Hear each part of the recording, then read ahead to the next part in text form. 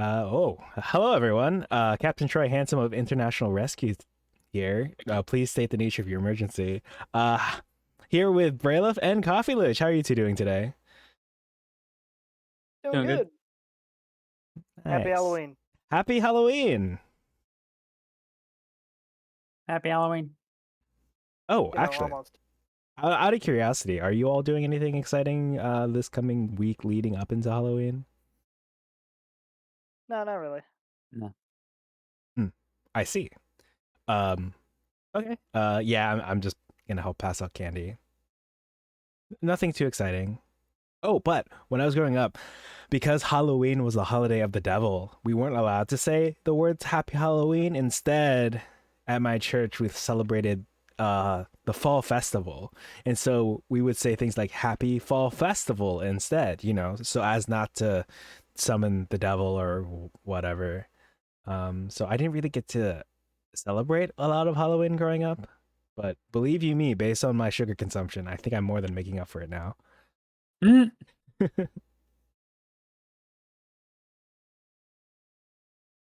All right. Well, I'm excited for. Thank you for setting this up. I haven't finished up my situation yet, so um, if you all would be interested, I am hoping to do. It is a honey heist Halloween situation. It will probably be after Halloween, but at the rate Mm. that I'll be free. But I'm excited based on. Basically, I was inspired. Like I was on the fence. I was like, I kind of want to do Honey Heist, but fifth edition is nice too. But then there's like something one of my players said specifically that made me think, okay, Honey Heist it is. Honey Heist it will be. So that's what I'll be prepping. I'm very excited. Ooh. All right. Well, I am ready to. Speaking of Halloween and it being a few days away, a week away. What is the passage of time these days? I'm ready. I don't know much except for what I accidentally spoiled myself on looking at Roll20 chat. And I guess this title doesn't. The title of this one shot doesn't really spoil anything to me that I can think of. Except when I'm reading this, I'm like, is it like panhandling? Panhandle? Is it? Pain dealing? Is it not none of those things? There's no fancy thing. It's just the place. Vandalin, It's just a Vandalin. place. Okay, all right. So tonight we're going to be playing an independently written Nice. adventure called Halloween in Phandalin, which is a Halloween themed side quest slash offshoot that someone wrote. I don't actually know the author's name. Oh, It might be on, might honestly just be on the book somewhere. Do, do, do, do. By one Chad Englaw, with original art by Matthew Boggs. ooh. Um, so it's for sale on DM's Guild. So it's a side quest slash offshoot of the Lost Mines in Phandelver adventure. Um, so which takes place in the town of Phandalin. So there are certain aspects of this that are written with the idea in mind that like you're the guy generally wrote it with the idea of having players who are doing that adventure and in that area like be called in to do this quest as well. Um, at the same time or slightly after. But there are obviously hooks to use it as a standalone thing. But I just simply put couldn't be bothered to change any of the names. We've never played anything that took place in Phandalin anyway, so there was no real reason to. Um, but this is not an adventure of my own creation. I did just straight up buy this one. I've changed a couple things because that's just the nature of being a DM. You'll always put your own spin on anything. Very true. Yeah, I'm excited to step into Phandalin for the first time. I thought it would be, perhaps doing Lost Mines of Phandelver, but I'm all for non-traditional introductions to things. So yeah. Yeah. Yeah.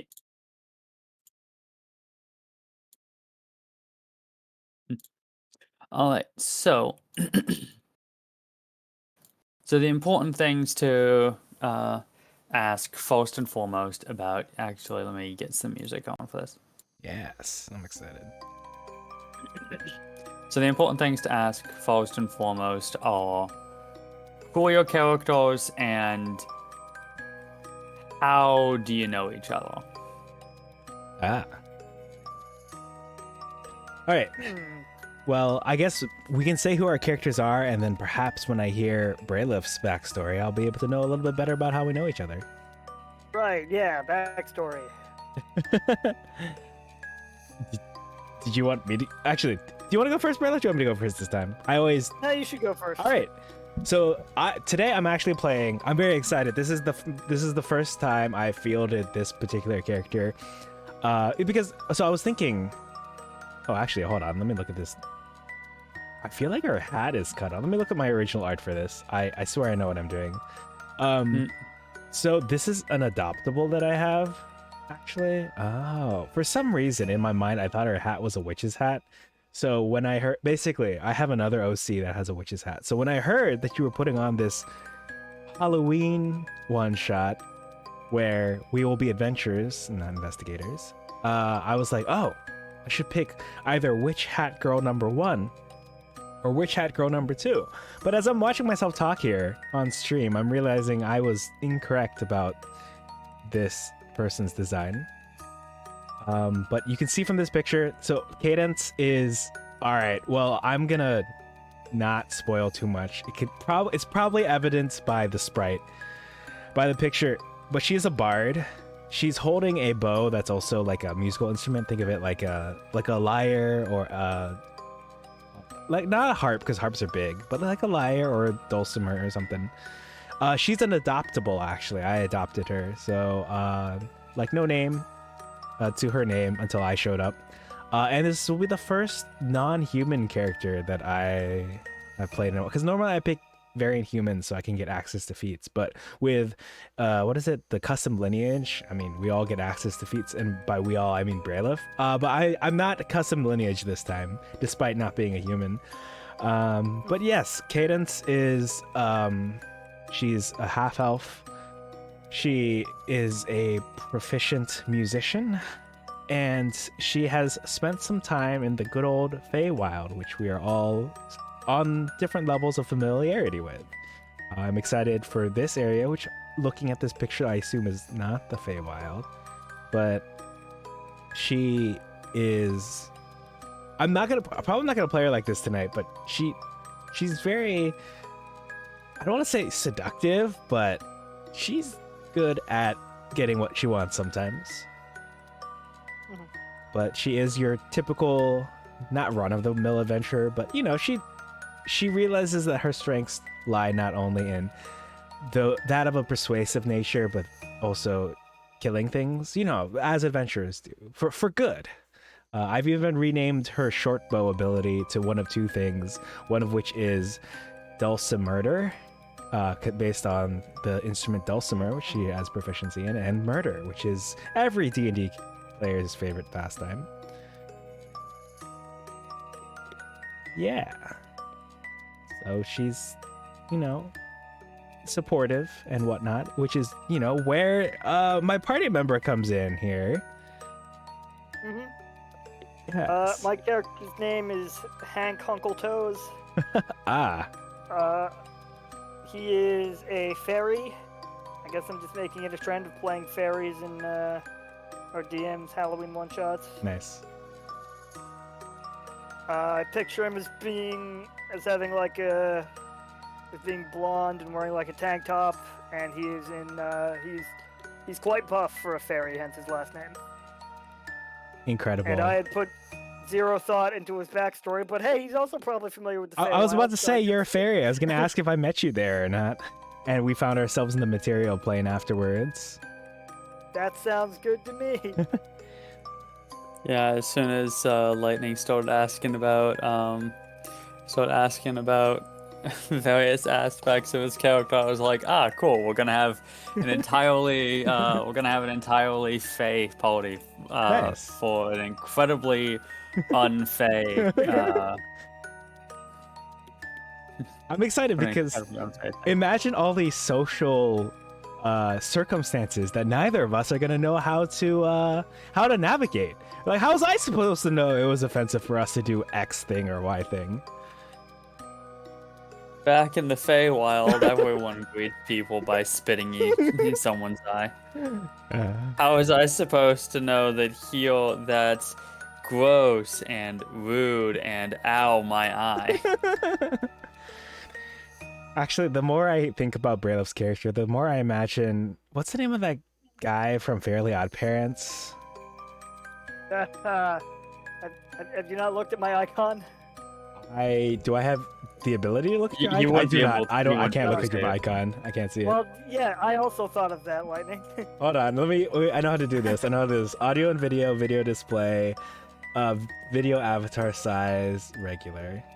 Oh no, those are your other things. Oh yeah, I guess I can't see. I guess it'll be a surprise for me later. All right, let me see what you put. All right, I gotta show chat. All right.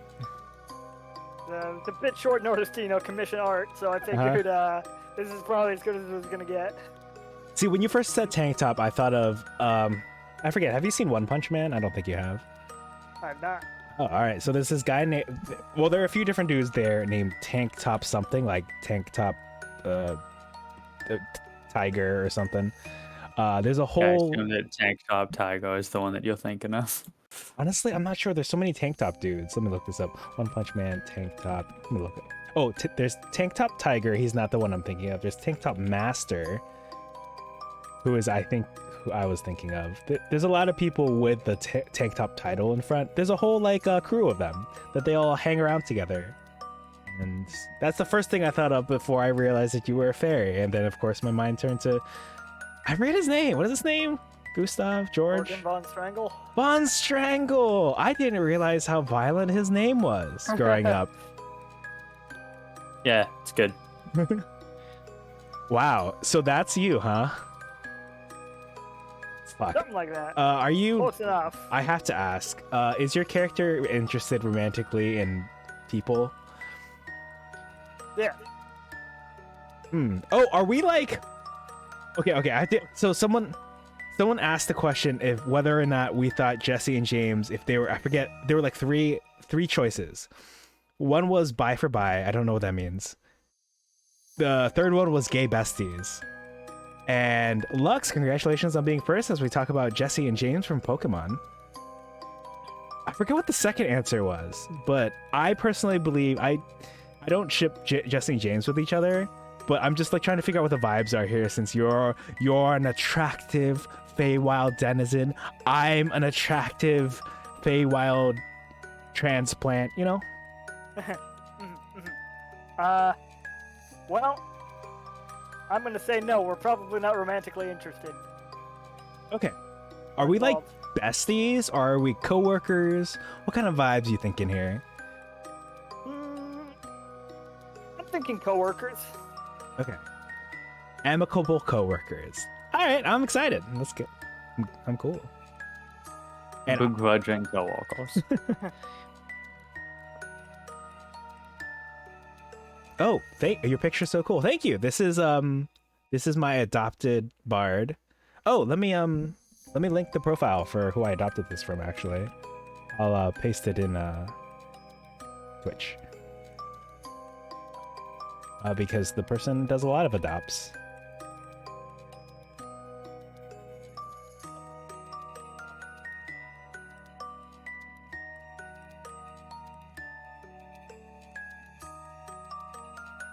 Okay.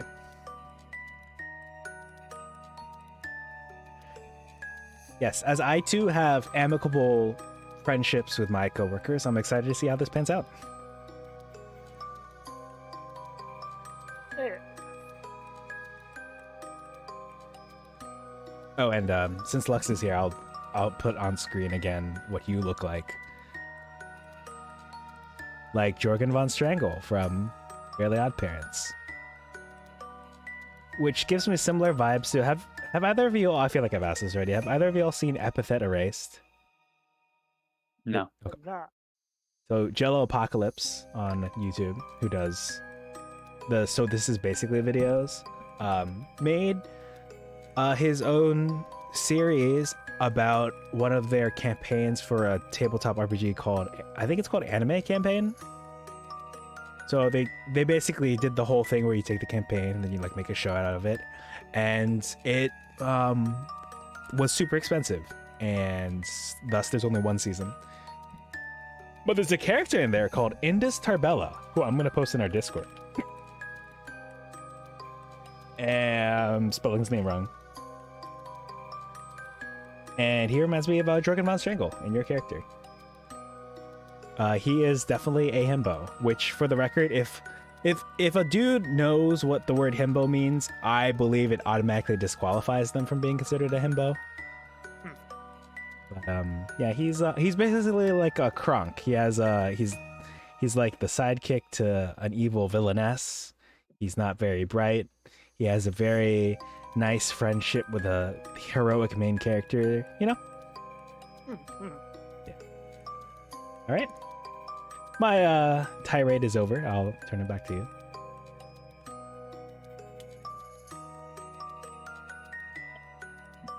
Okay. Well, let's see. So, we've got Cadence, the half-elf bard who has some sort of ties to the Feywild, and Hank Hunkletoes, just a straight-up fairy, who is made entirely out of muscle. Yeah, muscles come from the Feywild. Sounds about right. And let's see. Actually, I'm just gonna leave his picture up there for now. I like to think that Jorgen von Strangle is just looking at me judgingly this whole time. He is. He's always judging everyone. That is true. That's literally... I feel like that's in his job description in the show. It occurs to me there's one song that I forgot to add. Or more accurately, a song... there was like one activity that I really need to add a song for that I haven't actually gotten around to. So, might need to take a break temporarily in a little while, but it's fine for now. Okay, a bridge will burn when we get to it. I got you. Yep. Alright, so I'm actually just going to... I'm gonna plop you guys down here, and then you'll be able to pick up when we get there.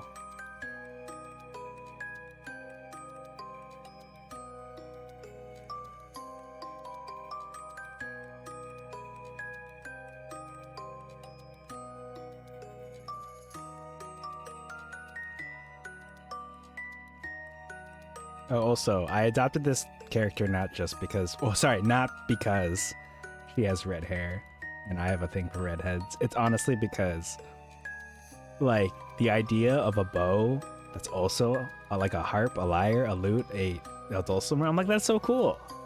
I must have her. That's fair.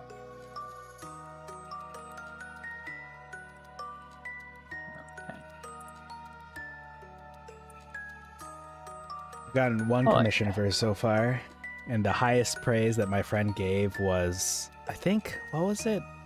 It was, shoot, I'll bring it up. I'll bring this back up later. Let me look through Discord and find out.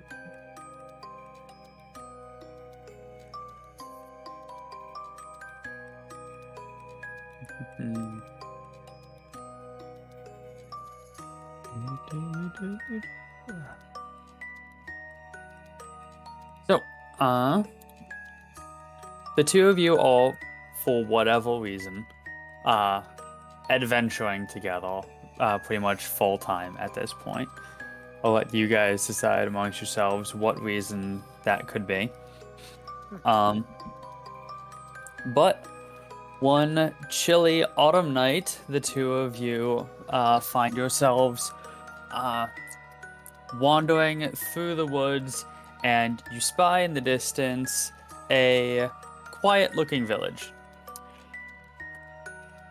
And you decide that it's probably time to call it a night, so you try to head into town to look for some place to rest for the night. I don't know if fairies sleep. I'm pretty sure half-elves do. I don't know about fairies, because I know that elves don't, Right, and they part got of the that is the trances. fact that they're like... Yeah, and a big part of that is the fact that they are fae, so I don't actually know if fairies sleep, but whatever. I mean, I don't have the meditative trance or anything, so presumably I have to sleep. So, it has nothing to do with being fae that makes it so that elves don't have to sleep. They're just weird. Okay. This is good to know. This is good to know. Yeah, any elf players out there, you're weird. This is why I play humans usually. I just like the idea of a party that consists of, like, among other things, a human, an elf, and a fairy. And at one point, the human asks why the elf never sleeps at the same time the rest of them do. And the elf is just like, oh, it's because of my fae ancestry. I don't actually need to sleep. I just go into a meditative trance. And then the fairy is just like, what the fuck are you talking about? Literally no one else in the fae does that. I love that. I don't think I've ever actually played an elf. I played a half-elf, I think. Actually, did I even play that character? I don't think I did. I technically did play a half-elf that I don't talk about because he was the one whose holy symbol was a Dakamakura. And for those of you who don't know what a Dakamakura is, it's an anime body pillow. So yeah, he would hold that up. He was a light cleric. And so he would have his holy symbol shine bright and potentially turn undead. Powerful stuff. Those were my early days of D&D, and I don't talk about him anymore. And I don't play him anymore. You were very excited about that character when you first started making him. I was. I think the very first character I ever played in 5e was a character in a one-shot, and it was a pre-made character, and I think that was an elf monk. So I guess I technically have played an elf. Yeah. I got down very shortly in the first combat, so I just spent most of the session just sitting around. Damn, that sucks. Still, it was Yeah, fun. Well, better than my first character. My first character was a human ranger in 4th edition that was very, very explicitly based off of Johnny Gat from Saints Row. Yeah. Later on, I had a human monk who was based off of Vegeta. Nice. I think those were the only two characters that I've had that were directly based off of a pre-established character. Everyone else has had at least some semblance of creativity. My first D&D character was so my friend, my high school best friend, he got married, and the engagement party was like the bachelor party was a joint bachelorette party, and one of his groomsmen was a DM, and for most of us had pre-made characters ready for us to do a little one-shot. We didn't get to finish it, but the character he gave me was this dude from the fabled the 2010s, and he got isekai'd into the D&D times, and he had his phone, and I think he would use the phone to cast spells or something. Like it was basically this, but this predated the influx of the horrible isekai that plague the anime franchises these days, and that was actually the inspiration for my bard rave DJ SoundCloud, based on the idea of like, what if futuristic situation got isekai into now. So he's a DJ. Imagine if Dead Mouse, I'm saying his name correctly, their name, I don't know who's behind Dead Mouse, or what's the name of what's that popular Daft Punk? Imagine if Daft Punk were in D&D. Yeah, it's cool. But yeah, good times. So, the two of you are wandering down the road to get to the village, and as the two of you, approach the village, you actually can start to hear sounds of a struggle, or more accurately, a full-on fight, in the middle of town. You spy, as you approach, you guys are down here, you spy, as you approach, a small group of dwarves holding off a slightly less small group of undead, made up of 3 zombies and 2 skeletons. One of the dwarves is very competently holding his own.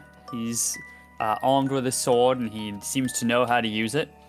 And that would be this guy up here. This one here is hiding amongst a couple merchant stalls, brandishing a pickaxe, but he's very clearly not comfortable using it in a fight. However, trumping even the guy with the sword, there is a middle-aged dwarven lady over here who is just absolutely going nuts, flailing around to like really chunky steins that were evidently recently filled with ale, if the stains all over the ground or anything to go by. Nice. To give a little bit of extra context, there is like 1 dispatched zombie at this guy's feet, and there was like 3 at this lady's. Nice. See, alcohol is good for you. This lady is going nuts. So, however, regardless, they still seem like they could really use a fight. Not a fight. A fight? Helping hand in their fight. They could use I'm a fight. healer, but I start attacking Toblin Stonehill. Excellent, thank goodness. He's been a drain on society. happens to Betsy, Hank? Looks like those commoners are in trouble. I have no idea why I felt like doing that accent. We'll see how long I keep that up. I didn't even realize there was an accent there. He was very clearly going for a Southern belle. Thank you. At which point, my money is on she never sounds like that again. Yes. Putting out voices in D&D be like that, exactly. Tix has shifted through like 15 different accents. Anyway. Anything you guys wanted to say beyond that? Hank will say in an Arnold Schwarzenegger-esque accent, yeah, we should go help them. Perfect. Okay. If you want, you guys can get up a little bit closer before we move into the fight. Not that close. Of course. That seems good.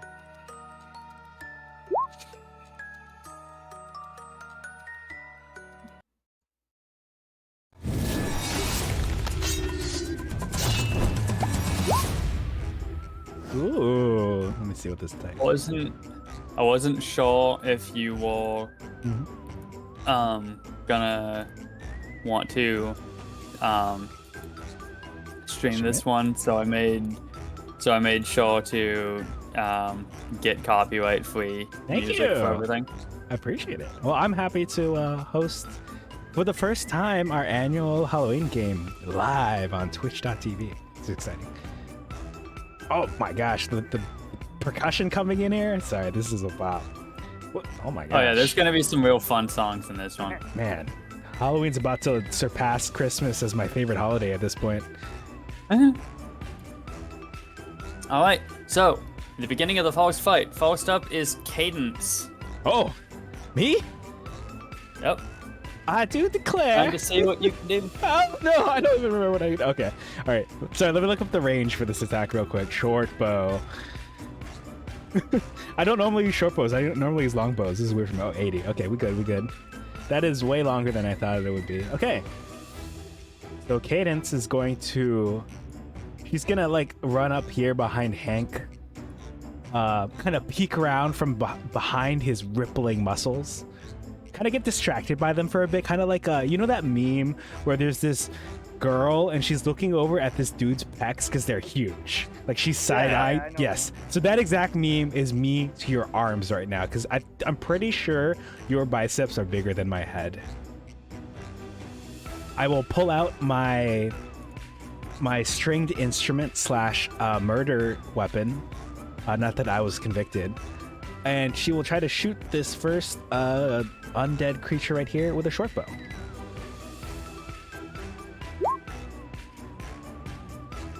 $24. All right, which one were you talking again? The zombie heal? Yes, this first one right here. Yep, that definitely hits. All right, let's see what we do. 5 piercing damage. Excellent. So you're just launching a regular arrow? Yes, just a regular plain old arrow. It Excellent. looks pretty cool, but it is just a normal damage. Yeah. All right, an arrow launches from your dulcimer and lodges itself very firmly clean through the shoulder of this zombie. From behind Hank, I like do the fist thing where it's like my elbow goes down. I'm like, yes. But hoping that the other onlookers don't see me because Hank is just so big. Because I want to look cool.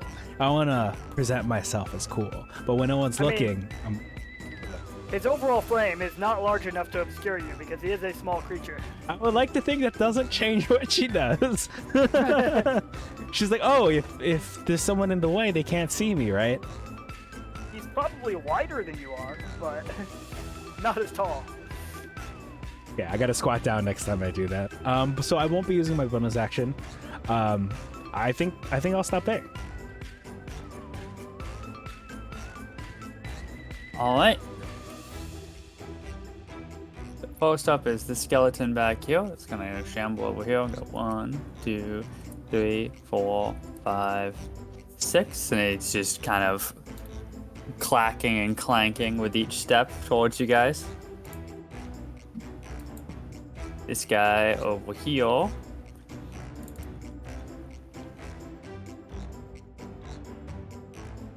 This guy over here is going to make a short sword attack on Sildar Hallwinter. But Sildar is more than adequate with his own blade, and he's going to be able to successfully parry that, no problems. This zombie is going to start shambling over to you guys. 1, 2, 3, 4. What is that speed again? That's it. It's 4. Oh. Now this one that you just shot, gonna go 1, 2, 3, 4, and the first attack against you guys. It's gonna make a slam attack against Hank. No. 20 hit. Oh. This zombie full-on haymakers you in the face for 4 damage. Oh, it's good form.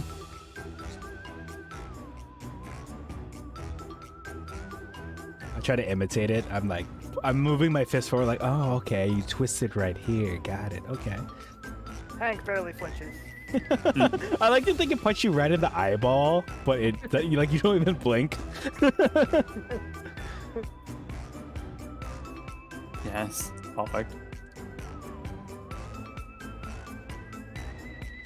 Alright.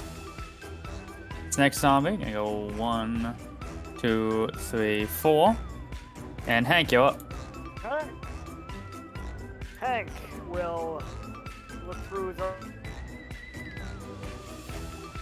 personal weapons and decide to brandish his battle axe, which he will swing with 2 hands against the zombie that has just punched him.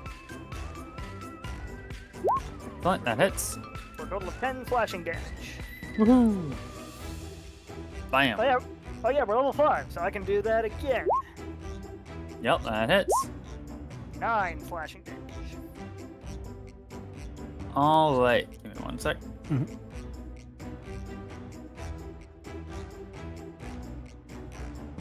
God, I love this All right, song. and thanks to Undead Fortitude, this guy's got a roll con save with the DC of 14. Oh, just barely misses. False casualty of the adventure, you Nice. managed to bring down that zombie just fine. He will then kind of flitter forward on his butterfly wings. And actually, no, I don't think he's going to quite engage with that one yet. But he will fly over here. And don't want to rage yet. No, I think I'll end my turn. there for Rage? now. What is this rage you speak of? Just kidding. Rage Shadow Legends. Yeah. I'm gonna save that for posterity. 3833. Remind me to clip that later. Cool. Am I up, or is something else gonna happen that is gonna concern me? Yep. Cadence is up. Yes! Alright, I'm so excited. So Cadence is gonna move 10 feet forward. She is going to flavorfully, like, bring a knee down so she can steady her aim as she knocks her bow with 3 arrows of light as she functionally casts the Bless spell. Let me pull up this thing. Bless, bless, bless. Bless, bless, bless. She would like to aim the Bless spell at Toblin Stonehill, Trilena Stonehill, not that she knows their names, and also... Sorry, I was like looking under Jorgen von Strangle and I didn't see like a name tag, so it was throwing me off for a bit. But yeah, I'll have her cast Bless on all 3 of them. Alright. So basically, she like shoots out the arrows of light, and they strike Hank in. Is it okay if I hit you in the butt? Sure. Okay, she'll strike Hank in the butt platonically.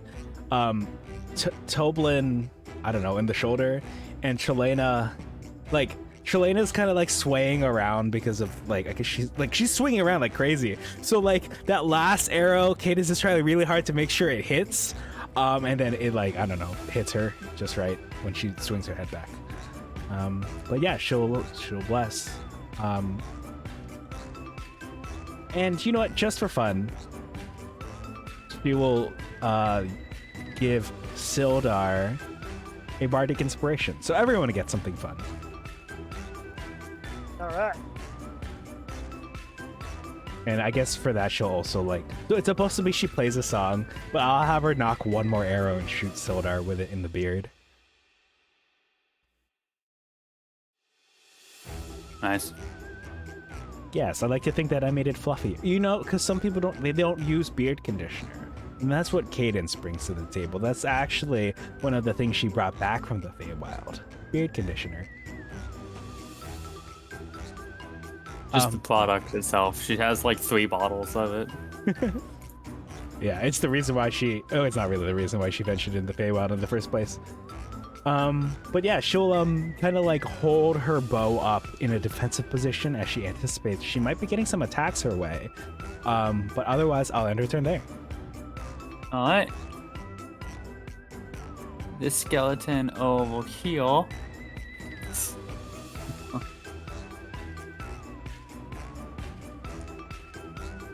You know what? Sure, I'll do it like that. Since I wasn't actually having the NPCs participating in the fight, I'll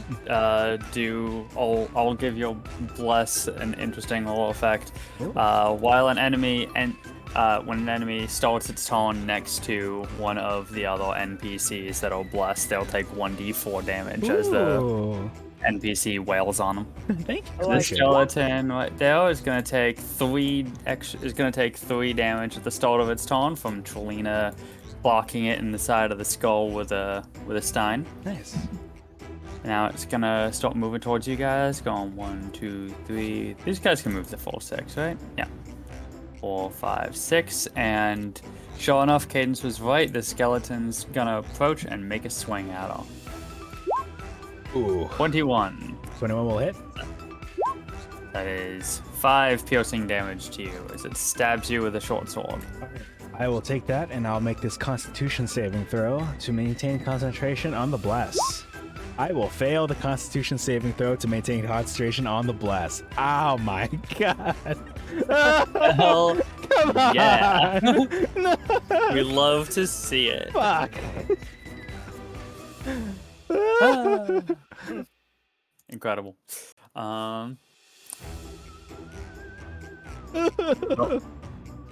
Sildar did not get blessed, but he did get Baldically inspired. What's your Baldic inspiration die right now? Right now, it's a D8. It's a D8. Okay, well, we're gonna give this skeleton 1d8 worth of damage then. Ooh, nice. As Sildar uses the Baldic inspiration to hammer a point home. He takes 4 damage. Bonk. And now he's gonna move 1, 2 down to Hank, and he's gonna stab at D. All right, that's 20. Does that hit? Hank, Oh, sorry, yes, 20 does it. it's 5 piercing damage to you. And moving on to this zombie over here, it's gonna go 1, 2. And you know what? Fuck it. It's gonna move down here to Cadence, triggering an attack of opportunity from Hank if you want to take it. Ah, yeah, sure, why not? Swing at him with my battle axe. Yep, that hits. 6 slashing damage. Almost missed him. Well, damage is damage. Yep. Alright, and that zombie is gonna make a slam attack on Cadence. Slam for 17. 17 will hit. It's 5 bludgeoning damage to you. Oof. As an undead dwarf just runs up and lariats you. And this zombie, gonna go 1, 2, 3, 4, and it's gonna make a slam attack on Hank Hunkletoes. 20. These guys can't miss. 5 more bludgeoning damage. These guys also can't roll lower than 5, apparently.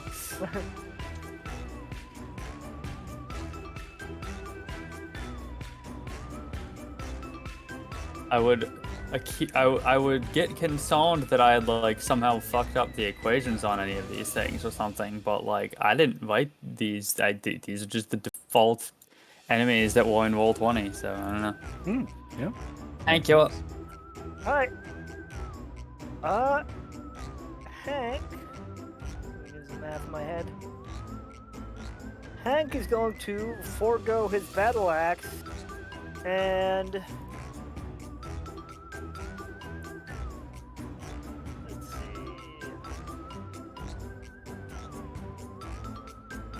He is simply going to swing at the skeleton in front of him with his bare hands. Okay. I thought you were a fairy, not a bear. That's 20 hit. Yes. That's 5 bludgeoning damage. Well, all right. Are you swinging at the zombie or the skeleton? Did you say? Skeleton. All right. Well, great. That's enough to bring down that skeleton, as they are vulnerable to bludgeoning damage. So it takes Nice. 10. He then steps over here and does the same to this skeleton. Yep, that hits. And that's actually enough to bring that one down too. That one had exactly 10 health remaining. He simply crushes them in between his biceps Nice. and then turns to the zombies and ends his turn. Excellent. All right, at the top of the round, I'm gonna move these guys into position. 1, 2, 3, 4, 5, and 1, 2, 3, Not that these guys are blessed anymore, so it doesn't really matter, but, you know, whatever. Cadence, you're up. All right.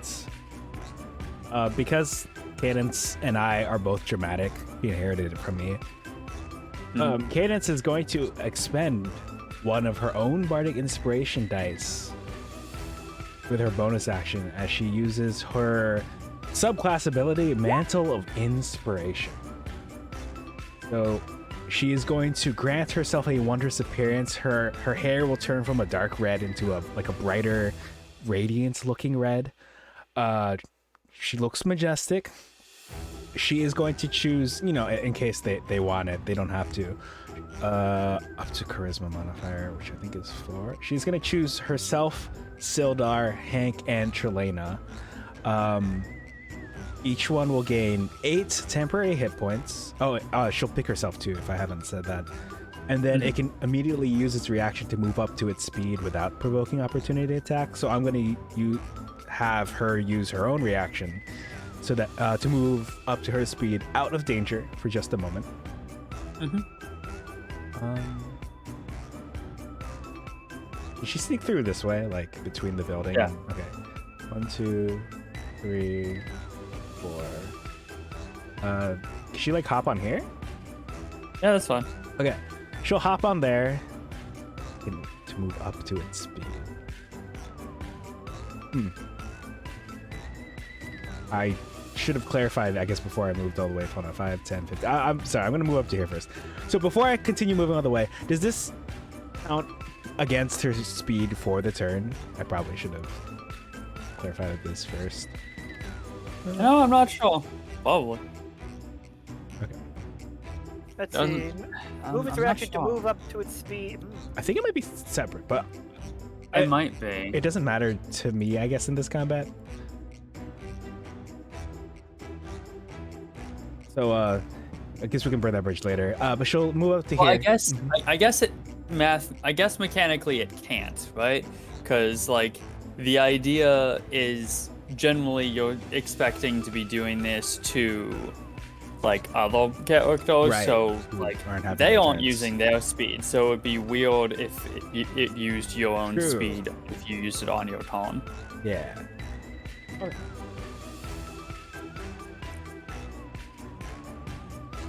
Well, then,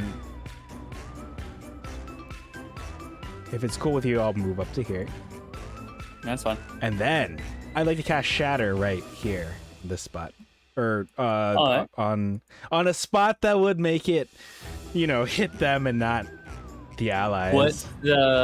What's the radius on it again? I think it's 10 feet. 10. So I changed it. I just changed the name. It's still Shatter. So I think you would want to target it like here, because that would hit both the zombies but no one else. Okay, cool. Thank you. So then she will pull out her weapon of choice. She'll knock a magical arrow, shoot it high up into the sky, and it will land right on that spot as she casts Shatter Shot.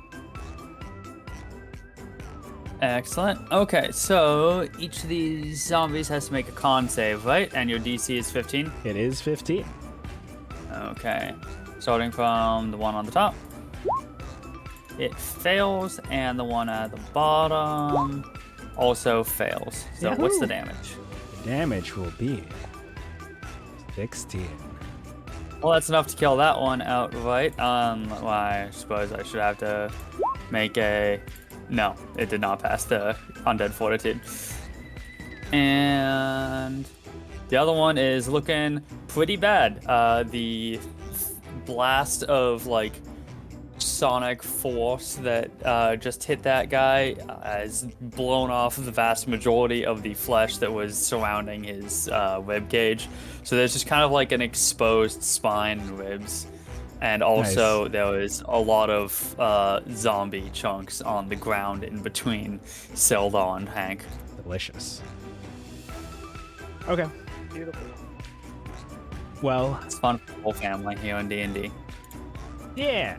I'm glad I put the content warning. I mean, that wasn't gruesome, but, you know, important for our D&D sessions to put that there.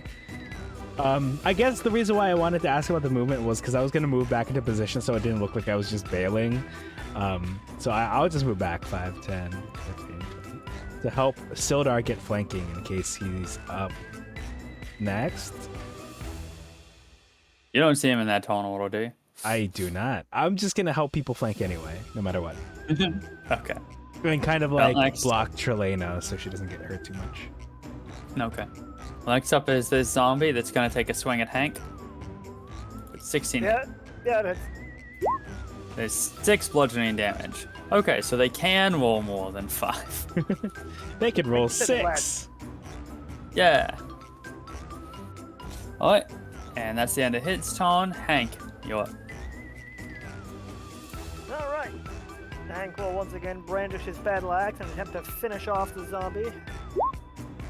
Yep, that hits. 7 slashing damage. Alright. And with that, you're able to bring down the final zombie. Yeah. All right, 5 plus the DC. Yes. Alrighty. Actually, you know what? Yeah, we'll stick with this. Ooh, ominous. Almost immediately after the fight ends and everything begins to calm down, Sildar sheathes his sword and looks as if he is about to strike up a conversation with the two of you, but Trelena breaks down completely. She's just sobbing, and wailing, barely able to form a coherent sentence. As she grabs onto whatever she can on your person to try to get your attention, either one of you, and cries, "Please, please, you have to save him. They got my baby boy, Pip. Please." It's about after she manages to squeeze out the words that she is just inconsolable. She's not able to speak any further. She's just completely breaking down. There. Cadence will try her best to comfort her as best as she can. You know, I don't know, like arms around the shoulders, rubbing a shoulder, a shoulder to cry on of her own. I don't know. Yeah, she'll just try her best before she asks any follow-up questions. But she'll look at, because it looked like Sildar was about to speak, right? So maybe as she's comforting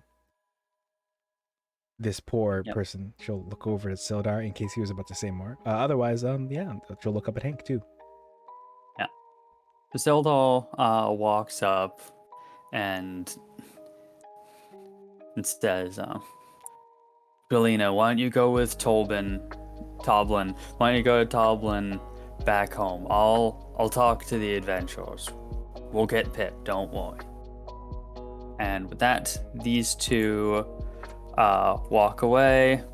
Toblin has one arm around Trelena, basically leading her back home.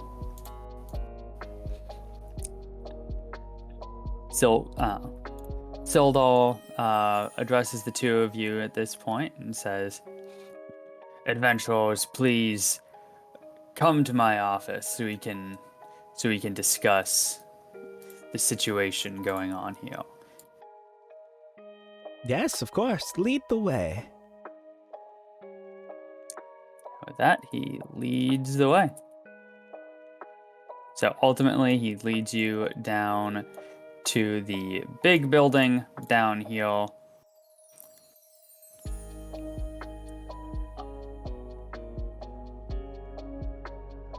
Where he begins to explain the situation that's happening in the town. I don't have a map for his office because it only exists for this one scene. So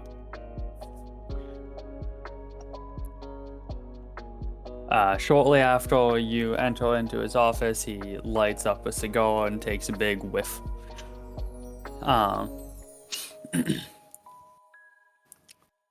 as you've no doubt noticed, our town is being attacked by the living dead. It's been going on for a little while, a couple days at this point. There aren't many left here in Phandalin. It's very fortuitous that you two managed to show up when you did. We were holding our own against that batch, but who knows how long we would have held out. And now that you're here, you pose a helpful opportunity. If you would be willing, I would like to hire you two to help figure out where these undead are coming from and put a stop to them. There's actually a manor not too far from here, and I've been given permission by the town master to reward any adventurers who take up the job with a deed to the manor itself and all treasures that lie within upon completion of the task.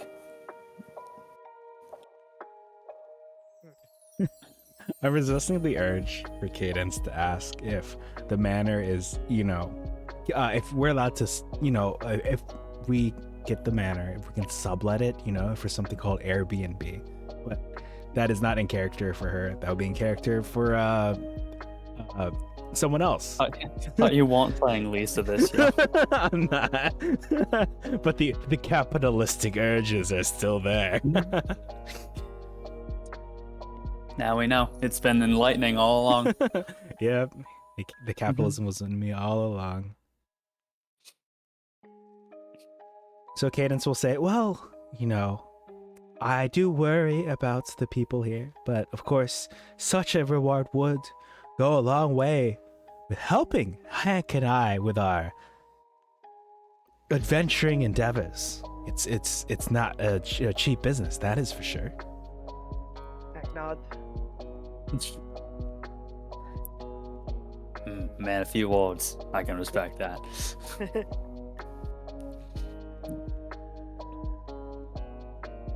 Well, I don't have much information to present you with. Unfortunately, the attacks have been going on for some time. We don't really know what's going on. But I would start by looking around for clues as to where young Pip went. That I have a feeling that his disappearance might be tied to this whole situation. If you find Pip, you might be one step closer to solving the mystery and ending this problem. Yes, that sounds like a wonderful place to start. We will scour the town looking for clues as to young Pip's whereabouts, and then we can solve the mystery of where these living dead creatures are coming from. Excellent. I greatly appreciate your assistance in this matter. I have a couple other things that I am prepared to offer you to help ease your journey. You can rest up at the local inn on my, and then just have it, and then they will have it billed to me if you're in need of that. I have 4 potions of healing that I can offer you as well, and 2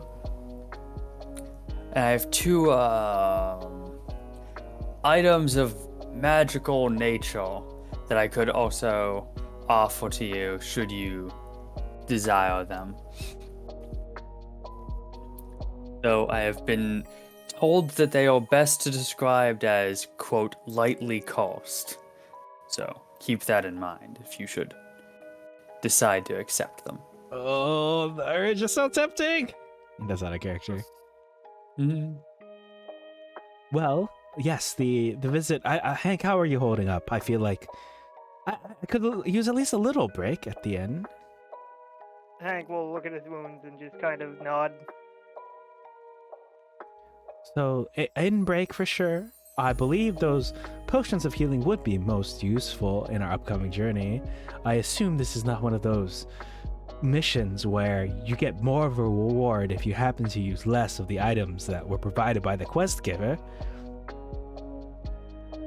I don't understand how you would get more rewards by not taking the things I'm offering you, but you're under no obligation to take these if you don't want them. Oh, I shall take them. Thank you. It is most appreciated. Just designers of games these days. Who knows what they were thinking? And she's interested in taking them, the potions of healing. As for the magic items, I shall defer to my purveyor of artifacts of a magical nature, Hank. Yes, that is Hank's role in the party. Among other things.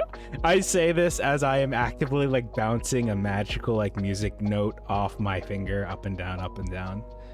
Mm-hmm. To clarify, did he say he was offering them as a reward for the quest we're about to do, or I think it's as like a reward for what we it's just like a did? tool to help us in the quest we're about to do, but they Gotcha. might be definitely would be cursed. Lightly cursed, Yeah, though. it's magical shit that he's prepared to give you now that could theoretically help you out, and as a reward, you for completing the quest, you're allowed to keep them. With the idea being like, if you fail to complete the quest, you're probably dead. So, whatever. But they are quote lightly cost. So. He'll just kind of shrug and accept them. All right. Well then. Let's see.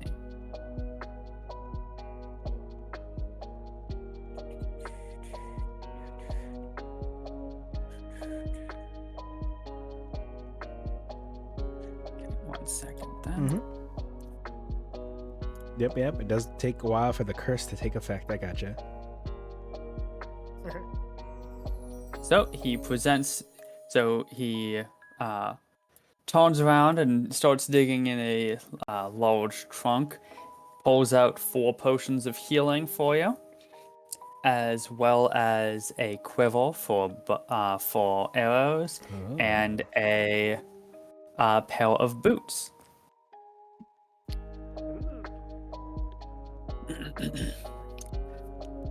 I have been told that he gestures towards the quiver, which is a fairly standard polished leather quiver with right at the rim, right at the top, very faint designs of lightning bolts, and upon very, very close inspection, hidden amongst the lightning bolts are tiny little skulls. Ah, yeah, that's what I love to see. This is what we call the Quiver of Reanimation. What? The quiver itself seems to crackle with lightning. Me. From what I've been told, when you draw an arrow from this quiver and fire it, it is replaced with a new arrow. There seems to be something more to it than that, but I couldn't tell you for sure right now.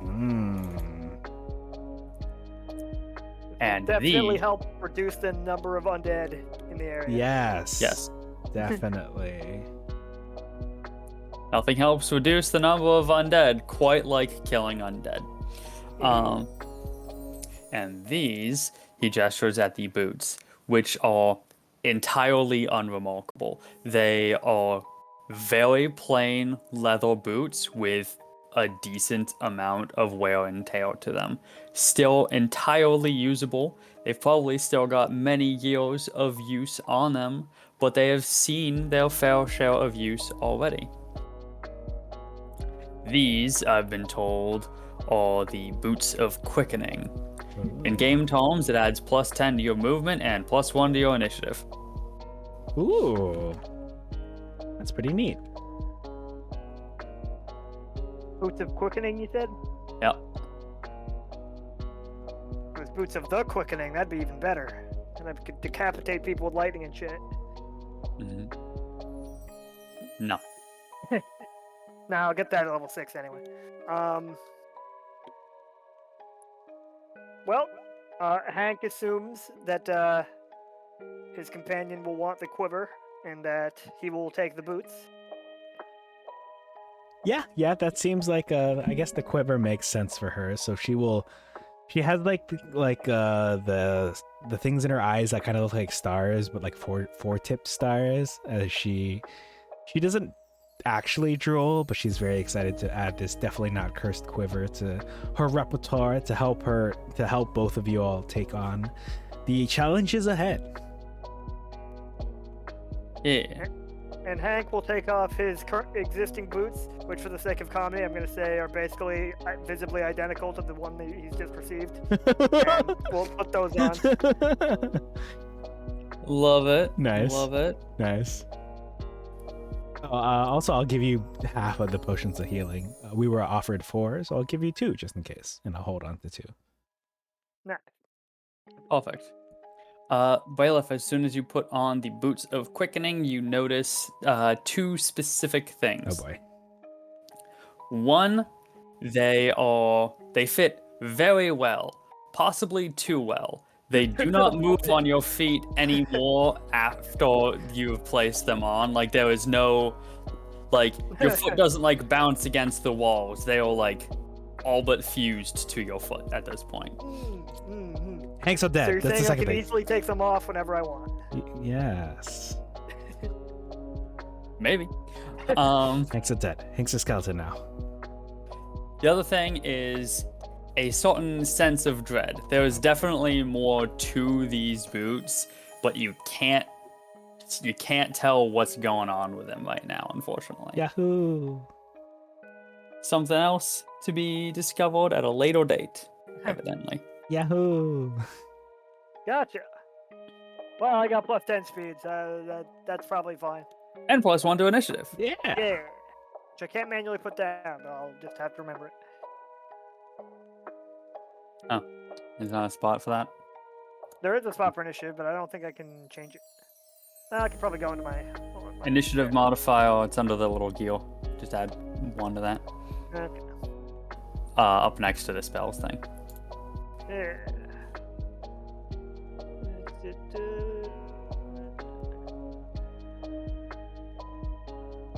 Yeah. 2 initiative. Woohoo! Progress.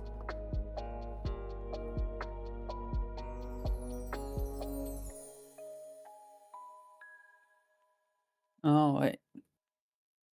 I do have to, unfortunately, let you know that the quiver does require attunement.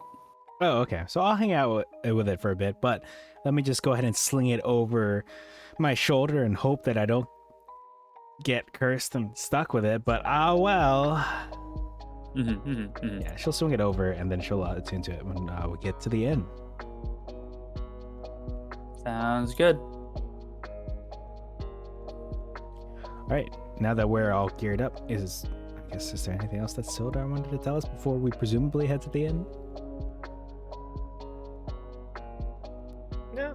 Yeah, one last thing he will say.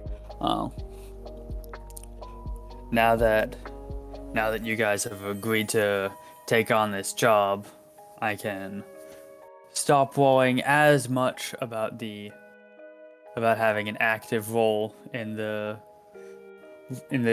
destruction of the undead. I can do a little bit of research on my own on this side, see if there's anything else I can dig up that might help point in a good direction for you guys. Nice, thanks. Yes, we'll do our best on the front lines, and we'll hopefully he can find something good for us too. All right. All right, and with that, he turns you guys loose. Your current tasks are the very vague and general finish the adventure, but in more concrete and immediate terms, you've been tasked with looking for clues to find little Pip, the young dwarf boy who has gone missing, and you have been given access to the local inn to rest up if need be. I think we'll do that. Okay. Yes. We'll head to the inn.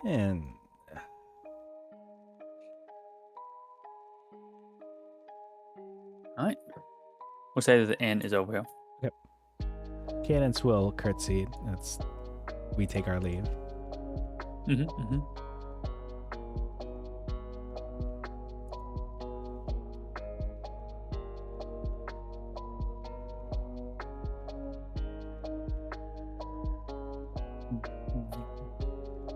There's nothing super remarkable going on at the inn. There is a dwarf, the presumed bartender in here, owner and operator and everything in between, who is trying to manage a very delicate balance of how many tables to have set for potential patrons and how many to have shoved against the windows as a barricade. Oh. You never be too careful in the zombie apocalypse, after all. That is true. Cadence will greet the innkeeper. Ah! Oh, sorry. How'd you two get in here? Was the door open or unlocked, actually? I'm not... The door was unlocked. Okay, it's like, oh, the... I can point at the door. Thank you. You just kind of like face palms. The door! Why didn't I barricade the door? Zombies always use the door. Oh, God's above. Well, maybe it's too early to barricade the door. That's a dumb question now I think about it. Well, you slipped past my defenses. What can I do for you? Yes, we had just spoke to Sildar. We wanted to spend a little bit of time here before we set off to figure out what happened to young Pip, in case you happen to know perhaps what happened to young Pip, and then also to figure out where these undead, uncouth creatures are coming from.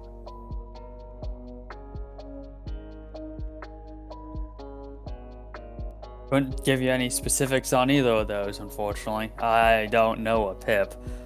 The undead seem to be coming from everywhere.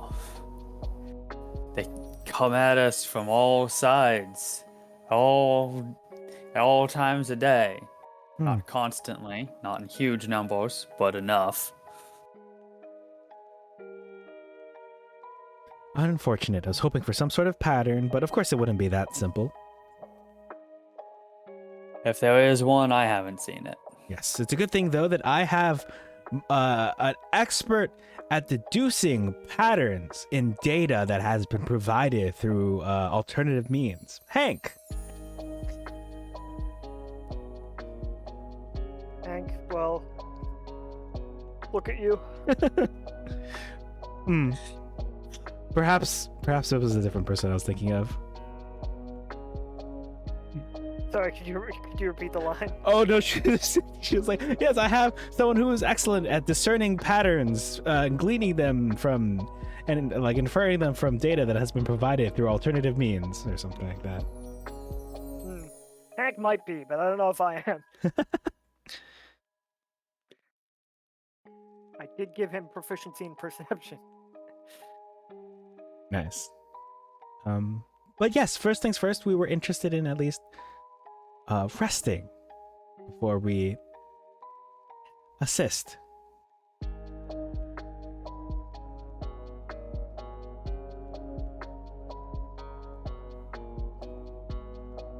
Sildar mentioned it would be on his tab or something like that. Yeah. Okay.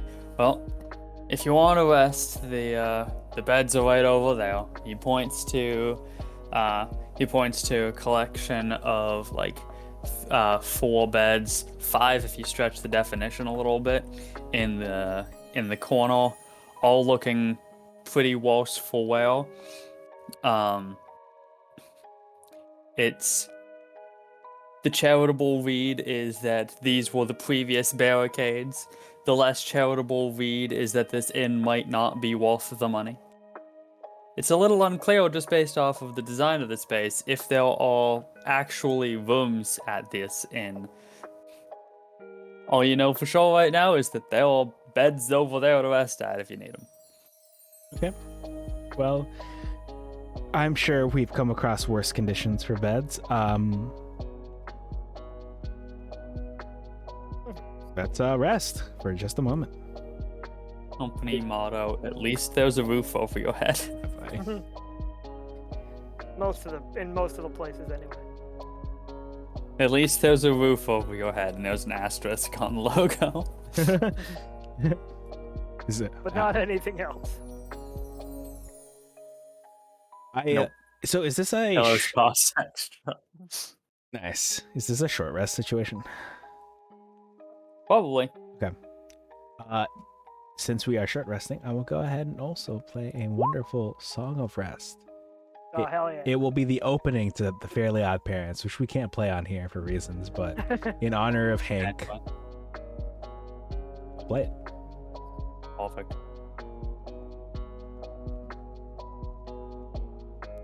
Alright, I will spend 1 hit die.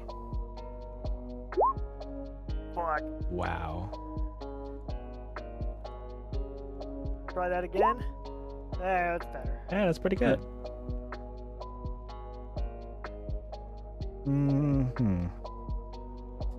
Sure, I will spend 1 more hit die. Okay. And last but not least, the Song of Rest. Alright. Ah, Up to full? shoot. I didn't have to burn the last hit die. I just needed 2 more. I was like, what if I roll low? It's okay. Well, the important thing is I get my use of my single use of, so Misty Step lets me, Fey Touch lets me learn Misty Step and Bless. I can also cast them once each, and then I actually did cast that one using the single use. So I get that back, and the Bardic Inspiration back, which is nice. You get the use of your spells back in a short rest? No, not my spells, just the single use versions of Misty Step and Bless. That's from Fey Touched? Yes. It has to be an enchantment or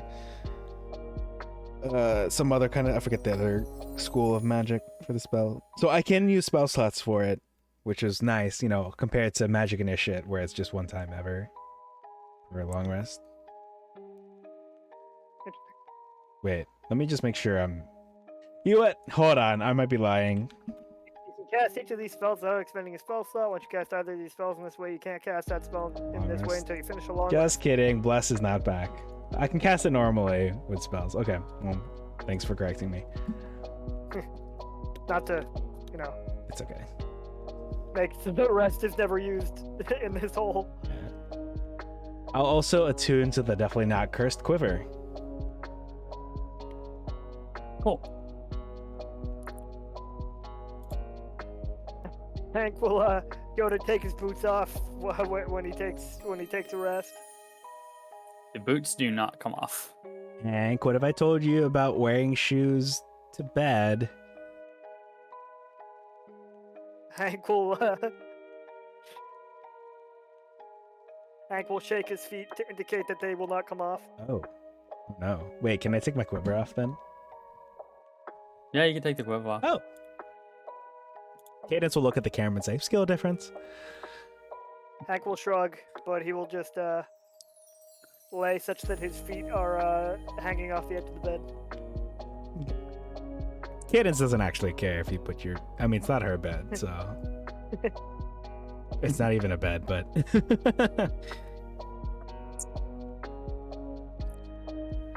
It's all bad, asterisk. Well, I'm feeling right as rain, but for rain from the material plane, not rain from the Feywild. I don't know what rain in the Feywild is like, but I'm just gonna I'm imagining because in the Owl House, rain is like acidic there. Yep. So she'll say, "Okay, well, we must find clues." She's thinking. She and I are both thinking. We're not sure whether we should return to the scene of where those undead were accosting those people. Sorry, the music change startled me. Or if we should head towards the home of the. I mean, if the home is an available location, like a destination for us, the home of that poor lady. You could potentially go over to the Stonehill home. That would be over here near the top of the town. Okay. The north top. You know what I mean. I know. Yeah, I get you. But you could also just investigate the town in general. Okay. Yes. I guess I'll start. Could I investigate the town in general? You absolutely fucking can. So so to investigate the town, I'll need perception or investigation checks. Your choice. I would personally like to do search well. perception. Yeah, of course. You can both search the town. I would like some kind of description of what you guys are doing, but you can both just investigate the town as you see fit. I would like to. Can I hop on our roof? Sure. Cadence. A little uncouth, but you know. Cadence has not from me, but I feel like at least one D&D character should have the uppies. She wants to go she'll try to climb up to this roof and then make her way up. And she's going to survey the town from up here, looking around, seeing with her magical eyes the town. See, maybe I don't know, maybe there's a path. Maybe there's something you can only see when you're up here. Well, like I said, I'll need perception or investigation checks from you. Perception 14. Okay. Hank will, since his companion has the high ground covered, he will search the low ground, look under things, lift stuff up, look for any, tracks or evidence of anything fishy. Aha. Okay, let's see.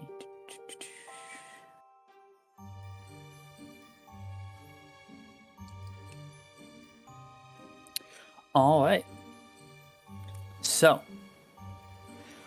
your investigations do both bear fruit. After searching the town, both on the ground and from above, you are each able to notice two things of note. First off is a small set of footprints leading from the town over to the east. Perhaps the footprints of young Pip. However, after a little bit more thorough investigation, you are able to notice, a little bit harder to see, a set of larger footprints, but that are slightly lighter, a little bit more hidden, as though made by a creature that somehow weighed less than a child, despite being notably larger than one. The second set of footprints is following the first one, a little farther behind, also leading off to the east. Hank will narrow his eyes and point them out to his friend, assuming she hadn't seen them already. / coworker. Cadence will say, interesting. Perhaps, now correct me if I'm wrong, something must have led poor young Pip outside of the town. Or Pip was curious and followed these footprints out of town. I could be understanding incorrectly, but based on the lighter set of footprints, that's what I'm thinking of? The lighter set of footprint, the lighter but larger set of footprints were following behind the smaller, deeper set of footprints. Hmm. You also noticed one thing of particular interest. The two of you are somewhat experienced adventurers. This is not your first time fighting the undead. However, one thing that is notable is that these zombies and skeletons were just based off of bone structure and body structure, very clearly all dwarves. Which did catch your interest. Interesting. Which, on that note, could I get history checks from you two? Sure. This isn't gonna go well. Yes, it will. Ooh, excellent. So, this is actually extra hilarious for the fact that neither of you, for the fact that, like, Cadence has spent a portion of her life not on the material plane, and Hank is literally from a different plane of reality entirely. However, Cadence, you are aware that the primary demographic of this region is dwarves, but they are not so universal that you would expect even like 5 undead in this one fight to specifically exclusively be dwarves. The odds of that are just not super high. Hank, you, however, are aware that this region actually has an interesting legend to it. Tales of a long-lost ancient dwarven city. However, it's been largely brushed off, as no one has been able to find any solid evidence of it. Just legends and hearsay, and a few old-timers who are very insistent that they definitely found it. But they can't bring back anything to show it. He will, in his own concise way, convey this information to his coworker. Really? Wow, I can't believe that the dwarves blah blah blah blah blah blah blah, and then the blah blah blah blah blah blah blah blah. Wild. He just looks at the footprints, does the math in his head, and goes, "Dwarves." Fucking dwarves. Clearly, the problem is dwarves turn into zombies, and therefore we should must kill all the dwarves in this town so that they don't turn into zombies. Now you're speaking my language.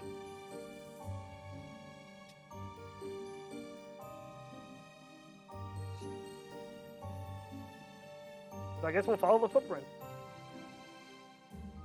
Alright. So the footprints would be... I guess. Footprints would be leading out this way. Okay. Cadence will hop down over here.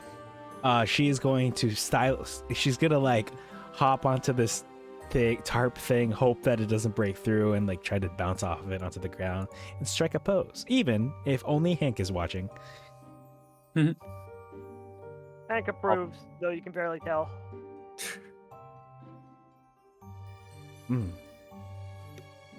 There's some joke in there about how Asterion likes to disapprove of everything.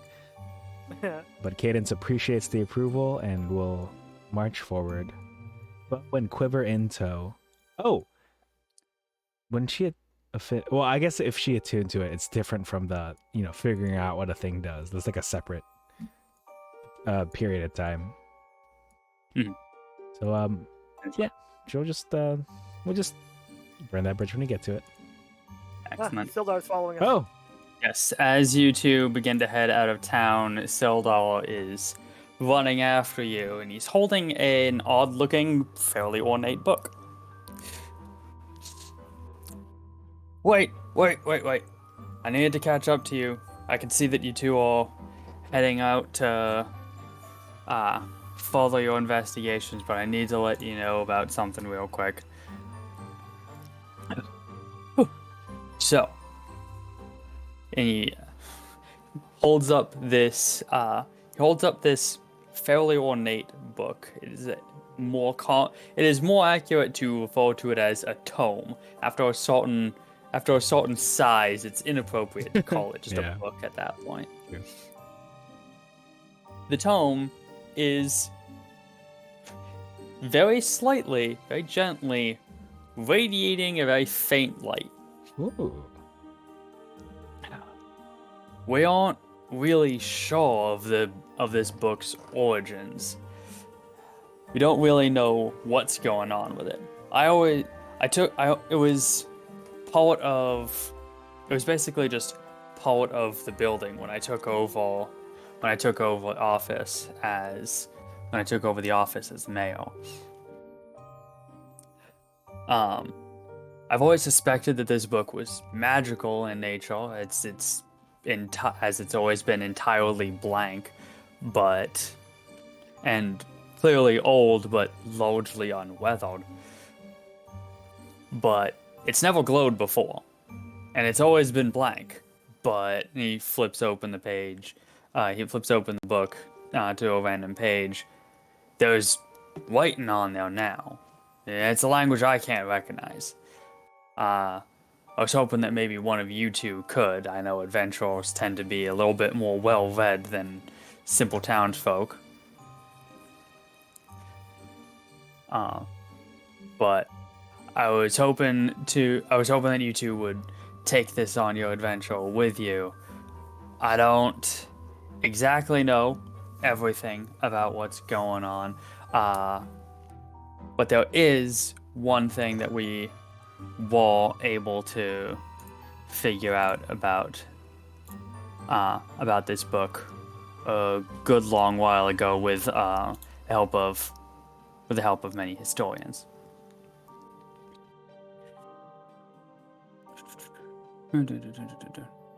Which is, we were able to find one spell that this book is used for. Oh. Huzzah! There you go. Ooh. Most of this is going to be lore. You don't actually have to worry too much about this. But basically it boils down to there is a ritual here for a burial that prevents the undead from forming. Let's see. As described, cast a series of incantations to deprive the dead of any life-giving power. Basically, the idea is we think that you could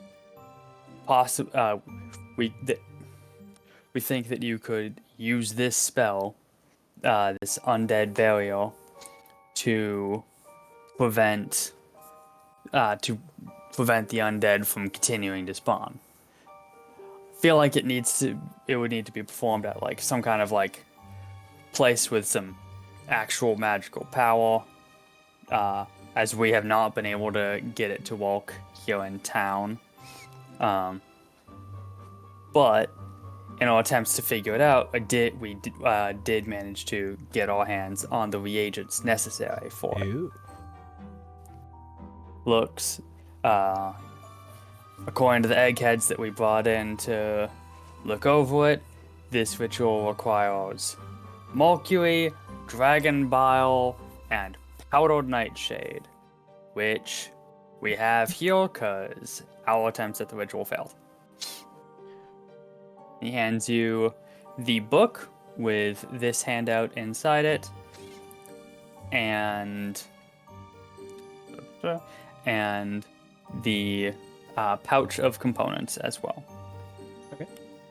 I guess I'll hold on to that. Do you happen to know magical places that, not in town, but, you know, like nearby temple, perhaps a shrine, a fancy toilet? What you got? Unfortunately, I don't have anything. This town's never been especially religious, and the entire region not any better. So you're kind of on your own with that, unfortunately. Mm-hmm. Well, country girls make do. Quite the reference. Yep. I love that line, actually.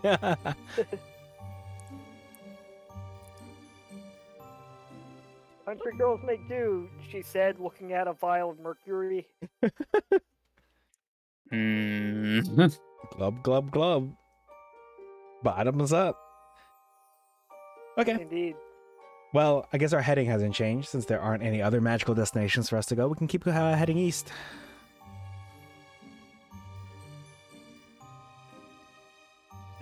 Hank will nod, and we'll start following the track.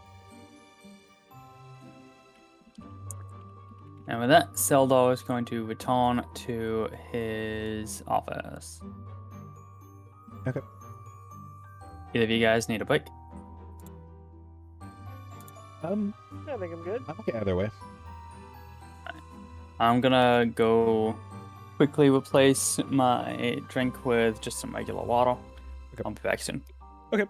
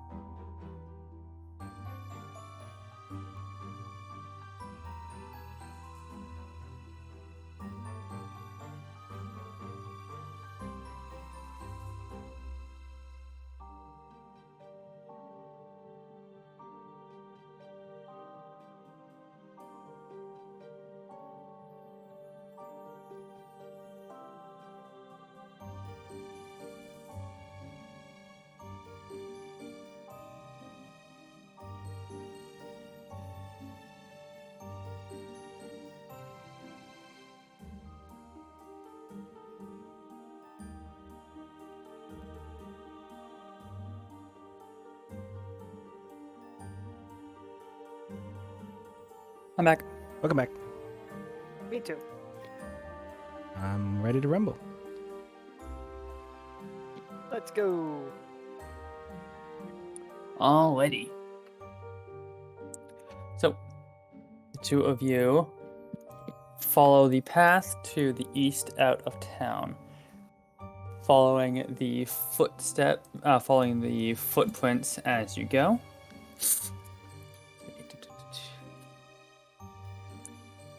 Eventually, leading you to a seemingly abandoned manor on a hill.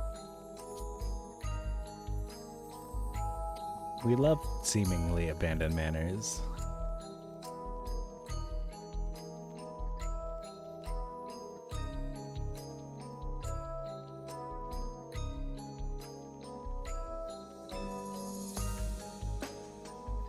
Nice. Disregard the completely different style of the house. As you approach the manor, there are a couple notable features. First and foremost is the fact that there is a small pond with a little waterfall immediately before the staircase that takes you up to the mansion proper. Floating in that pool is the desiccated, rotten corpse of a dwarven zombie floating upside down. As you ascend the staircase, you find a few more twice dead zombies and a small pile of bones. The forest around the manor is itself filled with the sounds of the shambling dead. They are far enough away that nothing has detected you at the moment. They could likely be lured over by the sounds of a fight, though, or anything similar.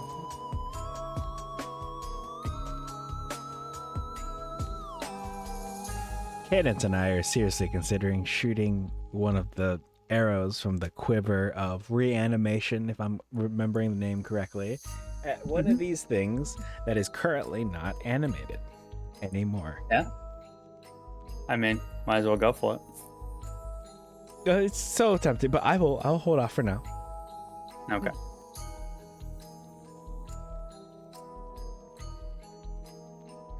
As the two of you approach the house, a lanky creature with a single glassy eye from on top of the roof jumps down and lands at the base of the stairs leading up to the mansion's front door. It doesn't really seem hostile, but it's actively watching you with its giant glass unblinking eye. Wow. I, for one, have never seen such a creature like this before. I'll say out of character.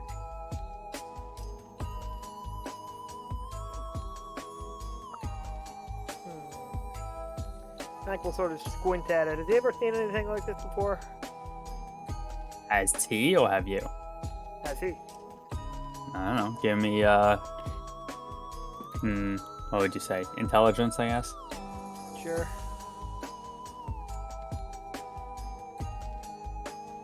Damn, Hank's smarter than he looks. You might not have seen anything like this, but you've heard about something like this. It resembles, mostly at least, what you've heard of Nothics, former wizards who have been transformed into monstrosities or aberrations, depending, I'm not sure which exactly, after effectively being corrupted by the arcane magics that they study. Though this one in particular looks undead. Oh, no. I didn't know Nothics could be undead. Oh, no. Me neither. But despite being undead, again, it's moved to stop you from entering the house, but it hasn't done anything else.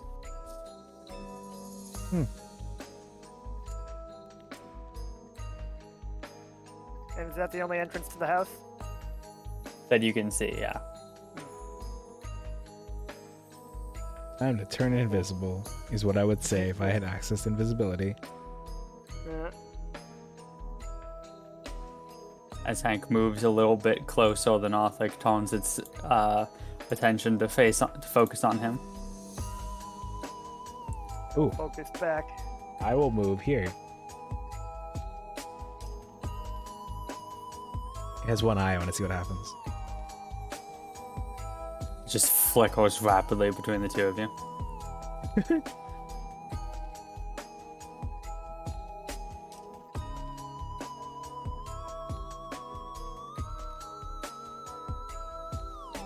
Yeah, Hank just wants to give it a big hug. To death. I don't know.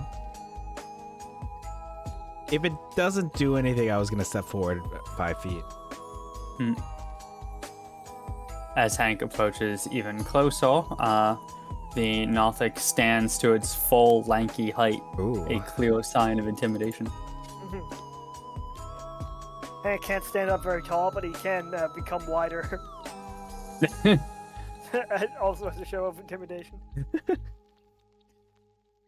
Cadence will start speaking like David Attenborough. And we see here, on the outside of the manor, the humble, one-eyed creature attempts to assert its dominance over its home. I mean, our kind of a toss-up. Which of us overall has more mass? Mm-hmm. Roll me an intimidation check.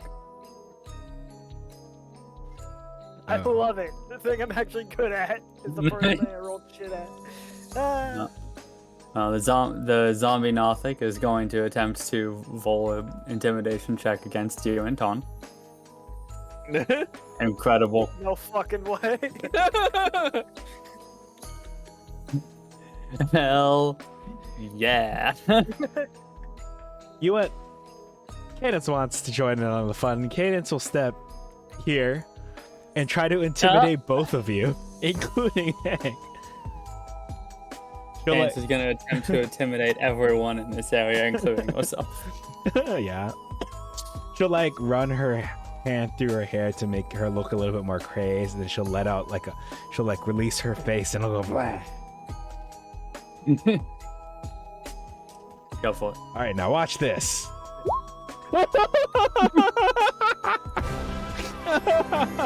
Love to see it. Oh my god. Okay, so the Nothic was already looking. Fucking Hank.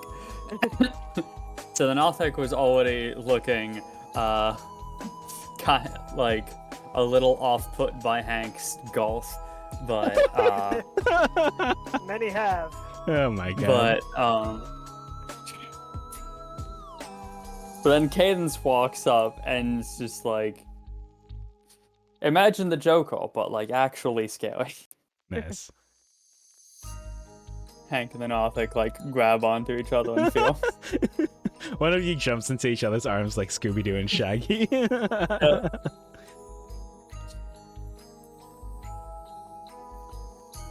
Incredible. Well,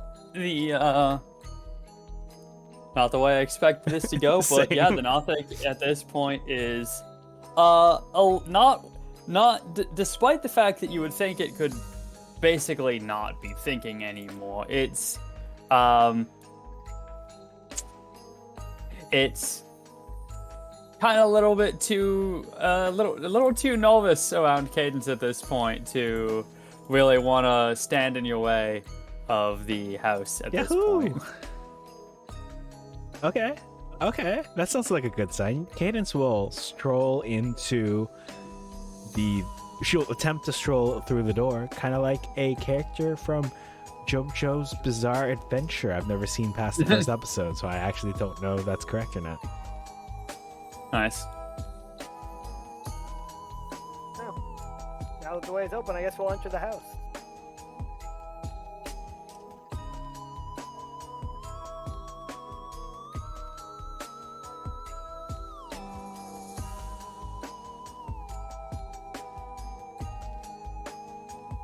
Yeah!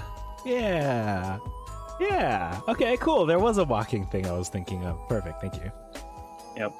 I'm really glad that that one does not include Jotaro. It's just empty space. Yeah, That's the result of looking up, quote, Dio strut. Yeah, me entering this manor be like.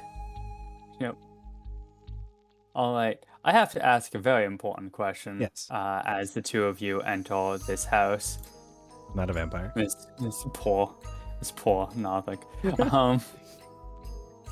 I don't really need to ask Cadence this question. Hank, so you're fairy, right? Yeah. Are you flying or are you walking right now? I'm gonna say his default method of movement is like hovering just above the ground with his disproportionately tiny butterfly wings. Okay. I can dig it. Okay, well, great. So as the two of you enter into the house,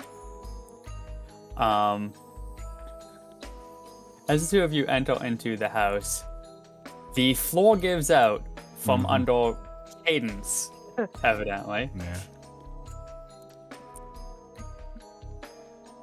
Not Hank, though. Hank managed to get away from it that time. So unfortunately, Cadence's very confident strut is is interrupted mid-step. I can't believe this. As the floor gives out from underneath you and drops you down to the next space below. I actually love that Cadence has turned into this girl fail. You know, like I brought her here, you know, she's like a little prim and proper. She's a bit high class. You know, she casts bless on the people and then instantly loses concentration. She intimidates the Nothic and immediately eats shit and falls through whatever she fell through. Yep. I was gonna ask if I would be able to catch her.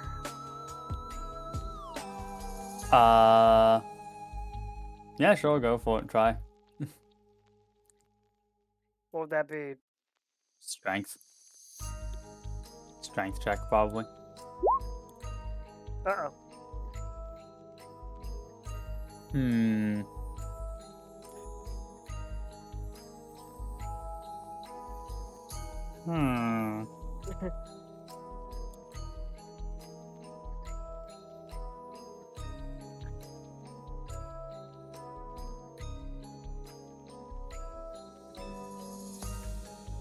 I'll say you're able to grab onto her and slow her descent. Works for me. Thanks. Better than nothing. It helps.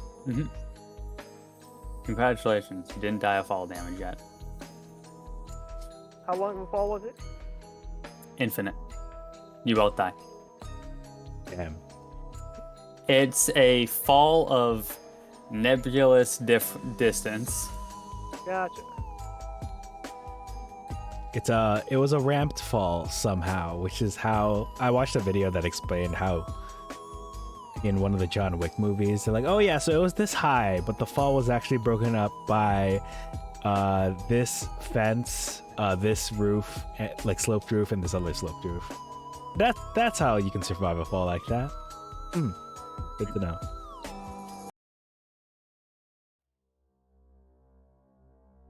Didn't get to listen to this song in its entirety because I just added it in just now.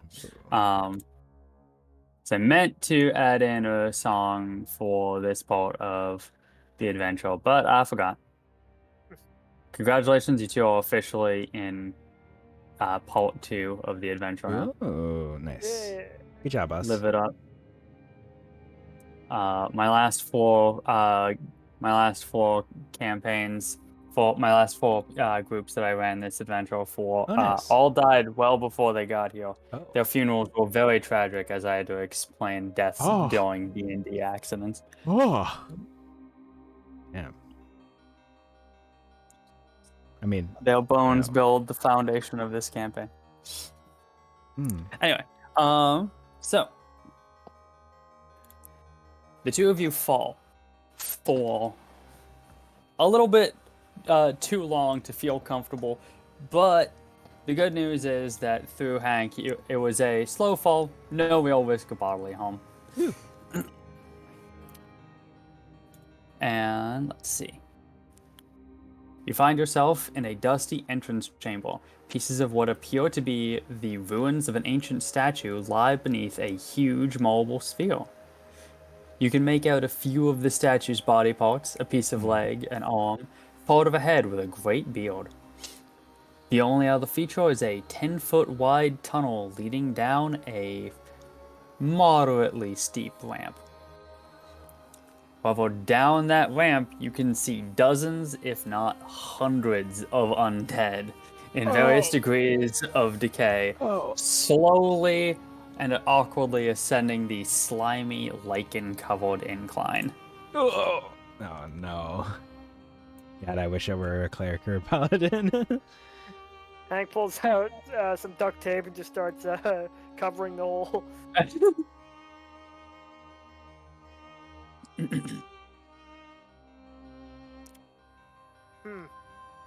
He says.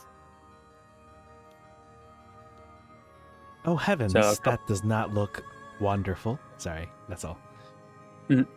A couple pieces of information to note.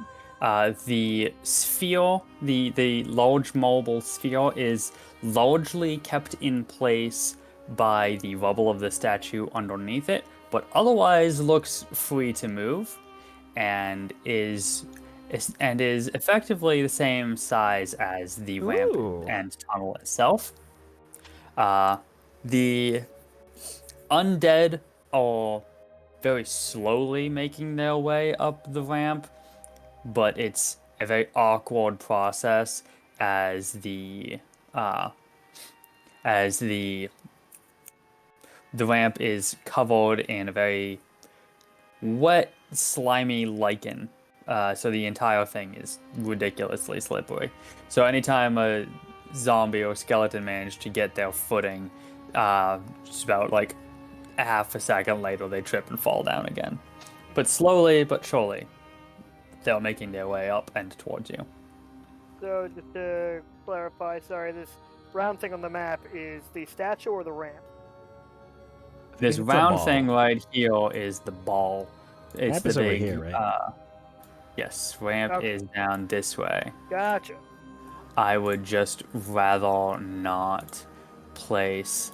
Let me show you what the calculation is for how many undead there are on this ramp. I would rather not place this many tokens on now. Yeah, that's fair. That's on the great. low end. That's on the Yeah. really low end. That see is that. on the really low end. All right, Hank. All right. I have a plan. I'll need you to push this ball over to that ramp, and we can push it down. Hank will begin. He will strike an Atlas-esque pose as he attempts to move the ball. Okay. Give me 1 sec. Alright. You attempting to just move the ball? Yep. Okay. Give me a strength check. All right. Would you like to assist me? Yes. Did you want? So we've been coworkers a while. Did you want Cadence to assist you with a song, a majestic "I'll Make a Man Out of You" song from Mulan, or to actually try to help you push? I mean, technically you can do both, but either one Yeah. works. She'll try to help you push.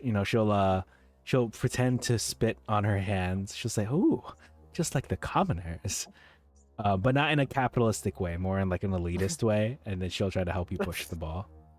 Not to be confused. All right. So it's a 17 or a 21 if I'm allowed to have advantage because she's helping. With the help from Cadence, you do have advantage.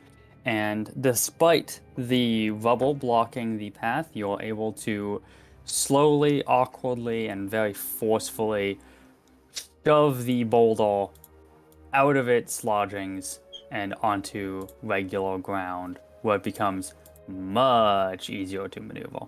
Nice. All right, let's go bowling. Yeah. What? kicked me out of this page for some reason. Let me get back in here. No. But yeah, we'll push the ball toward the ramp and then push it into the ramp. Perfect. Onto the ramp.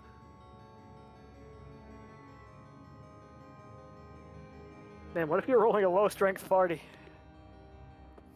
Wait, what's your strength? Oh, 4. Nice. And my strength is also not negative. There are other ways to deal with this. I mean, you are allowed to just straight up like fight the undead. It's a bad idea, but you can do it. Alright, you back in? Yeah. Okay. Either of you guys have dark vision? I do. Oh, good one. Normally, I do not, because I usually play a human. Evidently not. That's gonna be a problem. Yes. Well, This area has basically no light. I'm pretty sure I kept my spell of I can cast dancing lights if you would prefer. Sure.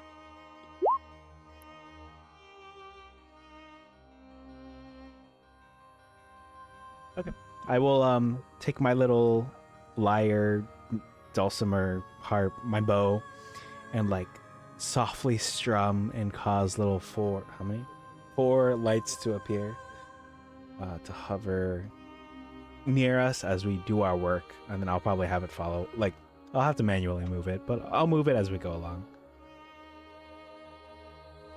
But I guess I can send them down there if we need to take a better look at some particular area.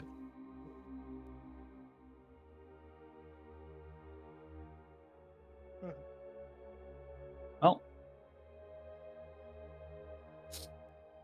Cadence is able to see, at least for a little while, the boulder rolling one by one over all of the skeletons and zombies. You can hear a constant cacophony of squishing and crunching and snapping.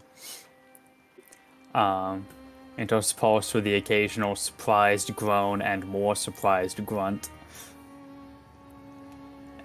And eventually you can hear the boulder crash into a wall, roll a little bit more, and then seemingly start to roll back towards you for a brief moment, and then the sound gets more and more dissipated.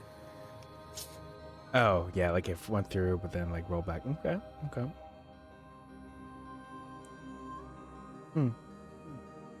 Well, I would like to at least move over here and I guess peek down. Oh, I see. Hold on, sorry. I don't know. I'm seeing the situation. Okay. Okay. Before we traverse down the... go ahead. Looking down the ramp, you see a whole lot of bone shards and viscera interspersed with the occasional glimmer of gold.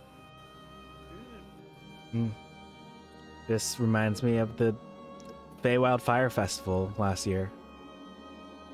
That adds 58 to his kill count. Hey! Okay. What would it be? 26? 29? 29. Yeah, that makes more sense. Cadence adds 27 to her kill count because she can't count. But, I mean, yeah, if there's any obvious signs of, like, loot and gold or whatever, we'll loot the bodies as we go. Yep. As you go, you're able to find amongst all of the various undead. 1 sec. There we go. You are able to find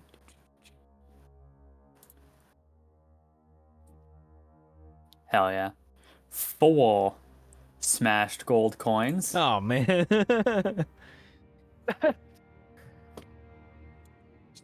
As well as 9 gold teeth. Each worth 1 gold piece. I'll let you hold on to the gold. Right. Playing a completely different character than last year. Whoa. Before we slide down, I want to... Is there anything like on these walls, like either drawings or secret panels. I don't know. Roll me a perception or investigation check. All right, perception it shall be. Nice. You're not noticing anything in particular except that the architecture of the room and statue itself looks very dwarven in nature. I almost picked dwarven.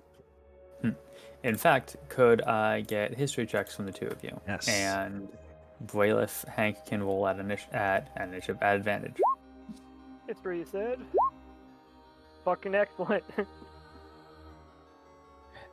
Hank Nice. Hunkletoes, resident historian. Yeah. My Hank history buff Hunkletoes.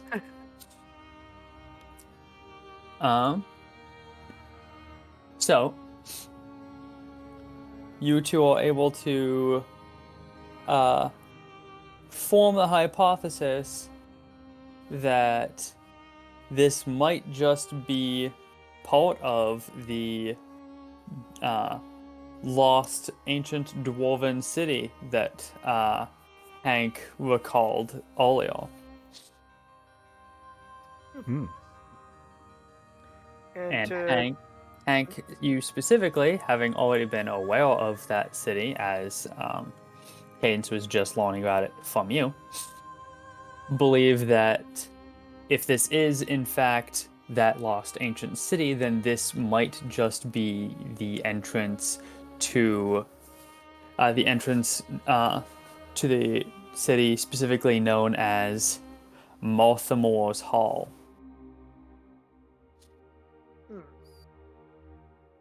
And this statue, if so, actually, hold on. I think did they not give a specific?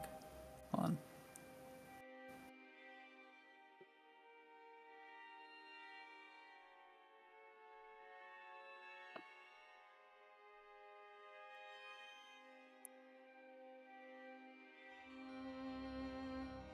Yeah, okay. And if that is the case, then the statue is of Malthamore himself with the wold itself upon his shoulders. The wold that you just rolled down a ramp to crush 58 zombies and skeletons. And to reiterate, I don't remember if you said this already, but are these zombies and skeletons dwarven? Yes, every single one of them.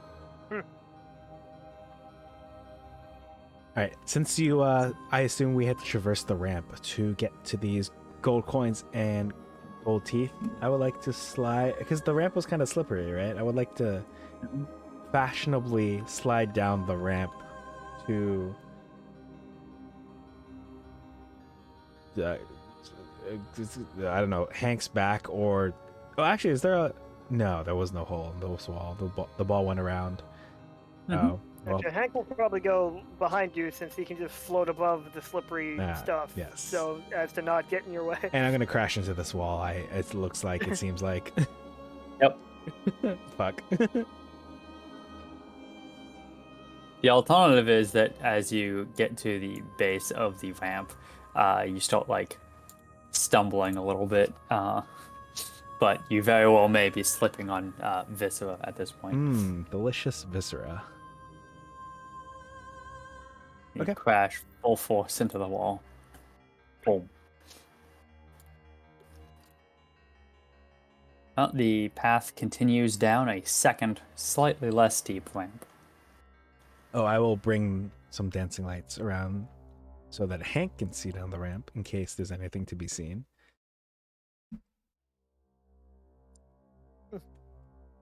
Wait, do I have anything? No, because they don't have. I didn't get a Dungeoneer's kit. My only choice was Diplomat's kit or Entertainer's kit.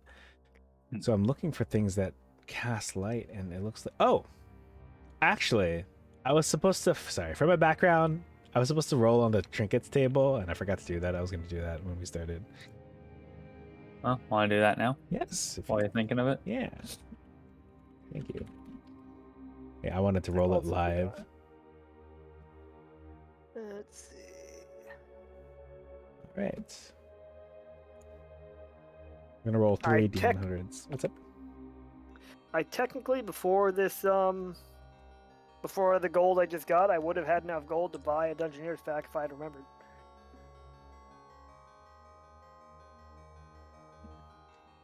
Ooh, Would you like to retroactively buy a Dungeoneer's pack so that you have torches?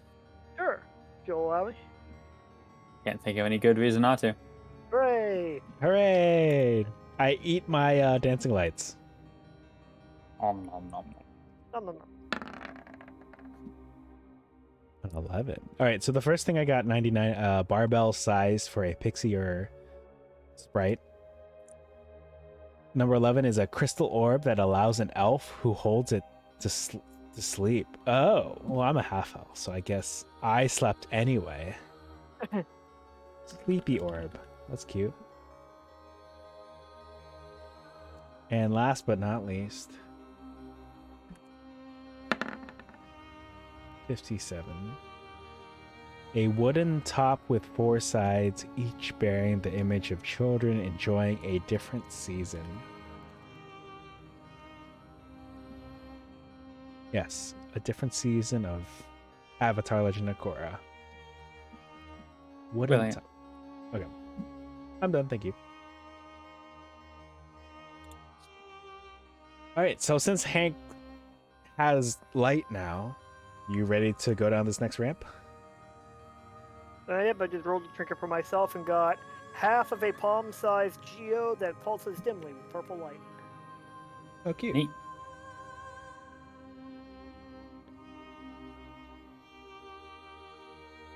Alright. And, assuming this ramp is still slippery, I'll let you go first. Okay. Mm-hmm. Cadence will strike a pose and slide down the ramp recklessly. Oh, wait.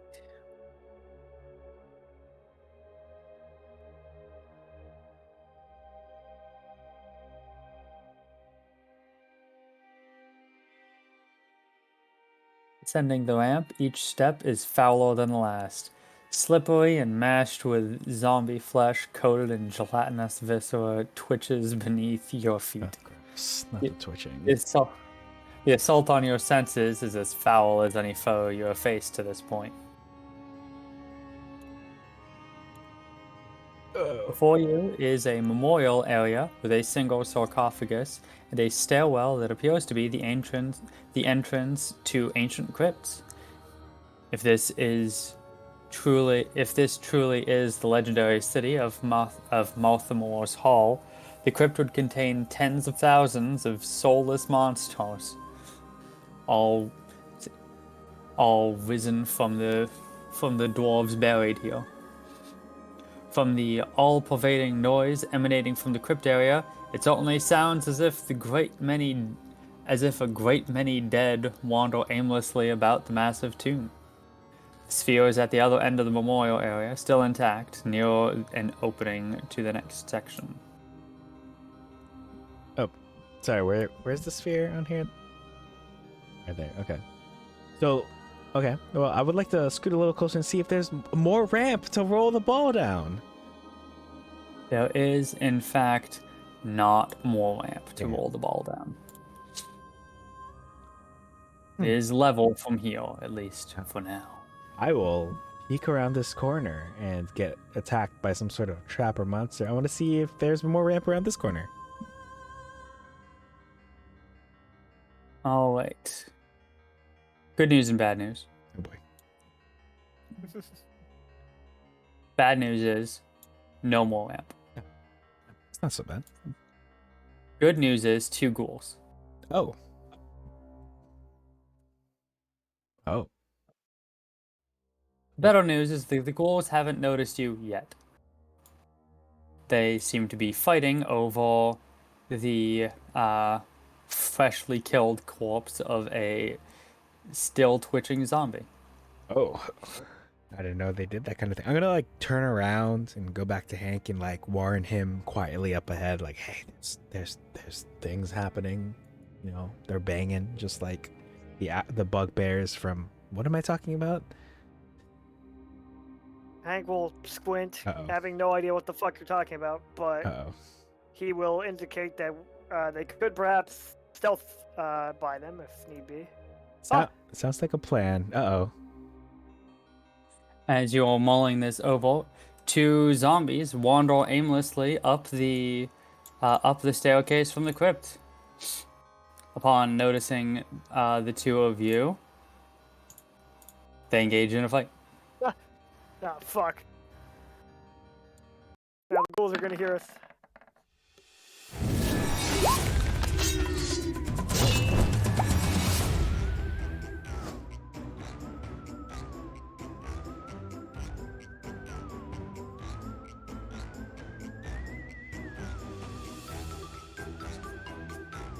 Alright, Hank, you're up first this time.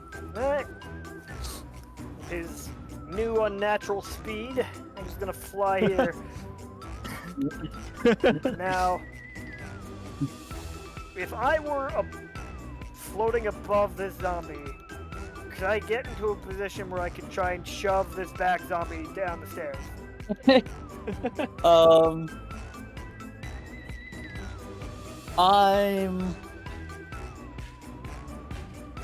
That feels like you're stretching it a little bit. That's fair. I'm gonna say you can, but you do it at disadvantage.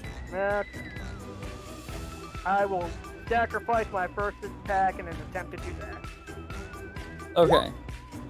Fuck yeah. Yeah, I'd say that Nice. probably shoves that guy right back down the staircase. Ooh, ooh, ooh.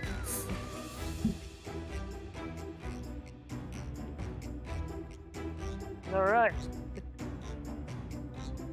He mentally logs that down as a kill, even though the zombie's probably still up. It most likely is, but we can go over why that took him out of the fight in a minute.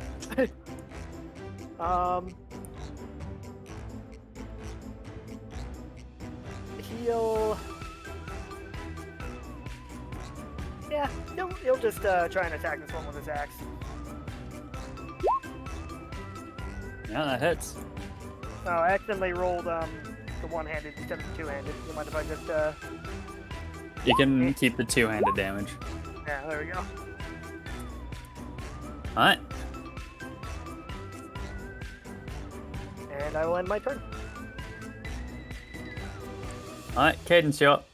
Cadence will go 5, 10, 15, 20, 25. She's gonna go up behind this creature.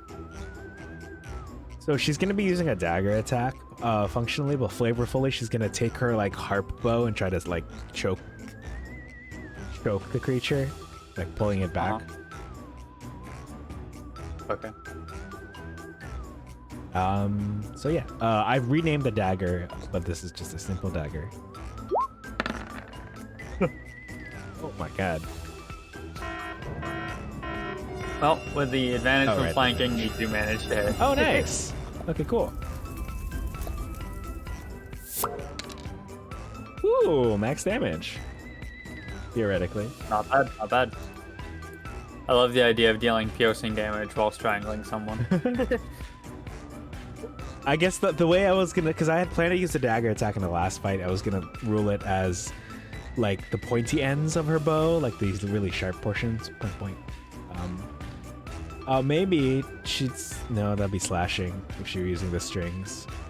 So she's gonna choke it, and then just out of nowhere, she's gonna pull out a knife that looks like it's from modern times. And then she's gonna stab it, and then she's gonna throw the knife down the hall, like, you know, none of us are the wiser. Nice. I think that's it. I Oh, don't get it's like much a more modern day Yeah. kitchen knife Exactly. down into the crypt. yeah. And then, like, I hear a skeleton down below say, "Oh, this is a nice knife. It's from X brand here. Hashtag not sponsored." I can't think of knives that aren't Vector, so you can tell how much I cook. Hmm. But I yeah, cook a fair amount at this point, but I have no idea what the brand for my knives is because I just got them for my pounds. oh, I think there's Cuisinart. Hold on, let me look at this. Cuisinart. Kitchen appliances. Do they have knives? Yeah, Yeah. Oh, these are pretty nice. Nice. Okay. But yeah, since it's still up and I don't have an extra attack, and I don't think I'm gonna burn my bonus actions for this particular situation, I think I'm done. All right. Well, next up is a zombie who's gonna try to get at least something done. He's gonna try to punch Hank in the face. Bonk. He could try. Oh, he Evidently. actually failed this time. Yay. Oh, Hank, you're up. Alright, well, Hank will swing right back. Oh, that hits. He's not rolling great on these damn rolls. Nope. But he'll If try only this again. was a history check. Yeah, 10 flashing damage. All right. DC 15, Undead Fortitude. Nope. You do manage to kill that zombie. Nice. Congratulations. You did it. Hey! Onto the mantle. Hmm. So, Mhm. to go over why pushing that false guy down the stairs took him out of the fight, as Cadence can very plainly see standing at the top of the staircase is not super long, but it is long enough that the zombies aren't really able to pay all that much attention to what's on top of the staircase. All of the undead down at the bottom of the stairs are just wandering aimlessly. So you get the sense that the two that just wandered up here were just picking a random direction, and rather than walking into a zombie in the innumerable crowd, and then just bumping into it, they happened to randomly choose to go in the direction of this staircase. Point being, while that one that you just shoved down will probably take a little while to randomly decide to come back up the stairs, there are so many undead down there that something is inevitably going to wander back up the stairs eventually. The zombies on the lamp had to come from somewhere. So does that mean they have free will or no? I'm kidding. I don't care about the free will discussion y'all were having, but I think it's amusing that I was thinking to myself, wait a minute, if they were randomly determined to come up here or not based on the directions that they randomly determined. Yeah, anyway. Hank will look around the corner to see if the ghouls have become alert to their presence. They have not currently. Hey, do you think we should? Mm-hmm. Oh no, are you signaling me? You would just signal that they're in the clear, but that maybe they should try stealthing by them. Okay. I nod. I think it's a good idea to stealth by them, but before we do, I know this sounds like it's going to be incredibly unstealthy, and both you and I would be correct. What if we push the sarcophagus down the stairs?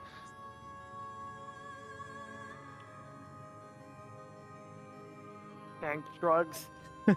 We don't have to. Yeah, I'm down to sneak by. I just didn't know if that would be a correct course of action. I almost said Dolce. Cadence will sneakily follow. She'll try to be stealthy. Like, she's not floating, so it'll be a little harder, but she'll try. Follow Hank. And we'll try and sneak by these guys. Okay. Wait, should we have turned off your... Yeah. You have, like, Yeah, held your... we will have snuffed out any Okay. torches or whatever, so... Did you want to, I'll like, be going hold on to them? blindly. Oh, did you just want to stand behind me then? Mm. Let me go Yeah, first. sure. Yeah. Let me lead us carefully. Okay. You can put your hand on my shoulder. Give me stealth checks then. All right. Watch this. Oh. Alright. Okay. You are able to sneak Phew. past the No. ghouls Oh, no. up until you find a large body of water. Oh, no.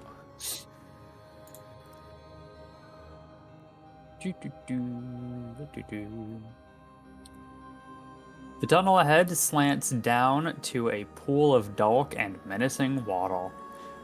The water from an ancient cistern has flooded the chamber, and the ceiling has collapsed and plunged into the murky depths. Only a partially submerged fallen stone column that now lies nearly parallel to the cavern's floor appears to have held some of the stone out of the water. It is unclear if the column blocked enough of the collapsed ceiling to render an underwater route passable. It is, And- however, clear that there is no way to pass above the column. And there's nothing up here above the ghouls? Just wall. No. All right, I'm gonna like look. Oh, Hank can't see me. I'm going to. Hank will motion to, Oh, wait, I can't even see the water. I don't even know it's there. Shit. I'm gonna like stop moving when I see the water, and I'm going to. A large buff fairy crashes into your back.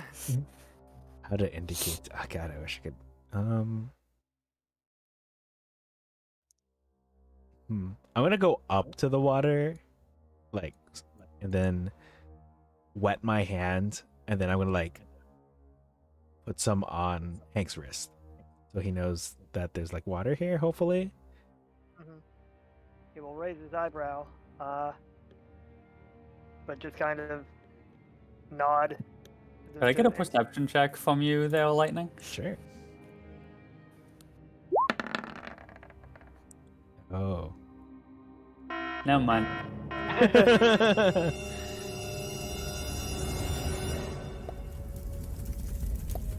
Well, Hank will nod, and presuming that the way forward is the only way regardless, we'll follow her lead. Oh. I guess we're going. Hold on, let me double check the dancing lights. I think it's verbal. Oh, and somatic and material. Oh boy.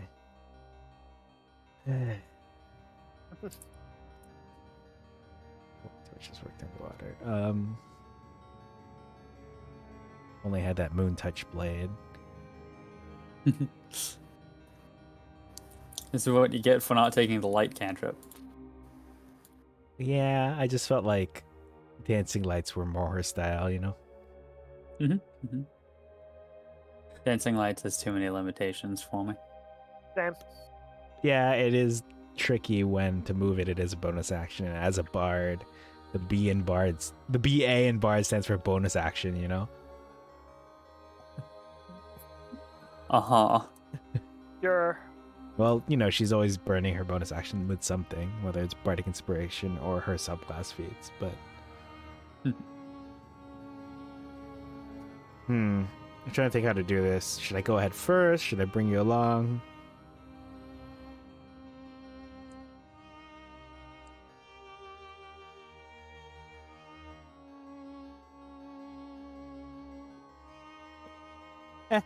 Let's go. All right, I will lead you into the water, and I will hold on to you tightly as to not lose you in the dark water, presumably.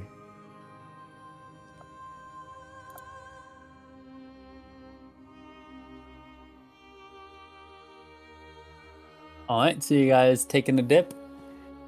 Yep. Seems like it. All right. So, this is going to be a little bit of a good news, bad news situation. You've been hearing that a So- lot. Yep. The good news, because of the fact that Cadence has dogfish and she can very easily find the underwater passage that is basically just right underneath the stone column. It's a little bit of a tight squeeze, but it's definitely doable. Bad news. Giant zombie octopus. Oh, God. Oh, no. Anyway, roll for Oh, initiative. no. Oh, awesome. Wow, I've rolled like 3 nat ones.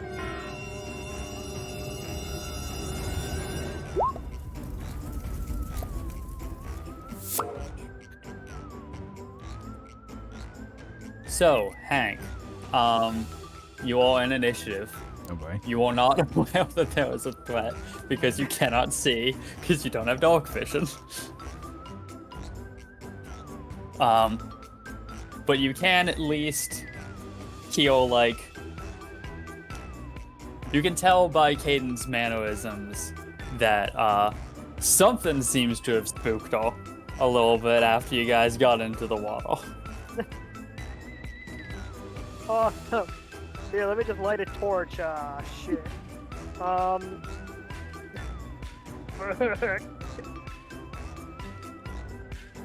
I should also note that getting into the water created enough distinct noise that if you were to get out of the water, you'd probably get into a fight with the goons. Yeah, that's fair. Mhm. All right. That is fair. He is going to get in front of Cadence, use his bonus action to enter a rage, and though he can't see this, Cadence, you will see Hank grow to a massive size. Ooh. Like, you're all of you, right? Just, yes, all of them. Except his wings, they're just as tiny. He has gone from a small creature to a large creature, which I guess the DM will have to illustrate. Oh.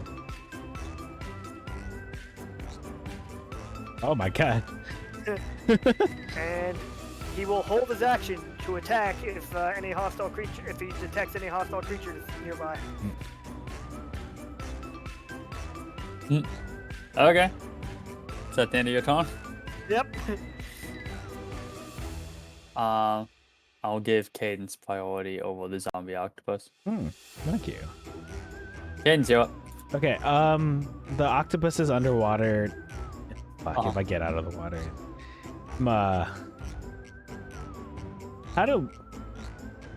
If I try to shoot my bow, how would that work down here? Does that even work down here? I believe it does. I think you might have disadvantage. Yeah, let me check on that. I look for spells that don't require verbal components, which does not seem to be very many.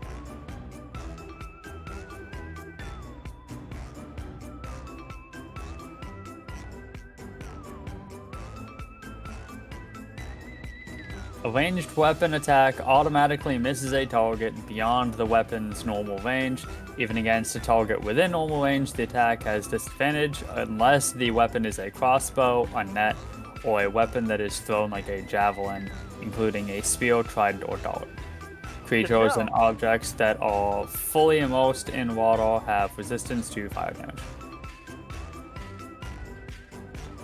So, interestingly enough, a crossbow does not have disadvantage underwater, but a bow does get fucked. Yeah, I guess I can see Yeah, makes that. sense. I like the idea of throwing a dart underwater has just as fine force and accuracy as if you were doing it above land. Yep. Also, if you have a swimming speed, all that goes away and you can fight just fine. Which is a little funny, but yeah.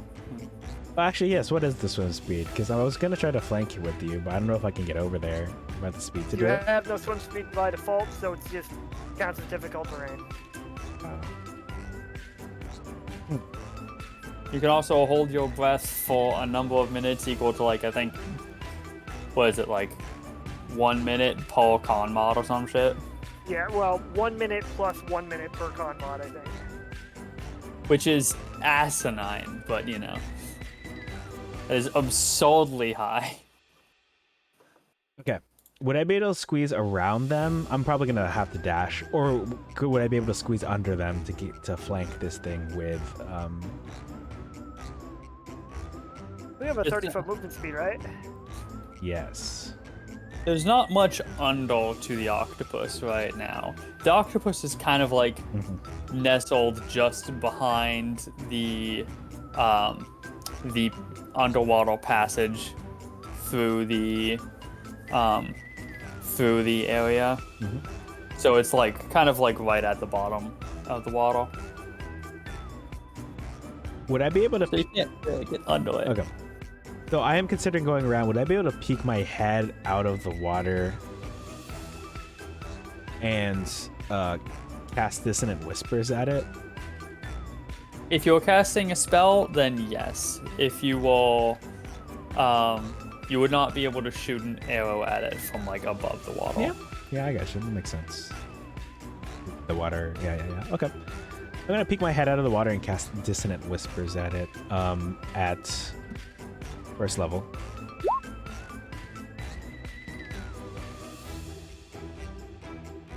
What's good about this is if I'm peeking my head out and then using Dissonant Whispers, presumably Dissonant Whispers is quiet enough that only the creature. People one here. Yes. Yeah, I'll allow that. Thank you.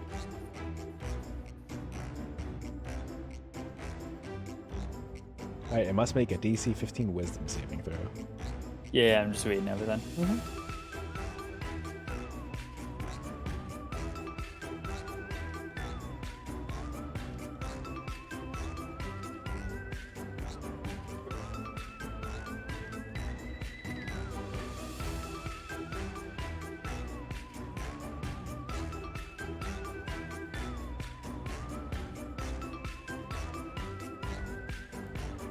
Okay.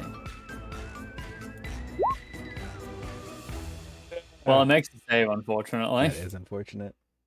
I was kind of looking forward to seeing how the fight would develop if it did have to run away. So it's taking half of the 3d6 psychic, right? Yes. Okay.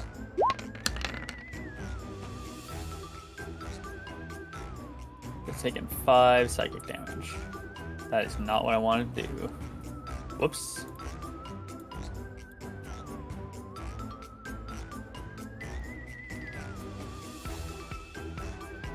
Okay.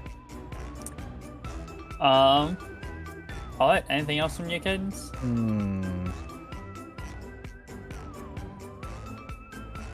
I don't think I can grant Bardic Inspiration because I believe that requires... Let me double check. It requires me to see or hear you. Yeah. Okay, in that case, I'll probably... I'm gonna pass, but I'm gonna dip down under the water. Alright. Giant zombie octopus. Let's go. What? Oh, I was gonna at least start moving a little, sorry. Okay. How much movement? So it's like 5, 10. Because my action was that, so... Would I be able If to... you're in the water, you effectively have 3 spaces of movement. Would I be able to move over here? Yeah, sure. Okay. I'm gonna try to get into a more advantageous position for Hank. But until then, I'll be right here. Perhaps I'll graze his arm as I go by so that he's aware of my presence. Somehow, like something that like he's like, oh, I know this is Cadence and not some other creature. In the back of your mind, you wonder if Cadence is floating with you. That one was platonic, but that's very tempting. Is that the end of your turn then? Yes. Oh, you put yourself into a very interesting position now.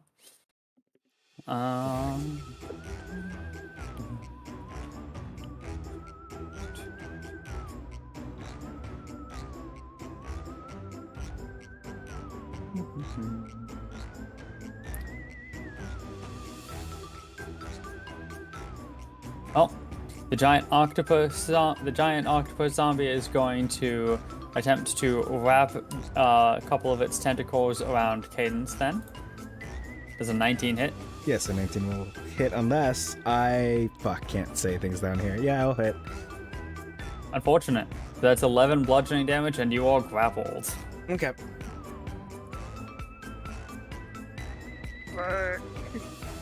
That's going to be the end of that guy's turn. And Hank, you're up. Alright, wait, well, first of all, did Hank sense that there was a hostile creature this close to him?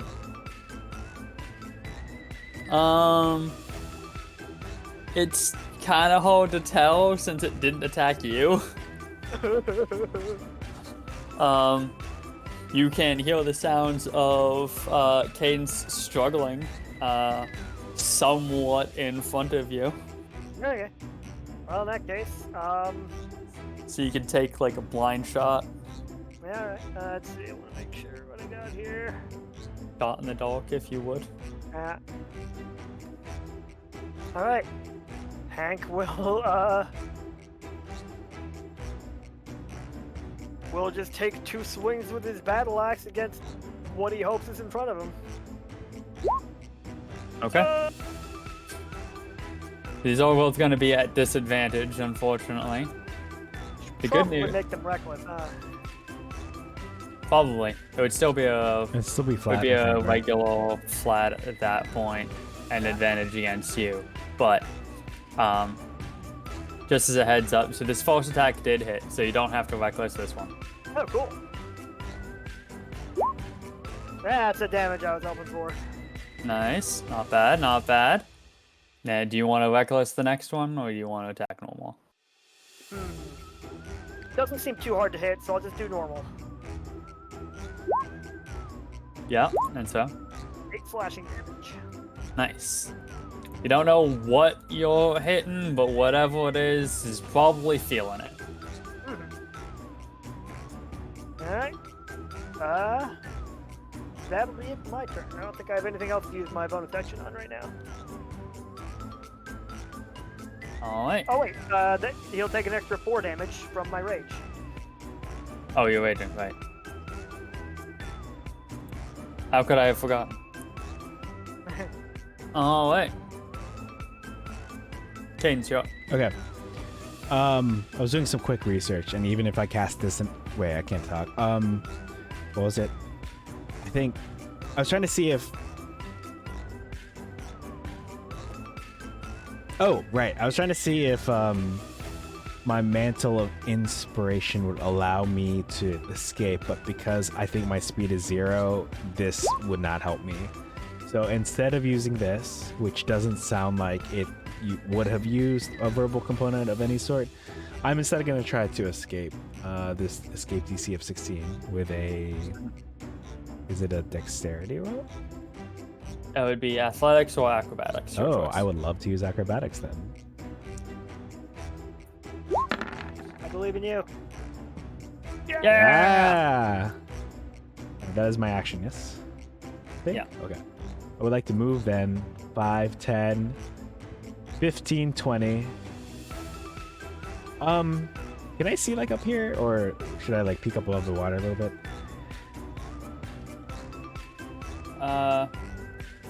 You won't be able to get a clear picture without peeking your head above the water, but there's not really much going on right there anyway. Let's see, action. Okay. I think I'll stop there because that was my whole action. But I'll at least try to provide disadvantage, or the flat, so it flats out, evens out. Yeah, I'll pass. Alright. Alright, next up is giant zombie octopus, which is going to move here, which would normally provoke an attack of opportunity, but Hank can't fucking see it. Yeah, that's fair. So it's going to try to punch you in the face with its tentacle punch. I should get my head out of the water for this. Yeah, that'll hit. That is 8 bludgeoning damage. Oh, I have to update it in both my sheet and my token right now. For some reason. You have to update both. Or it's doing the thing here. It's just doing the thing where it doesn't update the token. Like I see that above the token this is 14. Like when I click on the token, it's just being buggy. Gotcha. That's weird. Okay, I'm done with taking these first attack. Hank, there still seems to be sounds of a struggle, but they are kind of muffled in front of you. You're not sure what's going on, but it doesn't seem like there's anything immediately hostile to you. Alright, I'll move ahead until I can't move no more. You really can't move anymore, unfortunately. Let's just say that you're squeezing then. Oh no, disadvantage of my attacks. Yep. Die, So- Monk. Jesus. Yeah. Oh my gosh. Okay. Well, let's see if this guy can roll the undead fortitude. So that's 5 plus. 21? Yeah, he would need a nat 20. So no. Holy shit! Oh my gosh. Congratulations. So I like see this happen. Oh my gosh. Like you don't see it happen. I see it happen. Horrifying. So like Hank, not even able to see anything, very visibly flailing, sticks like the top half of his torso through the opening underneath the pillow, and then just gets completely stuck. And he's just like flailing his battle axe randomly throughout the water with such force that he doesn't even register any resistance from the octopus. Meanwhile, you just watch him piece by piece dismantle this octopus as though he were cooking it for dinner. Lopping off every individual tentacle, and while the octopus's like remaining body was like flailing in like vague undead pain, he just cleaves it right down the middle and then just keeps flailing because he has no idea what's going on. I will try to carefully grab Hank's wrist as to escort him onto dry land over here.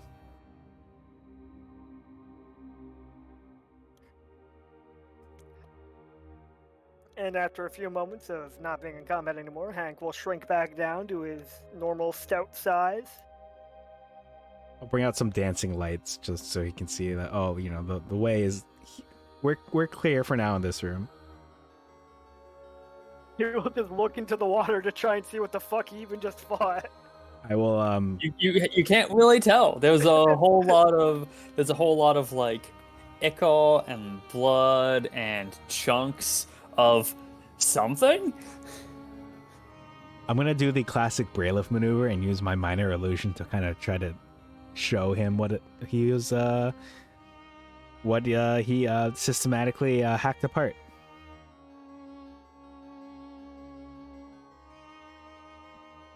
It's so weird seeing you this size now.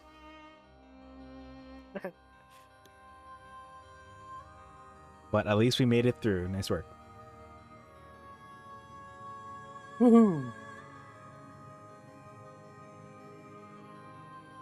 Whoa.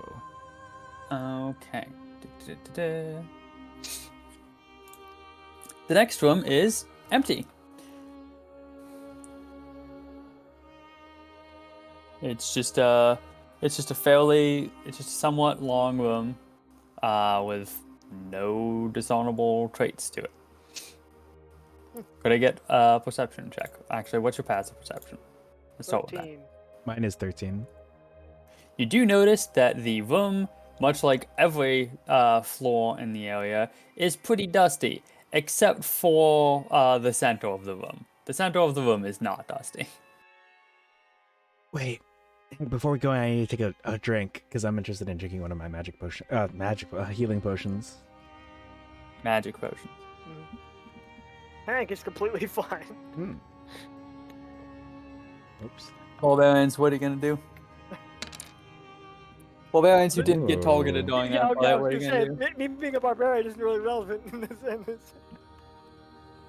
You were going to get targeted by the tentacles, and then Lightning was like, nah, I'm swimming right into the fray.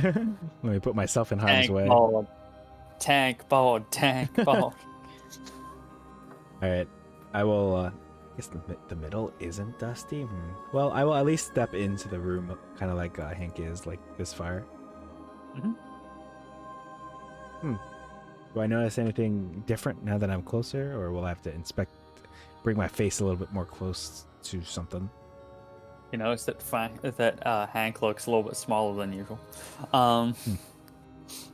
No, you don't notice anything else in particular.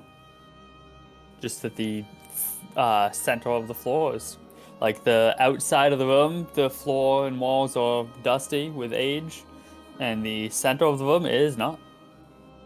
Okay, so clearly if someone steps there, the ceiling will come down and crush them. I would like to sneak around the outside and make my way to the what looks like an alcove or an opening or a door on that right side, a hallway. Okay. All right. Sorry, Hank. Excuse me. Excuse me, just don't mind. Okay, excuse me, 1 sec. There we go. God, it bothers me so much that the artist, like, put the hallway between two fucking tiles like that. Why did they do that? Each square is 5 feet, right? Yeah. Okay. Like, I know the tool that they almost certainly used to make this. It's like dungeon scrawl. Like, they didn't have to make this fucking hallway. They didn't have to make so many of these bloody hallways open right on, like, the midpoint between two squares.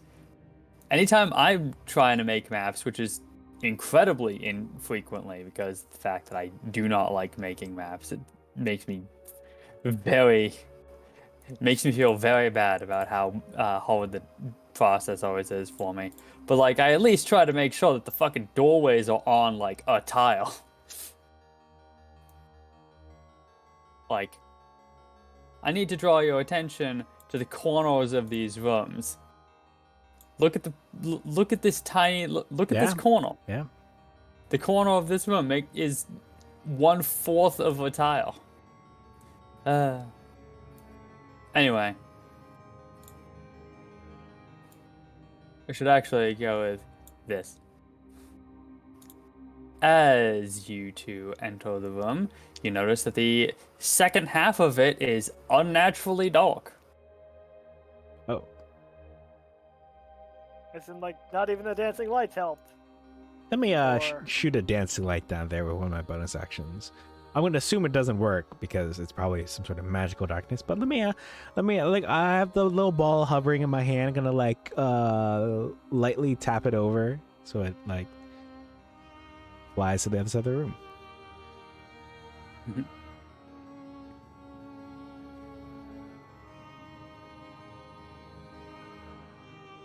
Oh. As you send a dancing light over, it just barely passes by and intimidatingly illuminates from beneath. Nice. An undead warrior standing in your path, his eyes glowing a menacing purple as he draws a long sword and dons a fighting stance.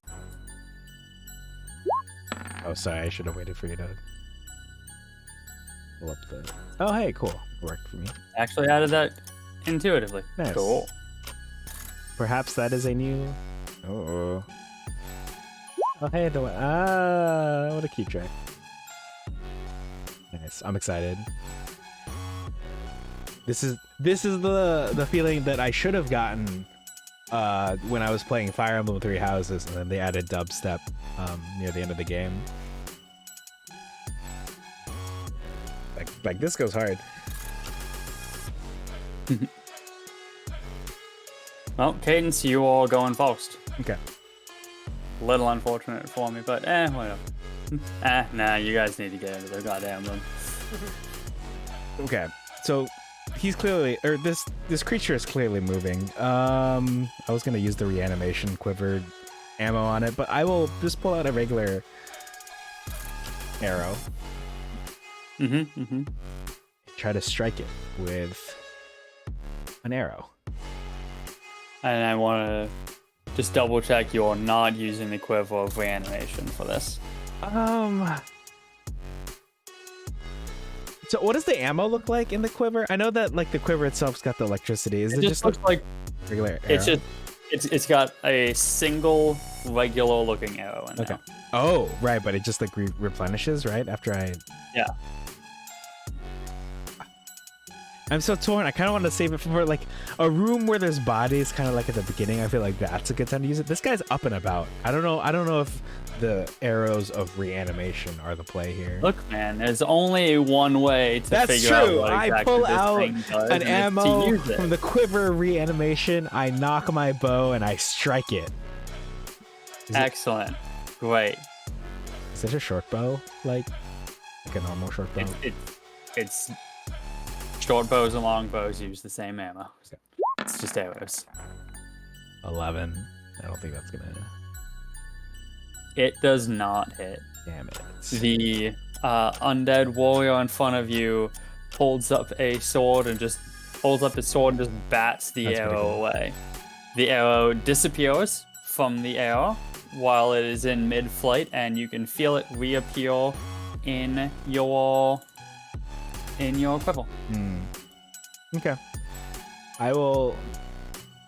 Before I step into the room, does anything look untoward about the room? Like it's got, I don't know, Legos on the floor or something? No.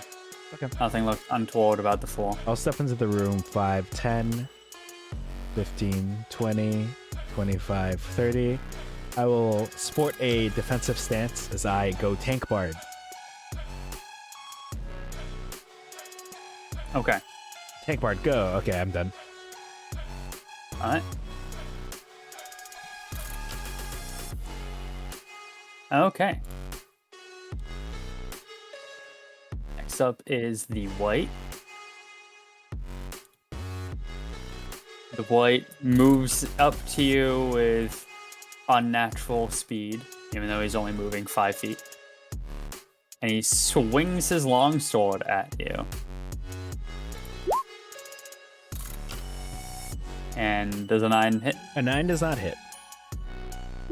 What about a 22? A 22 will Oh. hit, but for this one I will cast silvery barbs as I say bitch to it. Okay, what does this do? I just One reaction. This is basically just say must re-roll and use the lower roll. yes. Okay. In the interest of fairness, I'm going to assume that that does not mean just take the lower of, just like use the lower of the two values already displayed. So I'll have him re-roll that. So the new one would be 13 then. Yes, Does that hit it you? Does that miss? just misses as my AC is 14. Nice. Cool. All right. I'll also Well, that's going to be into his turn then. I will grant myself advantage off the second effect of silvery barbs. Nice. Okay. Thank you. Alright, using his super speed, he will fly into a flanking position. Oh well. I mean, it could also fly to an ability check you make in the meantime. True. Yeah, if it makes me. And he will. See, let me look up how this works.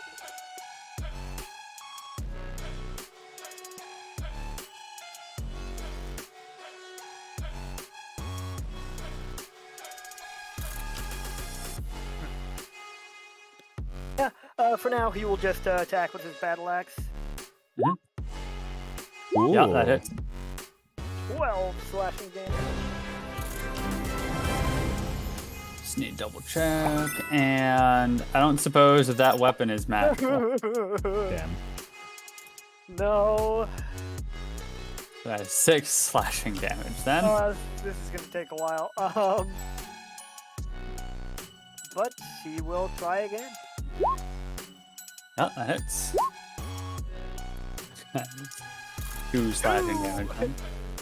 Yep. Uh-oh. And that'll do it for him. Alright. Cadence, you're up. Okay. To do a ranged attack with a hostile opponent, a hostile creature within 5 feet of me, inflicts disadvantage on me. But because of my silvery barbs, I have advantage. So I would like to make a flat short bow attack with the ammo of reanimation against this white. Excellent.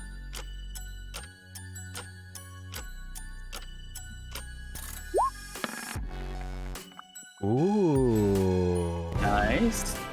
Okay, before anything, roll me 1d4. Okay.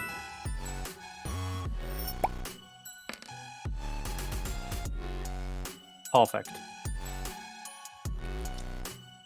So, in addition to the normal damage, you will also add 1d4 plus 1 lightning damage. Ooh. But because you rolled a crit, it's actually going to be 2d4 plus 1. Ooh. Does this count as magical? It does.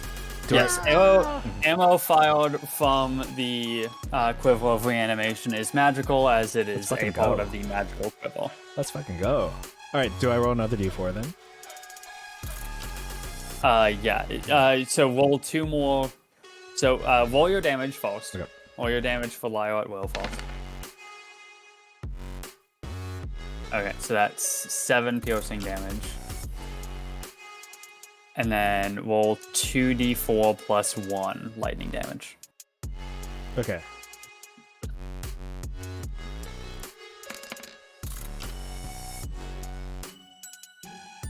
And another 5 lightning. Nice. Oh, is the piercing magical piercing, or is it just the lightning? I know that Brayleth asked us. Yeah, like arrows fired from... Okay. Arrows taken from the Quiver of Reanimation are magical. Fuck yeah. It's just got the one arrow, and the arrow itself is like part of the magic. I see. Neat. Okay. So action. I guess I'm good. I don't think I need my bonus action, so I will just maintain this flanking position with Hank, and will defensively position myself again. Alrighty.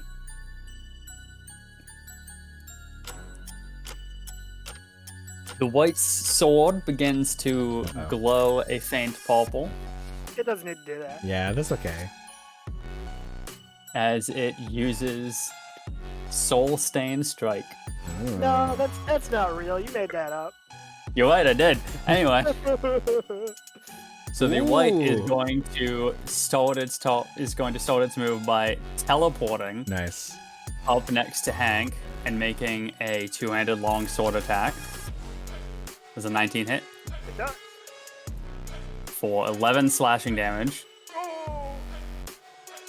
and then it teleports behind Cadence to make another attack. A 21 hit. It will, but I would like to, as I've had my turn since the last time, I'd like to cast with my second to last first level spell slot, Silvery Barbs again. Okay. Fuck. 21 again. It misses this time. It's learning.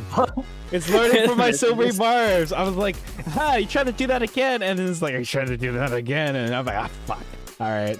I've applied the damage to my sheet. 10 slashing damage to that one. Okay. And Hank, you're up. Alright. Hank, don't suppose there's room on the other side of him there. Or small creature, I guess. Aha! Nice.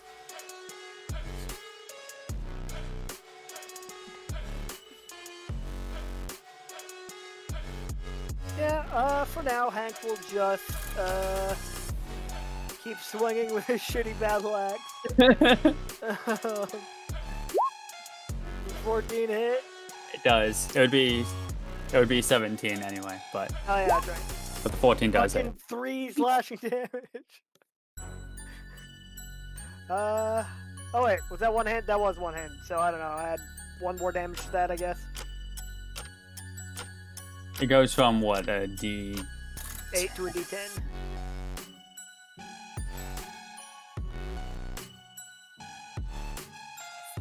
Which I guess on average against a creature with resistance. Yeah, that wouldn't Fuck. actually increase the damage, but I took another one off because I like I appreciate it. Okay, let's try that again. Yeah, the 17 hits. 4 But the damage. actual fucking attack this time. Yeah, you can tell because this is 2-handed. I don't read. Anyway. I know. Okay. So that deals some damage. Alright. Anything else from Hank?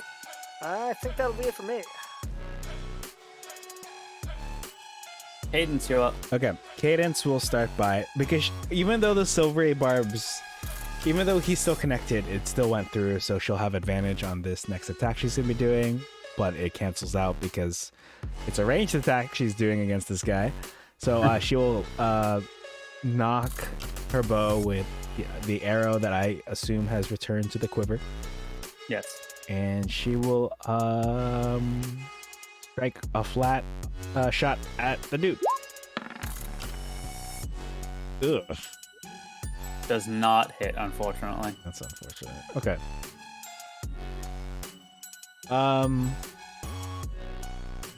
She will expend one of her bardic inspiration dies, and she will use Mantle of Inspiration with her bonus action to give her and Hank 8 temporary hit points, because Lord knows she's gonna need that. Normally she would move out of range, but she's trying to keep the flanking on Hank. And so her hair again will glow that bright red, the fiery red, instead of the dark mulberry red that it is now. And she looks kind of intimidating in a hot way. Heck yeah. I'm done. It's 8. What's that? 8 temporary hit points? Yes, it's 8 now that I'm 5th level. If she reaches 10th level, it'll become 11. But yeah, it's 8. It's not as, not as good as a Twilight Cleric, but hey, it's still helpful for her right now.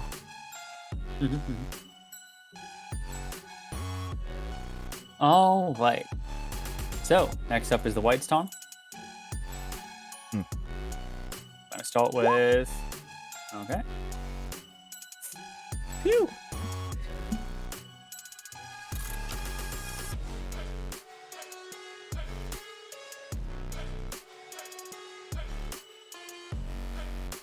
The White is going to turn its attention to Hank and grab at him with Life Drain. Oh, that's a crit. No, it's not. It is. I will use silvery barbs on this, as I've had my turn since then, and with my final first level spell slot. But I will also still at least roll this because technically it didn't happen. All right. Alright. Wait. Damn. Okay. You guys dedicated. Holy shit! Yeah. I After respect the Kraken, it. I guess I can't complain too hard about that. Oh my god. Wow. Okay. Why? You know what? So, Hank takes 8 necrotic damage, and the health is drained directly into healing all of it, man. for the White. Oh, that's strong. Okay, Nice. there goes all of the damage I've dealt to him. But I just want to say, I feel so offended that not only did that first, he still rolled that 21 on the last silvery barbs I did, but this one, he went from a crit to still a crit. It's like it's like that episode of the Owl House when Amity is fighting Hunter, and you see that Amity is slowly learning the attack patterns and is pretty much able to then predict where he's going to teleport to next. That's how I feel right now. I silvery barbs this guy 3 times in a row and he crit again? No, it destroys. So you just gave me temporary hit points, and the White's just like, nah, I'll take that. Oh, you're right. I made my hair glow, and then you can see me and I can see you, so you get the temporary health. And he's just like, yoink, I'm gonna be taking that now. He just looks at the UI and just moves the 8 from above me to above him. Except he didn't take it as temporary hit points. He just took it as full hit points. Damn, he's OP as fuck. Deadpool better watch out. This guy's breaking the fourth wall all over. Alright, well, in addition to that, he also gets to make a longsword attack against Hank as well. Damn. That one's just a 10. Yep, that misses. You're fucking lucky. You can for a brief moment, you can see into another universe where that was just another crit. You see a single tear just go down Cadence's eye. For some reason, she's hurt for some reason, and she can't tell why. Alright. Oh, wait, Hank, line you up. Yeah. Hanks. Yeah, he's just gonna keep swinging.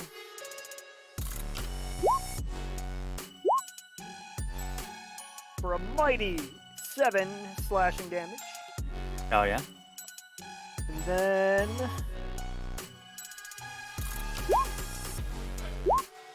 another 4 slashing damage. Woo! And that'll be it for him. Alright, Cadence, you up. All right, so Cadence is technically still empowered from her last silvery barbs, but empowered doesn't feel like the word she would use in this situation. She will go ahead and make another flat roll to attempt to Dulce murder this guy.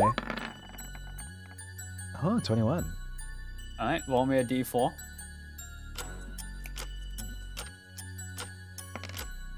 A 2.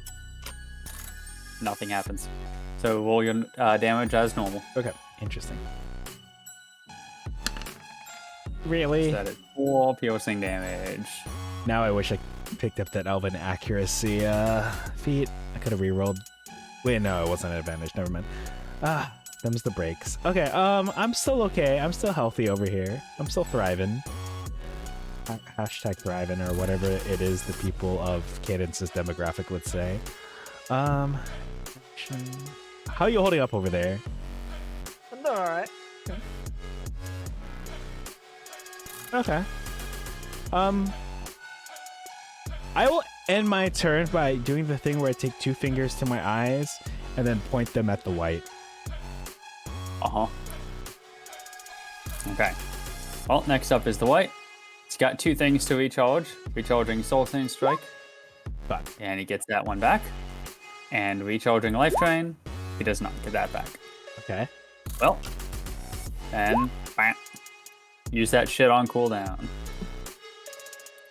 It's going to teleport to the side of Hank and make a longsword attack. Slice 15. That hit. It is 12 slashing damage. Mm-hmm. It teleports over here to Cadence and does the same thing. Whew. Missing. Hanklin, you're up. Alright, get back here, you son of a bitch. Gonna attack twice Yep. for 6 slashing damage. Alright. And then again. I assume an 11 misses. Oh wait, 22. Haha. Yep. 10 slashing damage. 5 slashing damage. That's 20 slashing damage. 1 slashing damage. 20 Why? health. Why is he healing? I use my bonus action to use one of my potions of healing. Probably a good call. Ooh, nice. Maximum damage. I'll give you a nat 20 for that. Love to see that. And that's it. Cadence, you're up. Okay, unfortunately, I don't have the advantage this time. Should have used it on. I should have used it on Hank's, but I didn't know if the one on me was going to connect or not. You know what I mean? Mm-hmm. I think I have a thing to do.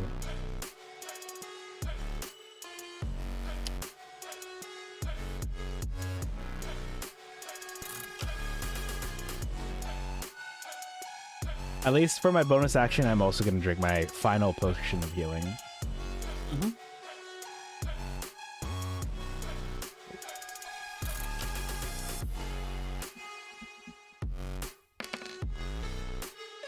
Oh man, that was almost an 8.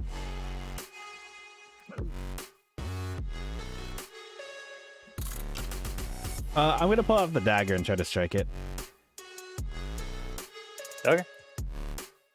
I think it had advantage, right? Because it's not... Yeah, because it's not a ranged attack this time. Mm-hmm. But it'll be like half damage since it's not magical. Yep, that does hit. Okay. I think that's it from me.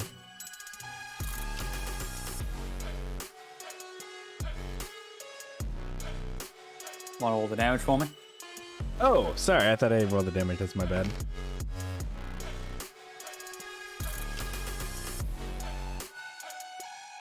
All right. So that is the White Stone. Once again, rolling twice to recharge. Soul Sand cost. Nope. Life Drain. Nope. Phew.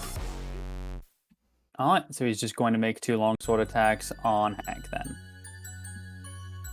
First one. All right. I will. I'm gonna burn a. Huh? Oh, you still have spell slots? Yeah, I'm gonna burn a 2nd level spell slot to upcast Silvery Barbs. Is there any There is no difference on that? difference. It's just I'm so sorry. It's okay. Come on, roll another 20. I dare ya. Yeah, finally! That feels really good. It feels really good going from the 3 crits to this. All right. And now he gets to do it again. What the fuck? I already used my reaction. I'm not surprised. Lay it on me. This guy fucking owned it. Yeah. Uh-huh.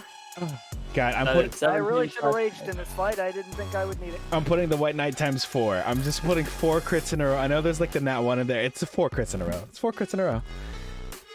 Yeah, the odds of this shit's insane.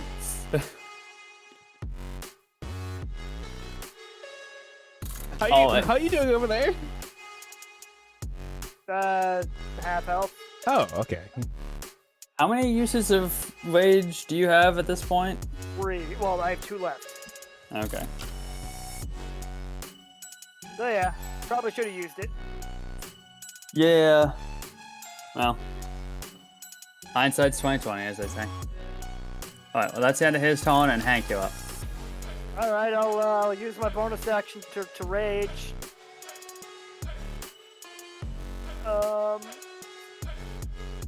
To add a whopping 1 damage onto my attack.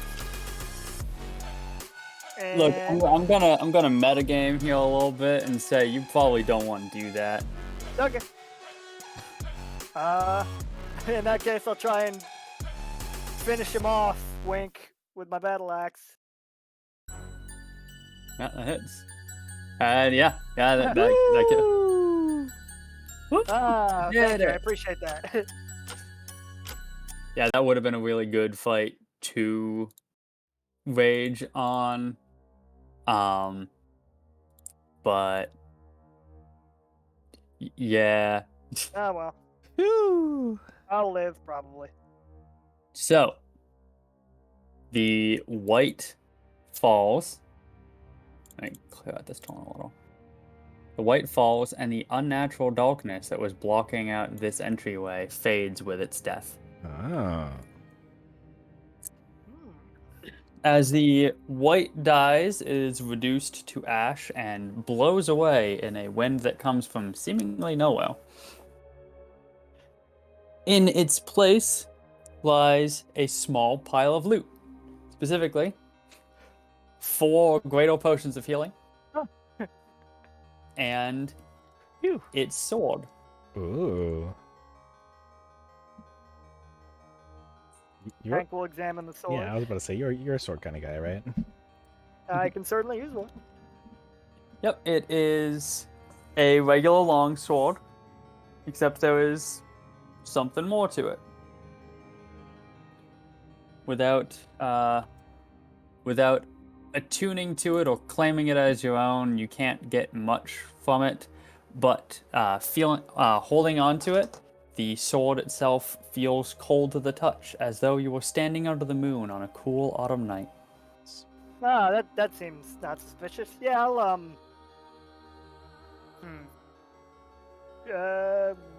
would it be okay for us to take a short rest here? Or should we just drink those potions?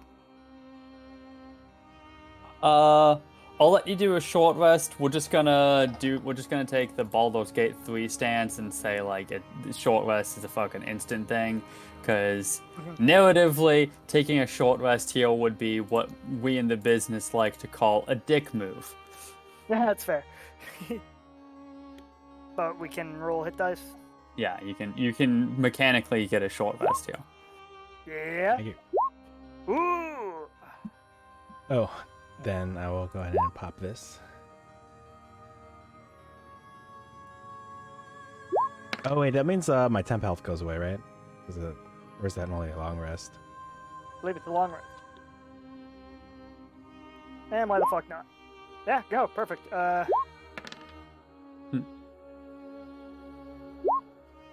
alright, I'm back to full. Thanks Nice. for that Song of Rest. And how many you going? potions of greater healing were there? 4 in total. Woo! Oh, they're greater healing potions? I thought they were I regular. didn't really think that you guys were going to ask for a short rest, so yeah, they were greater healing potions. Oh, thank you. I did ask. You didn't have to, but I appreciate it.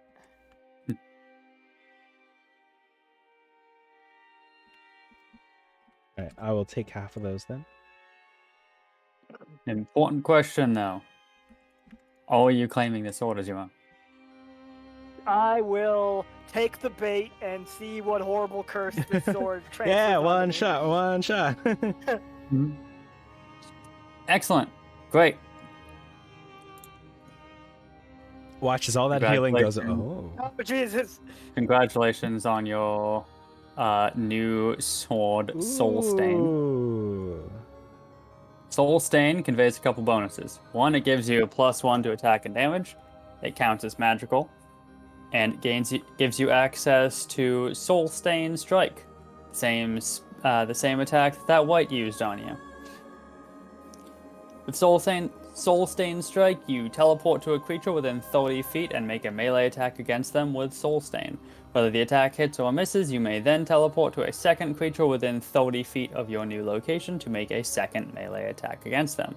You do not need to teleport a second time using this feature, but you cannot choose the same target twice in a single use of Soul Stain Strike. Oh wait, I forgot. This is the thing that I finished writing and then accidentally hit cancel, so had to Gotcha. rewrite it, and I forgot to add in the part that it is you can use this feature once and then regain that use on a long rest. Okay. Cool. Now, see, up above it says shorter long rest. But I doubt we're going to be getting another rest before the end regardless, so. Yeah, like that second sentence thing. Oh, I did. Okay, so I did remember that. Fine. Cool. Huh. Awesome. Alright. Attack can be used once, and then the creature regains its use on completing a short or long rest. Okay, good. So I It did seems remember like that. a benevolent sword. I'll use this. Ah. It's a good color. It matches my little shoulder poofies. She pats her shoulder poofies.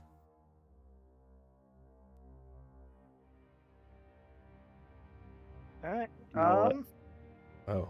Fuck this. Oh. Hello? What? Ominous. Oh. Oh. Hello.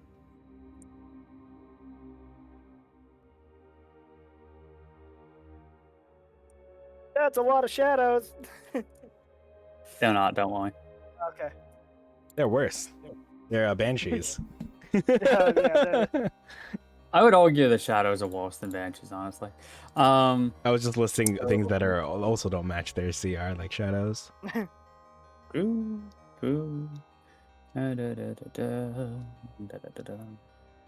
Okay. The unblemished carvings on the walls of this room, along with the untarnished gold filigree branching out like roots across the high domed ceiling, mark this chamber as a place of great importance within the city. The perfectly round room is dominated by a dais in the shape of a triangle, pointing with the single point directed towards the back of the round chamber. Directly in the center of the triangle, a small humanoid figure, looking to be a dwarven child, lies motionless atop an ebony altar. Piles of bones surround the dais, and the entire macabre scene is faintly lit by several shadowy figures grasping torches spaced evenly along the dais and around the edges of the room. Standing just behind the child on the altar is a large, dominant decaying figure in what were surely once well-kept, even luxurious robes. Whatever the creature on the dais is, it does not seem to address you or acknowledge your presence. Hey, stop right there. I don't want him to kill the kid. Clearly, sacrifice is happening here. This isn't my first rodeo. Speaking of, I'm very excited for us to continue Crystal Strahd. But anyway, that has nothing to do with anything.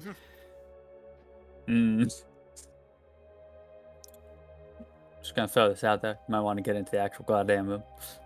Yeah, if you say so. I will march in here and be like, stop, evildoer. Oh. Didn't date it. No. You guys are just like weirdly hesitant to move your tokens sometimes. Mm-hmm.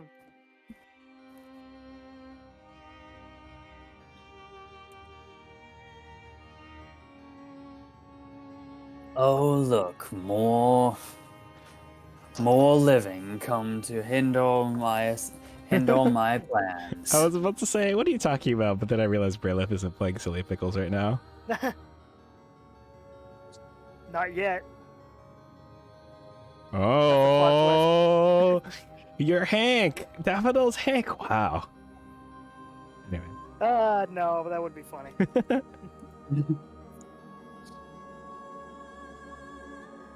She realized she was a goal only after death. Only after death, stripped of her memories and all of her And for muscles. stripped of her memories and her muscles and her social engineering.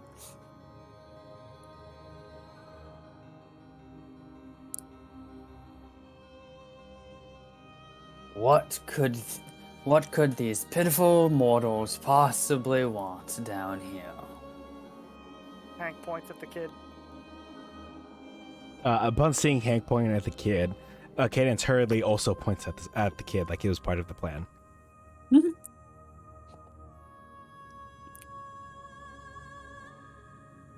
Surely they would not think to stop to stop the ascension of the almighty Orclam Grief. What fools these mortals be. He proceeds to ignore you and continue his foul ritual. Alright, time to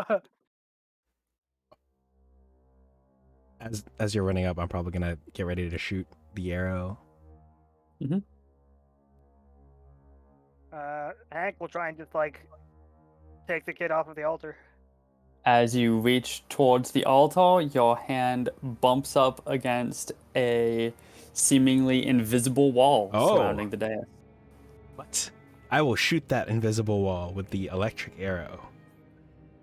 The arrow impacts on thin air child. itself, and then the arrow kills.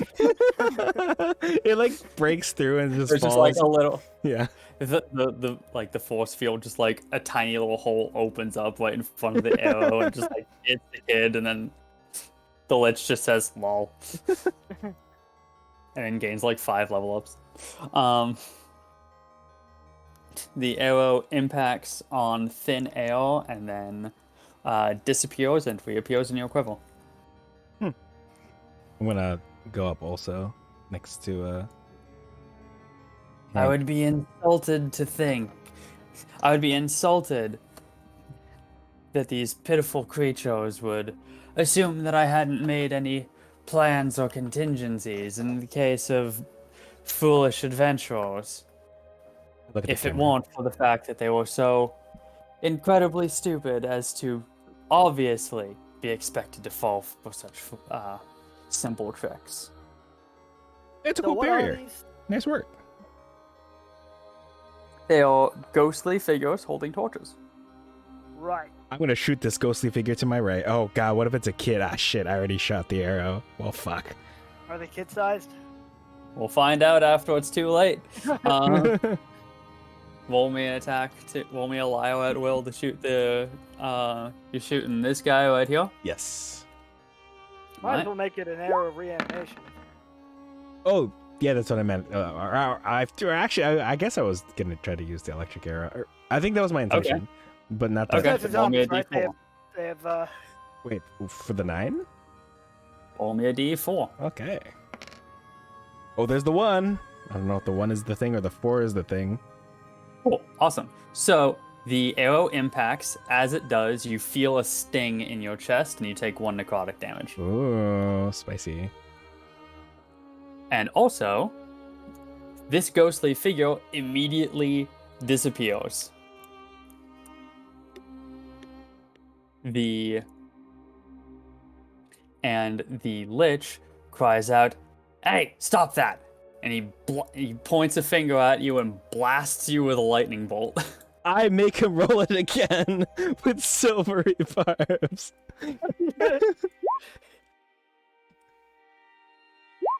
Fuck! Okay, I take that straight on. So you take 8 lightning damage. Alright. Oh. And another one of these torchbearers disappears from its current spot and reappears at the shit. dais. And now we begin in earnest. Yeah. See, I was hoping we could just keep going outside of initiative and.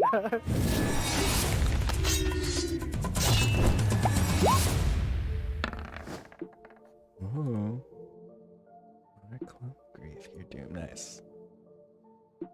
All right, insects, if you insist on interfering.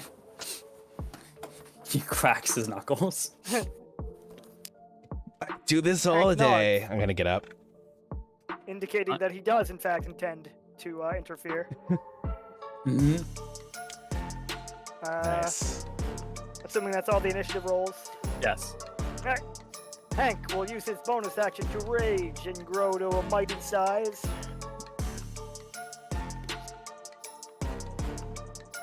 Back to normal. Yeah. Is that what? Something like that, yeah. And from where he's standing, he will lash out with Soul Stain against this guy on the left. Oh, Soul Stain is built for this Oh. Because you can This attack is not with... the Soul Stain strike, I'll specify. Okay, never mind. Yeah, that's fine. Bam. And project lightning on you. That's a reaction, oh shit. Yeah, Interesting. that hits. Alright. And it's 3 lightning damage to you. Gotcha. Shit, the rage damage resistance isn't gonna apply much to this fight. You know what Hank will do?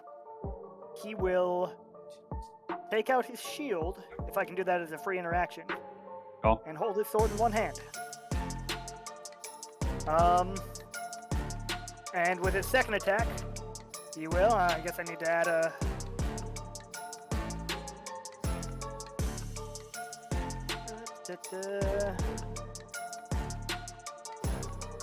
Quick, 1d8 plus 1.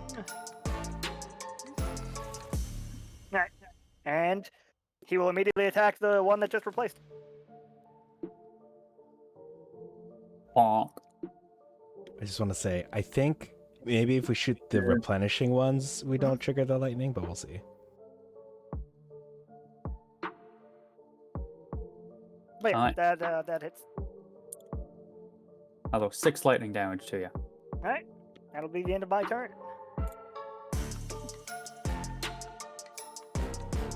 Alright.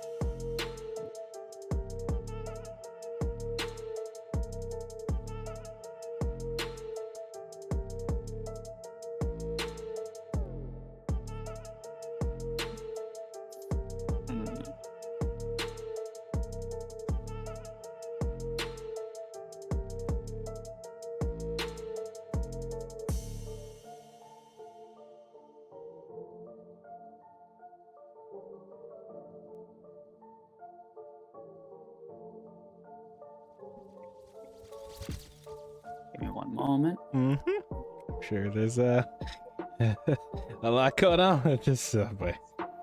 Mm-hmm.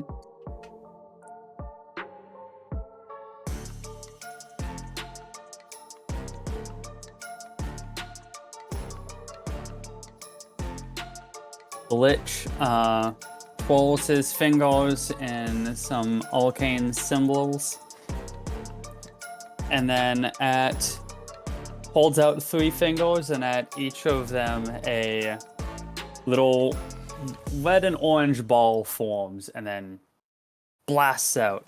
2 at Hank and 1 at Cadence. Mass fireball. Oh. So this one, it does it one at a time. So it's rolling 3 attacks. That is the first one on Hank, second one on Hank, Oh, Yep. third one on Cadence. It's fine. I can take it.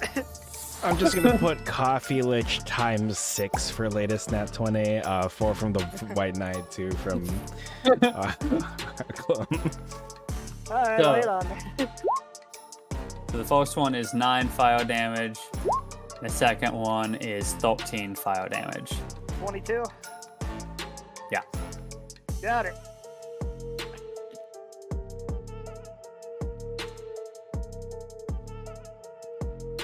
Am I still audible? Yes.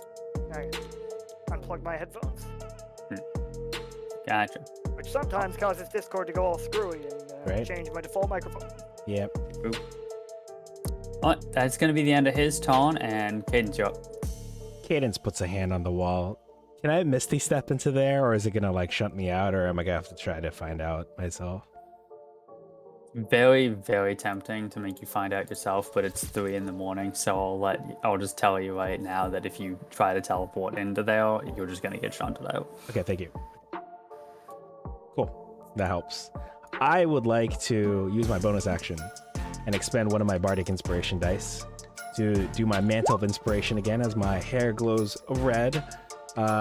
Both Hank, the kid, and I are gonna gain. Who can see and who can see? Fuck, the kid can't see me. His eyes are probably closed. I would like Hank and I to gain 8 temporary hit points. Woo. Which I'm gonna need. And then, Yeah. without missing a beat, I'm going to turn around and like put a knee down and shoot this one up here on the top right with Okay. the arrow of reanimation. All right. With a Okay. 25, since the silvery barbs, this is the next roll that happened. Ooh. Roll me that 1d4.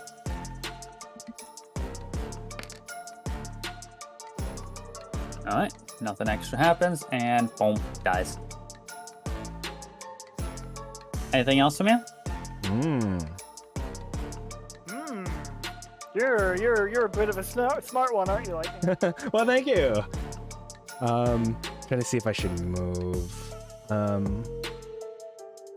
Yeah, just in case we get to do flanking soon, I'm gonna go 5, 10, 15, 20. I'm afraid to leave this guy's range.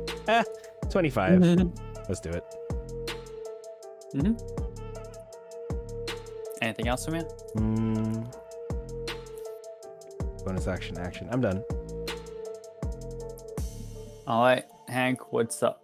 all right, let me make sure about something. No.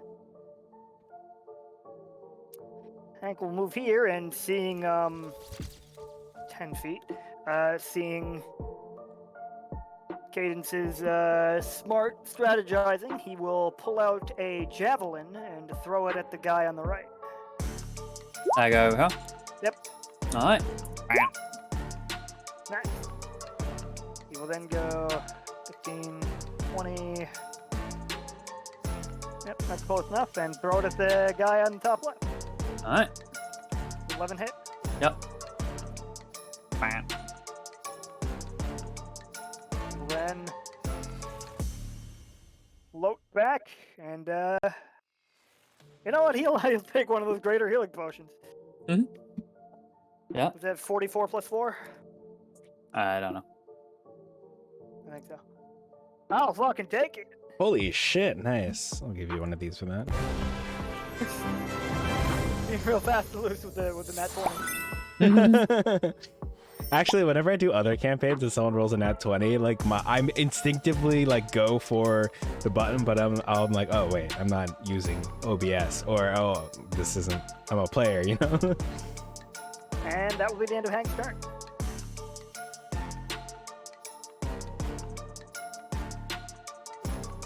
Alrighty.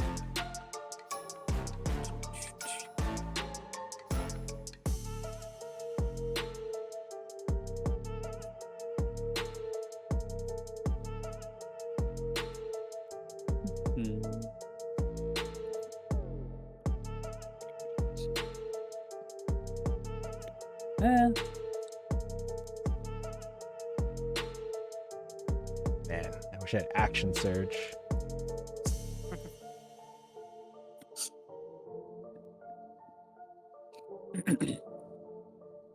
All claim will once again hold up the 3 fingers for Scorching Ray. Except this time he's aiming them all at Cadence. Yep, that's fair. 1, 2, 3.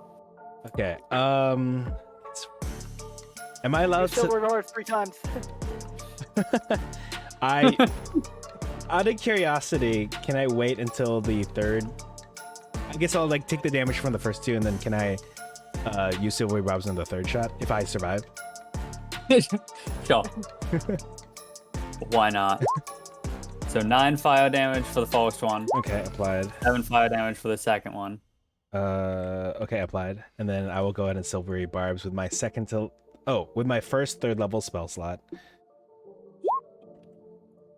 Alright. That's fair. Which is lower. 24. Okay, so that one still hits. Yep.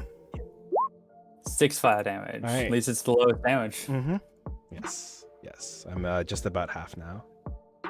Oh, yeah, if it weren't for that temporary health, I would have been in single digits. Nice. Alright. Cadence, you're up. Yep, Not potions, don't Cadence. forget. Alright. Mm-hmm. Yeah, Cadence, you're up. Okay. With a bonus action, Cadence will drink a potion of greater healing. What is that? 4d4 plus 4 again.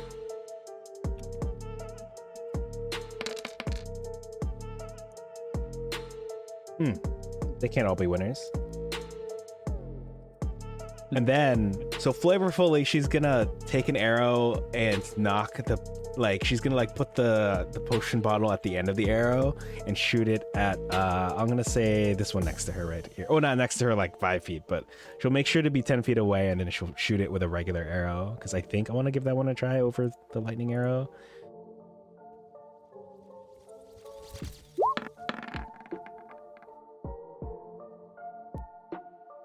That's 22. Watch it. Watch You're it just talking sell this through. one? Yes. Bonk. Oh, yeah. Okay. And bonk.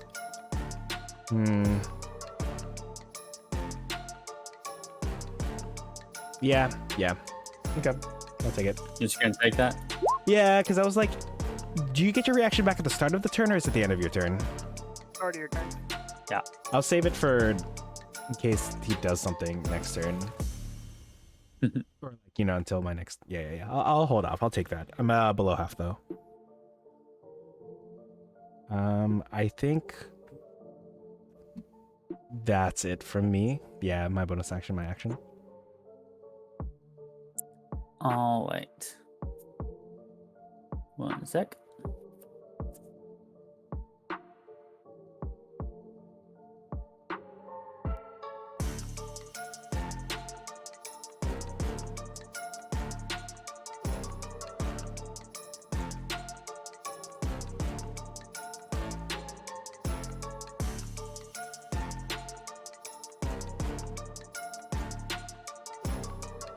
Hank, you up. Alright. Hank will.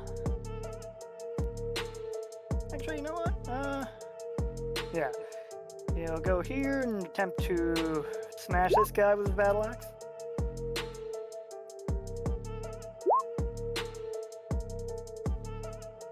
Attempt to smash this guy with his battle axe, you said? Yeah. Okay. See. Mhm. 15. No. Get blasted by that project lightning. Oh, yes. Sorry. Pew.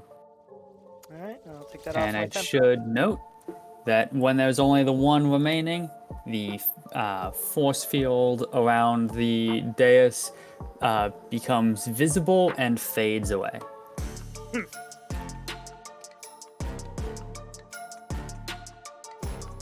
Hank will then charge him. And go with a. You know what? He'll Well, I don't know if I have enough interaction for this, but he would want a two-hand soul stain. Can I do that all at once, or would I have to drop the shield and then pull out the sword, or what? Oh, you've been swinging the battle axe? You know, I said that, but I kind of just forgot that I had soul stain out, so I guess it would have been with soul stain. Makes more sense. That's what you were using previously. Yeah. So, yes, you can stop using your shield and then start two-handing soul stain. Yeah. Gotcha. All right. Does an 18 hit? It does, yes. 10 slashing damage. All right.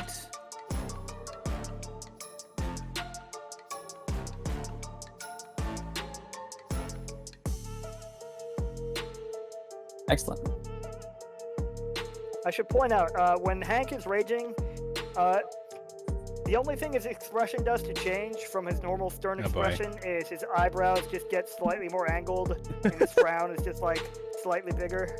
Nice. I love it. This is a fun concept.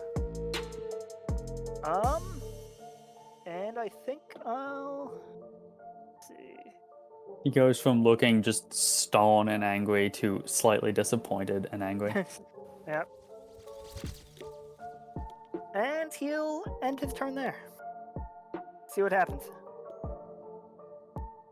Excellent. Okay.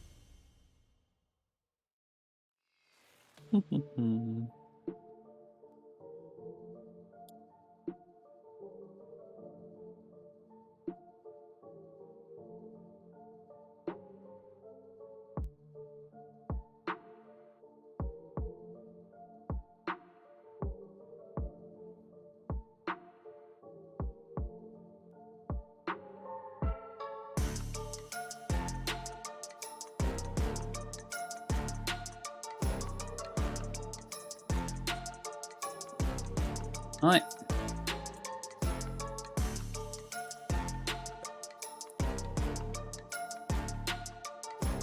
Ah, you stupid mortals.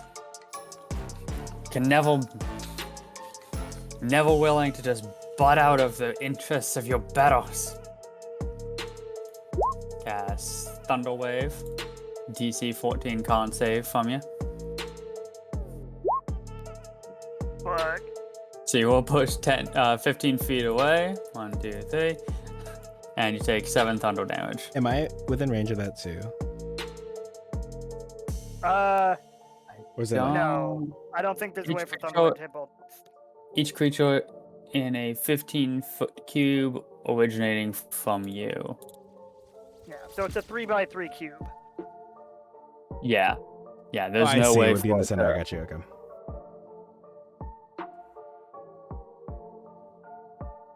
Hank's expression. Hank basically, like, his body doesn't even move. He's just shifted 15 feet back. I love it.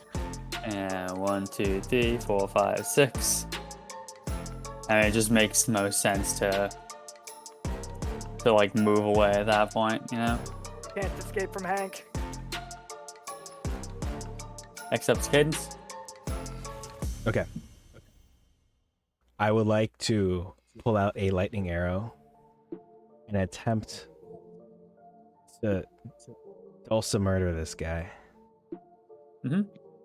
Have I used silvery barbs recently? I don't think so. How many spell slots do you even have left? I think I have one. Dang. Yeah, I have one left. It's like define recently. You've used it on average every round in Right? the last 2 fights. All right, I'll roll flat. 24. All right. I assume that you're using the Quiver reanimate. I am, yes. All right, so roll me that 1d4 as well. Got a 2. Okay, so you just roll the normal dulse mortal damage then. Okay.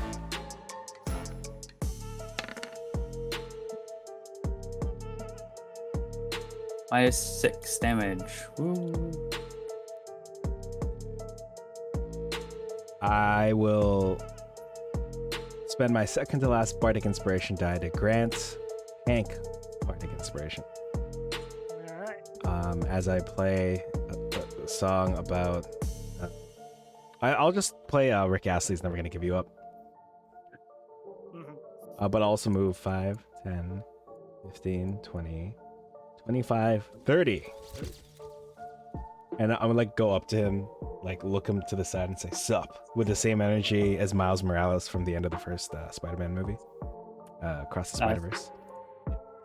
Alright, I'm done. Hank, you up? All right. Hank flies over here. No, wait, he's probably flank, huh? Hank flanks over here. And will attempt to keep going apeshit with his, with Solstice. Yep, that hits. 13 13 slash Hank. Nice. And then, again. 16? Nope, that does not hit. Hmm. Can I use my Bardic Inspiration, or would I have had to have said that beforehand? How's Bardic Inspiration walk again? I think technically you're supposed to use it. You can use it after you roll, but before you see the results. Confirms. I never really understood the point of that. Because, like, if anything, it just feels like... I get the idea is to, like, make it so that players aren't just, like, holding on to their resources until they, like, know it's good. But at the same time, it just feels like it traps players into just wasting resources. It's weird. I'll let you use the Bardic Inspiration. Sweet. So, Especially 1d8? It's a D8, yeah. Well, I assume that hits. Yeah, that'll hit. Ooh. for 6 whole slashing damage. Hell yeah. Doing God's walk. And for his bonus action, he'll drink his last potion. Why not? Actually, no, he won't. He's fine. Famous last words.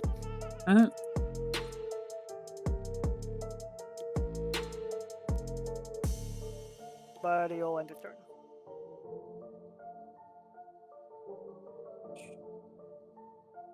Damn. Yep.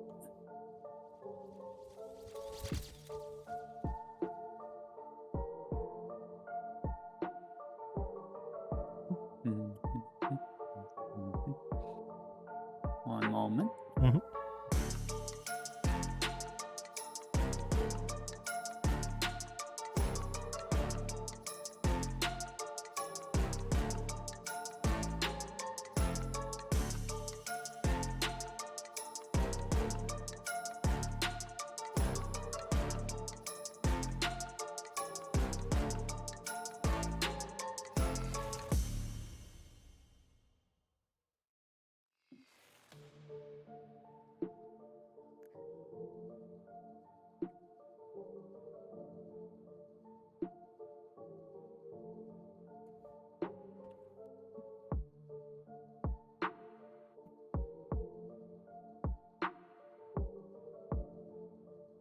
Oops, sorry. What's up? I smacked my mic. Didn't know if that Oh, came through. I didn't hear anything.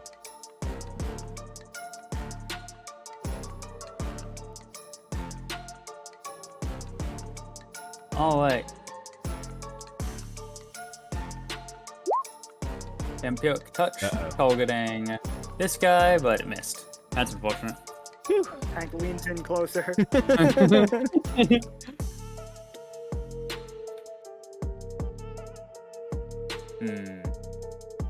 Fuck. Poof. 1, 2, 3, 4. Oh, where's he going? Liches, being incredibly powerful casters, are able to unfortunately just break the rules. So after failing to vampiric touch Hank, Alclaim uses Misty Step and teleports away, ending his turn. Caden's you up. Like teleports to over there, or like away? Yeah. Oh. Teleports like to there. It still does Misty Step. Hmm. It only gets to move like 30 feet.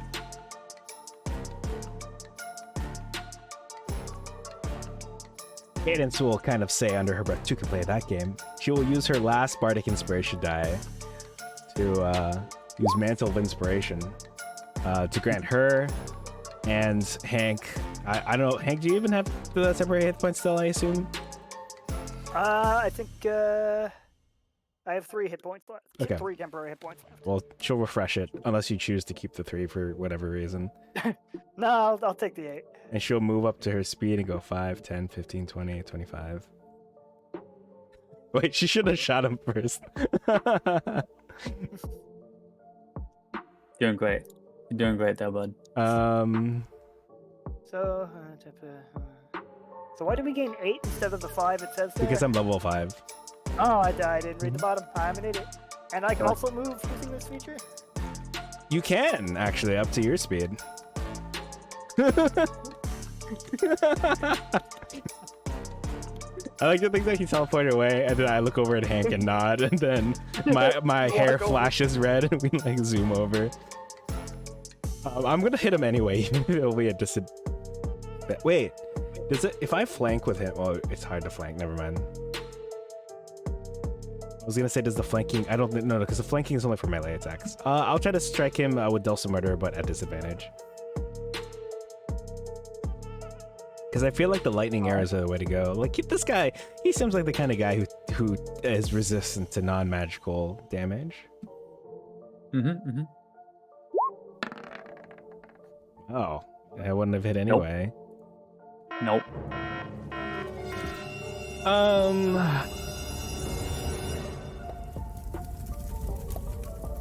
With my movement, I'm just gonna go like 5, 10, 15, 20, 25, 30, just for fun. I'm done.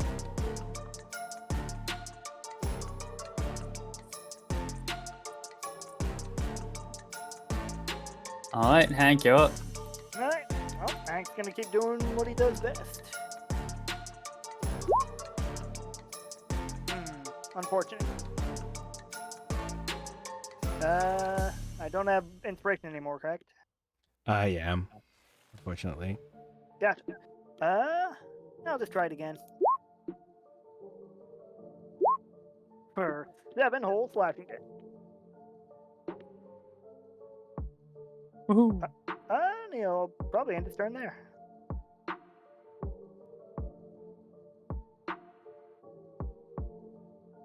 Oh, wait.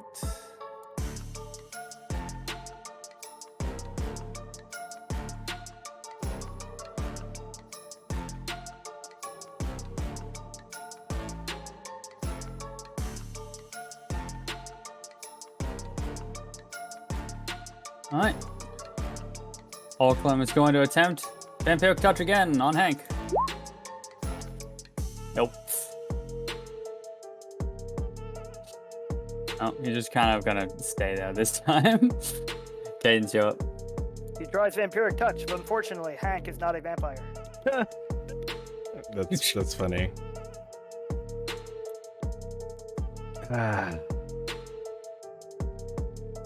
I'll move over here in case it matters, and then I'll try to strike him with at disadvantage the arrow shot again with the lightning arrow.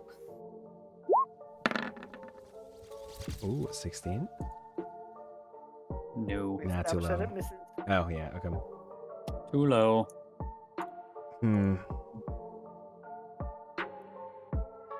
I'll stop. I'll let Hank get this, but if it doesn't work, then I might switch to the dagger next time. Alright. Hank, you up? Okay. Hank's gonna keep swinging. Actually, now that I think about it, I wanna make sure. My raid lasts for 1 minute. I don't know how many turns it's been. I doubt that it's been more than 10 rounds. Gotcha. Fights very 11. infrequently go on that long. 11 slashing damage.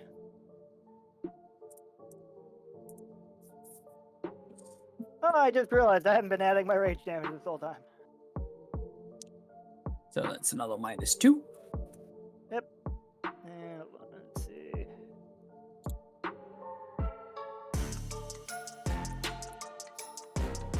Want to check something. I think I've hit him 2 other times. So it'd be an extra 4 damage if you're willing to retroactively do that. Yeah, sure. Appreciate it. I'll remember from that one. And he'll try it again. For a total of 10 slashing damage.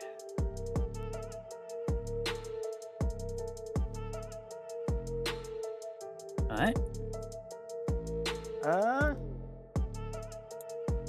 And that will end Hank's turn.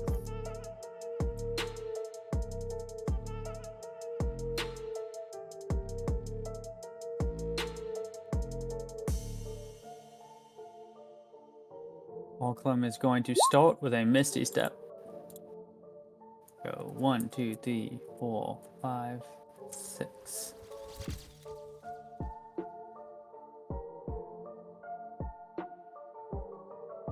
And he's going to fire off a magic missile at base level. First 2 are going to hit Hank, and last one's going to hit Cadence. So that's 6 force damage to Hank and 3 to Cadence. Alright. Take that off my temp health. And he's also actually going to move this time. So 1, 2, 3, 4, 5. Cadence, you're up. Okay.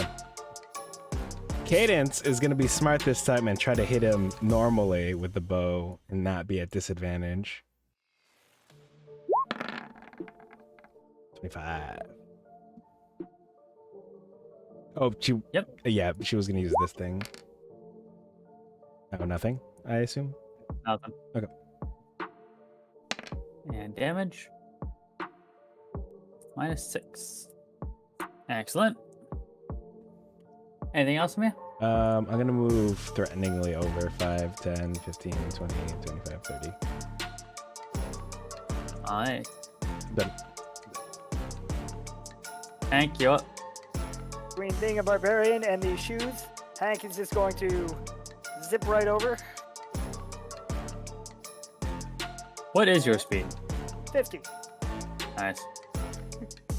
Plus 10 from being a barbarian, plus 10 from the shoes. Nice. Intimidating. Nope. Damn. Nope. Come on, Hank, get it together. Loser. Yes. That'll end Hank's Glitch turn. calls you a loser. Hank does not respond. Alright. Let's try this one more fucking time. Vampiric Touch, let's fucking go! Cast Vampiric Touch on Hank. Himself. Yes. Cast Vampiric Touch on Hank. Yep. Dealing 10 necrotic damage. Right? And healing for 5. And now we're gonna put something on here. I'm gonna put Aura on here to show that he's concentrating. He's powered up Dragon Ball Z style. Oh, that's right. It's a concentration spell. Yeah, it's weird like that. Alright. That's the end of his turn. Cadence, you're up. Okay. Let me move over 5, 10 and strike once again with the bow and the special ammo. Ugh. I got nothing for this. I can't particularly inspire myself. Ooh. I should be using this instead. I'm done.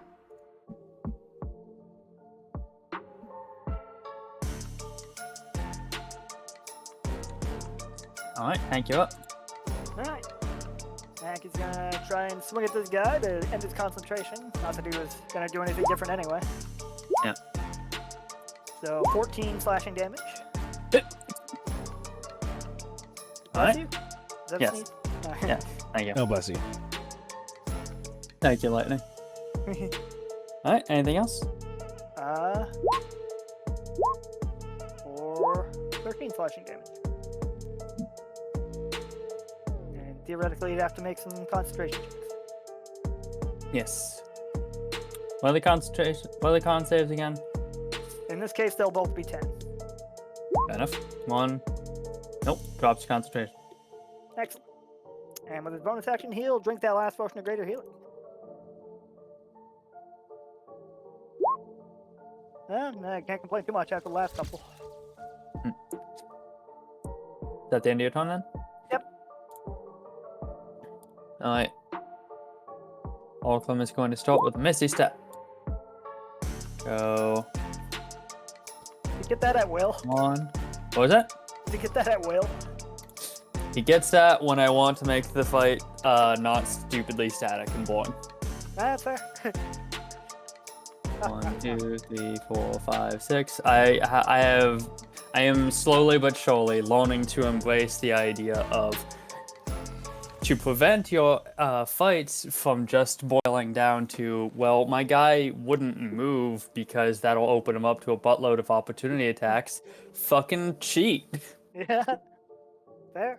Yeah. A more interesting, unfair fight is still better than a fair, uninteresting fight.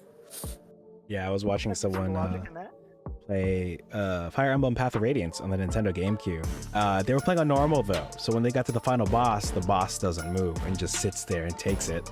But if you're playing on hard or higher, he is unlike most Fire Emblem bosses who just sit there and take it. He actually moves around and it's terrifying. He's like, oh, whoa, whoa, whoa, whoa, whoa. Stay there, stay there. Yeah. But like, then you gotta think about stuff.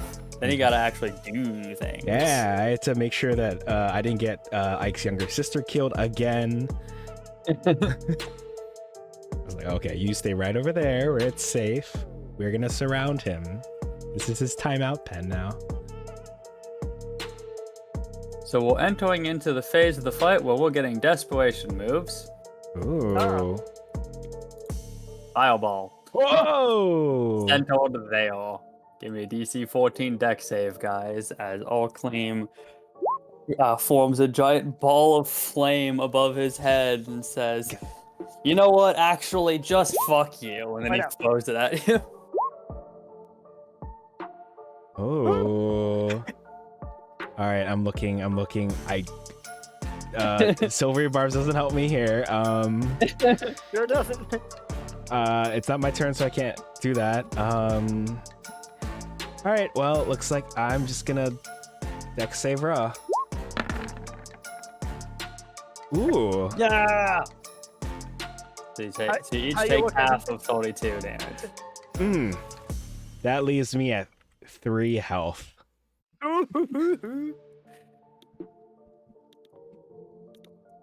Interesting. Cadence, you up? Okay.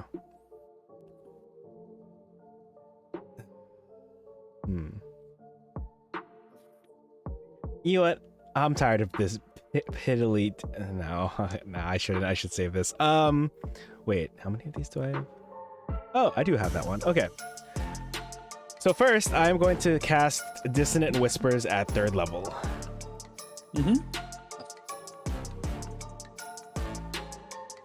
Alright, so it's DC 15 Wisdom save, right? Yes, and I hope he's not immune to Just about psychic that, right? damage.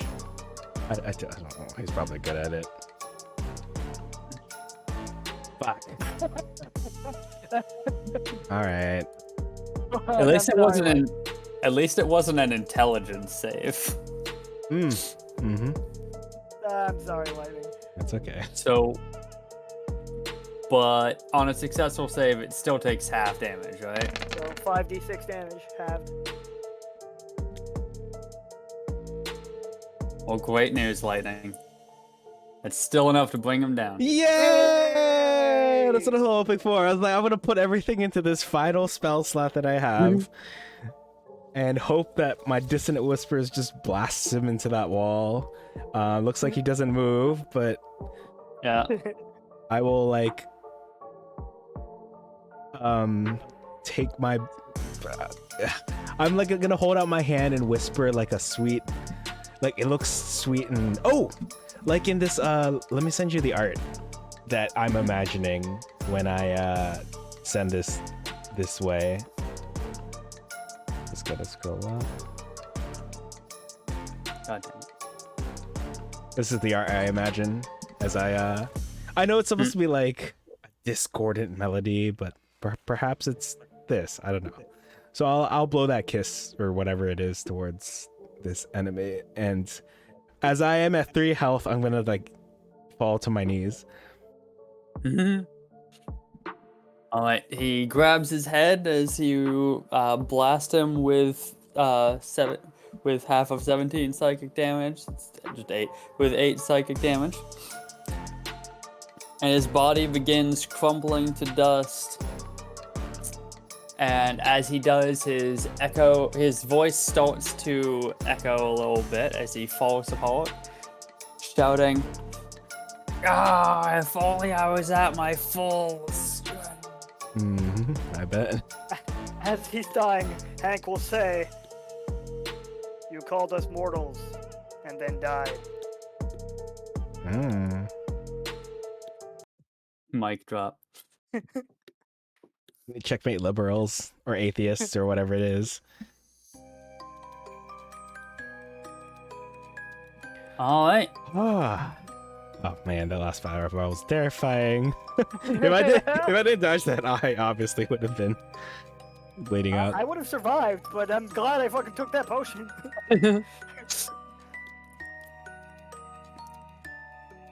In the presence of this sacred altar, the book that Sildar gave you at the beginning of your adventure begins to glow more vibrantly.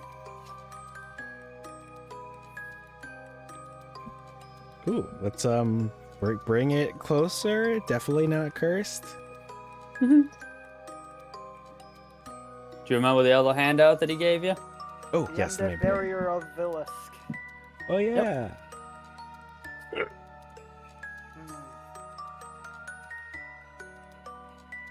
Hank will note that the ritual requires blood untainted by evil. Yep. Oh, that's what the kid. It's in place. Wait, are we gonna finish? Oh, okay. Wait. No, not finished. It's probably different. I will pull out the components that he gave us.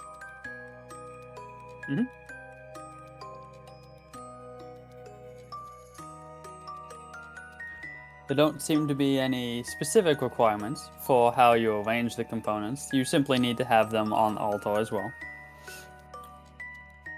But, of course, as Hank has noted, you also require blood untainted by evil. How much blood do we need? It doesn't say that. It doesn't say, but it doesn't exactly require. It doesn't state that it requires a human sacrifice. Yeah. For what it's worth, is the child injured in any way? No. Okay. Well, I guess Hank would first try his own blood to see if that counts. What's your alignment? Probably true neutral or neutral good. It'll probably Maybe be lawful fine. good, actually, now that I think about it, but...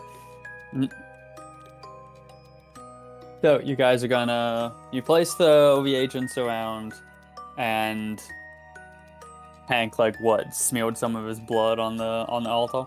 Yeah, I assume he's bleeding at least a little bit from that fight. Yeah, probably. Well, maybe not. Who knows? It's hard to say. You only really took damage from lightning and fire. Yeah. Well, if not, he can always, cut himself. Yeah. But regardless, either way, you're able to get some blood on the altar. And when you do, the book glows much more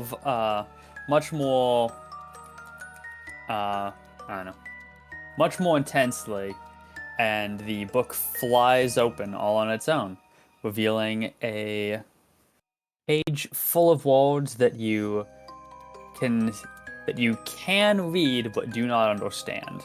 It's written in an alphabet that you recognize, but not in a language you know. And these are supposedly the rest of the instructions, yeah? Supposedly. Damn, if only we had someone here who could. I look over at the Lich's body. Well, he faded away. If only we had someone here who could understand this language. Is it Dwarvish? I was about to say, do I understand it? No.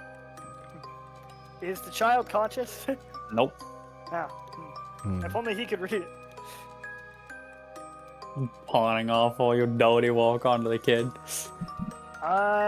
Is there any way for Hank to somehow intuit what it's saying? You don't. Like I said, you can read it, but you don't understand it. Oh, wait, can I take it back? You can say the words. Oh, okay. You can, like, it's written in an alphabet you can read. So you can, Okay. sound it out. Okay. The words will appear on the page. Okay, I see. Okay, I understand. Well then. I could read a page in French without understanding it. Yeah. I would pronounce stuff wrong, but I'd get the general ballpark. Alright, well, I guess Frank will read it then. But Hank's gonna read it. Unless Cadence offers. I'll let you do it. No, it was funny because you said Frank. I said Frank, damn. You did. Well, hold on, let me get his token. But yes, I'll read it. Okay. Give me 1 sec.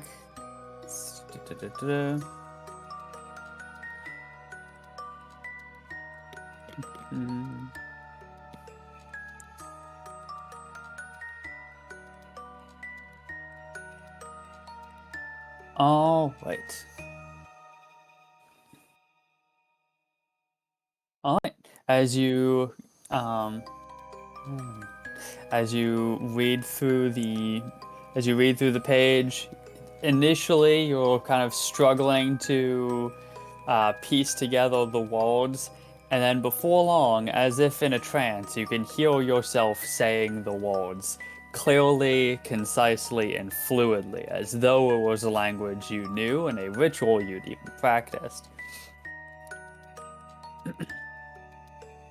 As the death cry of the defeated Lich echoes one last time off the domed ceiling, the remnants of the shadowed torchbearers turn to dust and begin to move, swirling back to their original humanoid forms and regaining their positions as silent sentinels around the room's perimeter. This time, their torches glow with an almost colorless white light. You feel intrinsically that the barrier meant to keep the dead resting peacefully has at last been restored.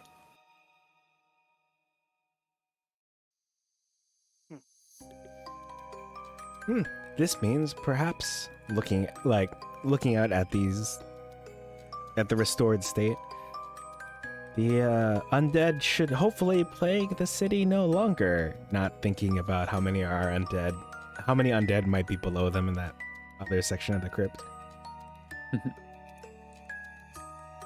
Well, at this point, generally speaking, seems like you have done your duty. We will escort the child out of this crypt. And return to the town. And we're gonna call the adventure there. Nice. All right, that was cool. I like puzzles for bosses that aren't annoying, you know? Yeah, I agree. Yeah, that was good. Glad you guys enjoyed it. That was fun. Yeah, I had a blast. Glad to hear it. Glad to hear it. How was the fight itself? Oh, That was fun. it was fun. It felt down to the wire, especially with the desperation. Given the damage we took, I think it was good that we both got the short rest and the potions. Agreed. Yeah, Evidently. and my I could have ability been real to nasty otherwise. temp health. Well, Yeah. I added in most of the spells that he used because I was like, at first I was like, yeah, this is a good roster of, this is a good move list for this guy. And then you got into the fight, and then I was just like, looking at it now, he doesn't have anything good. I'm game for the upgrades because a lot of traditional spellcast or like a lot of the spellcaster enemies, they're just like, oh, I'm gonna magic missile or I'm gonna hit you with a stick, So Yep. that Yeah.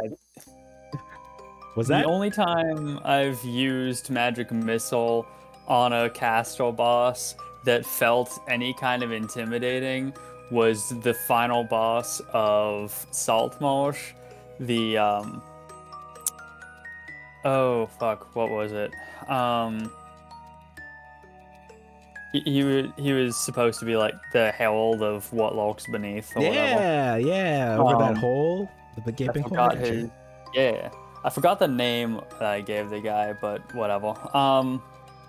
I like gave him magic missile, but I had it always at level 9 whenever he used it. Yeah, Because those it's are like magic missile level 1 is very good for the player because it's very good consistent damage that is guaranteed.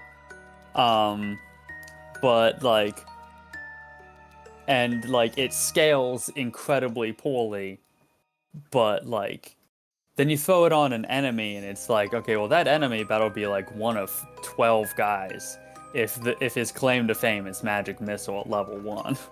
Mhm. So I'm glad you guys had fun. Yeah, that was a fun one. So Halloween at Phandalin, you can pick up on DM's Guild. It's highly worth it. There were several things that we didn't actually get to see. There were like a couple fights you didn't do, a couple pieces of magic items that you didn't get as a result. But like there were a number of like new magic items in the book. You'll not find Soul Stain in there. That is an item of my creation. Nice. Cool. Um, Dare I ask what else it does? what? Soul Stain? Yeah. Oh, it doesn't do anything else. Okay, it's not gonna like curse me to kill my whole family or something. It's one of only 2 items in here that are not cost. Sweet. Nice. You guys missed the other non-cost thing, as well as like 2 cost items. It is worth noting that all the cost items are known as quote lightly costs. None of them were like super detrimental. Is the curse just you can't unequip them? No. The cost for the boots isn't even you can't unequip them. Like not strictly. It's more entertaining. I don't necessarily want. I kind of want to not spoil it, but like I kind of want to. I don't know. Anyone thinking about buying the book, don't listen to this next part. Okay. Basic. So those ones are called the Boots of Quickening Paranoia. It has two things. There's 2 negatives.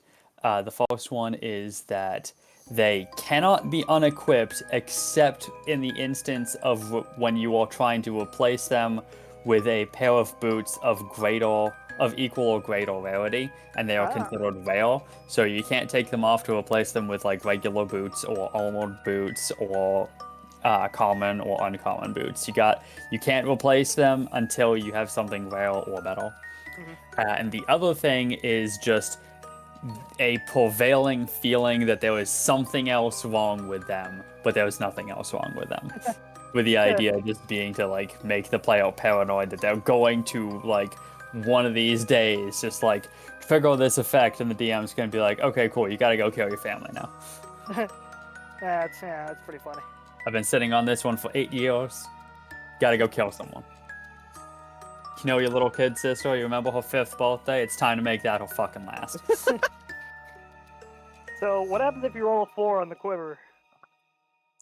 The Quiver does the same thing on a 3 and a 4. It is plus 1d4 plus 1 Nice. lightning damage. On a 2, it does nothing, and on a 1, you're supposed to take 1d4 necrotic damage. Mhm. I was nervous that lightning was going to roll the 4.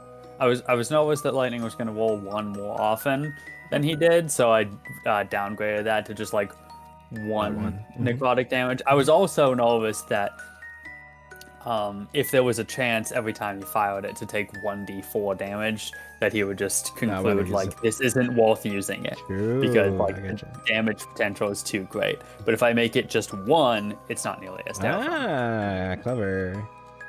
So that way I can kind of trick you guys into continuing to use more interesting cost items. Nice. The name made me thought that like if you kill someone with it, they're reanimated or something. Yeah, I am not sure why the writer named it the Quiver of Reanimation, because yeah, it doesn't do anything with that. I'm not sure. Yeah, I thought there'd be dead bodies, and then I was like about to summon. Like we had to fight the Nothic. I was gonna try to shoot the bodies, like the skeletons or the zombies, to like raise them up and try to have them help me in the fight against the Nothic. But thankfully, that didn't happen. I did actually. So I don't know why, but I was totally down for the majority of this adventure having fights in it, but the book explicitly stated for the Nothic that it can't be negotiated with and a fight is inevitable, and I kind of like really chafed against that for some reason. I was like, no, fuck you, I'm creating an alternate solution. Nice. So I came up with another solution and dropped hints at it for the puzzle, for like a puzzle, and then you guys were just like, yeah, wait, what was the... What was the intended solution for that, actually? So... Feeding it? No, that's it. Okay. So, the fact that... So the first hint was supposed to be that there were like 3 dead zombies and a dead skeleton right in front of the house. So it was supposed to hint that like the Nothic killed them. For whatever reason. There's lore reasons, but you don't need to know about that part. And the next clue was that there were undead in the forest nearby, not close enough that they will detect you and come after you, but close enough that if you try, you can get their attention and then they will come after you. And then the Nothic, being hostile to the other undead, would attack them and give you an opportunity to walk by. Ah, cool. Evidently, I didn't signpost that quite as well as I would have liked. But I don't know. I get what you were going for. I'm not sure, but yeah, I think that's about as well as you could have signposted it. Yeah. Mm-hmm. I was like, as soon as you got next to it, I was like, maybe I should just have it roll for initiative. But I was like, I don't know. I wanna push you towards the puzzle solution if possible. Yeah, I'm all about. So I was like, I wanted to, like, I said that I wanted to run a game that wasn't just combat. So I'm like, God damn it, want to get something.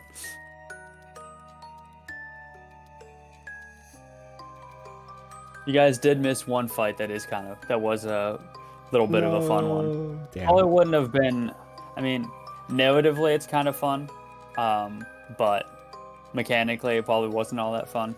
But it had some neat loot on it. Would have made the fight with the white easier. Yeah. But, oh well. I'll just have to recycle that loot somewhere else, probably, maybe. Well, I kind of want to run this now at this rate. Well, you guys did see pretty much everything that there is, so. Good job, team. Yeah. Yeah. Good stuff. Oh, random fire emote. Oh, did I not put like a save the game? Okay. Fuck. Shit. You are the first person to redeem this actually, so I feel very put on the spot.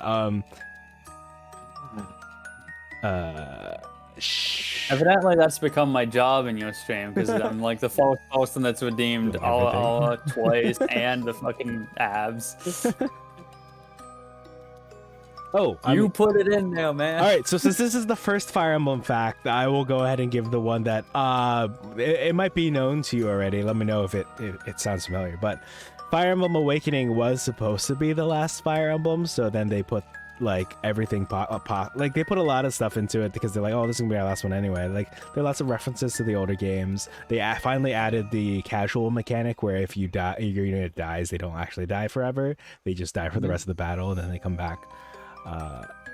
And then because like Fire Emblem wasn't doing super well at the time, it didn't help that they had just remade Fire Emblems 1 and 3 as Fire Emblem 11 and 12 on the Nintendo DS, and those remakes weren't very good. Those are Marth's games. So Marth had his games and, you know, people played them.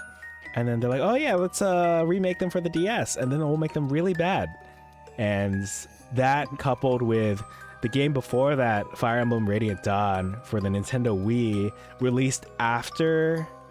I think it was after the Wii U came out, and it was poorly like marketed. So like 3 terrible Fire Emblem experiences in a row. They're like, all right, this is our last one, and it's like the most popular one. Three Houses gives it a run for its money, but it's definitely a fun one in people's hearts and minds. I wish I played it when it came out, that's for sure. But yeah, the fact being, it was supposed to be their last one. Kind of like Final Fantasy was supposed to be the last game I think that Squaresoft was gonna make, right? Before they went under. Yeah, it was like their last ditch effort to make a profit before they went into bankruptcy. Yeah, and now look at them. They have like 23 games. They just came out with 16. There's like... Yep.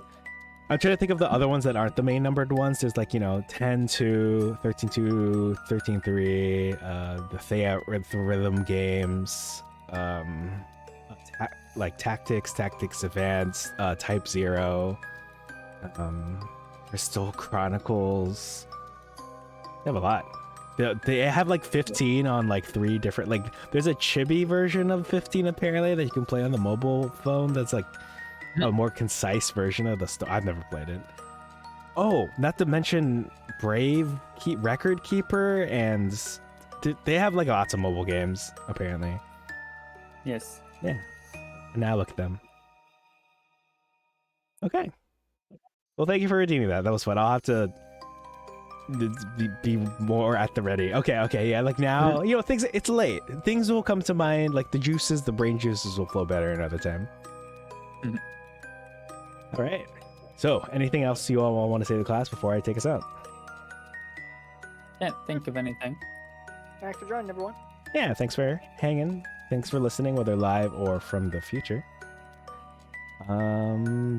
Yeah, I will see you all. Let's see what's today. I might be out of town on Wednesday, so I'll talk to you about the next time we'll do D&D. Okay.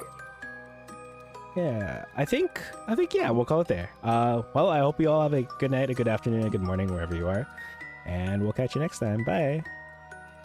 Bye.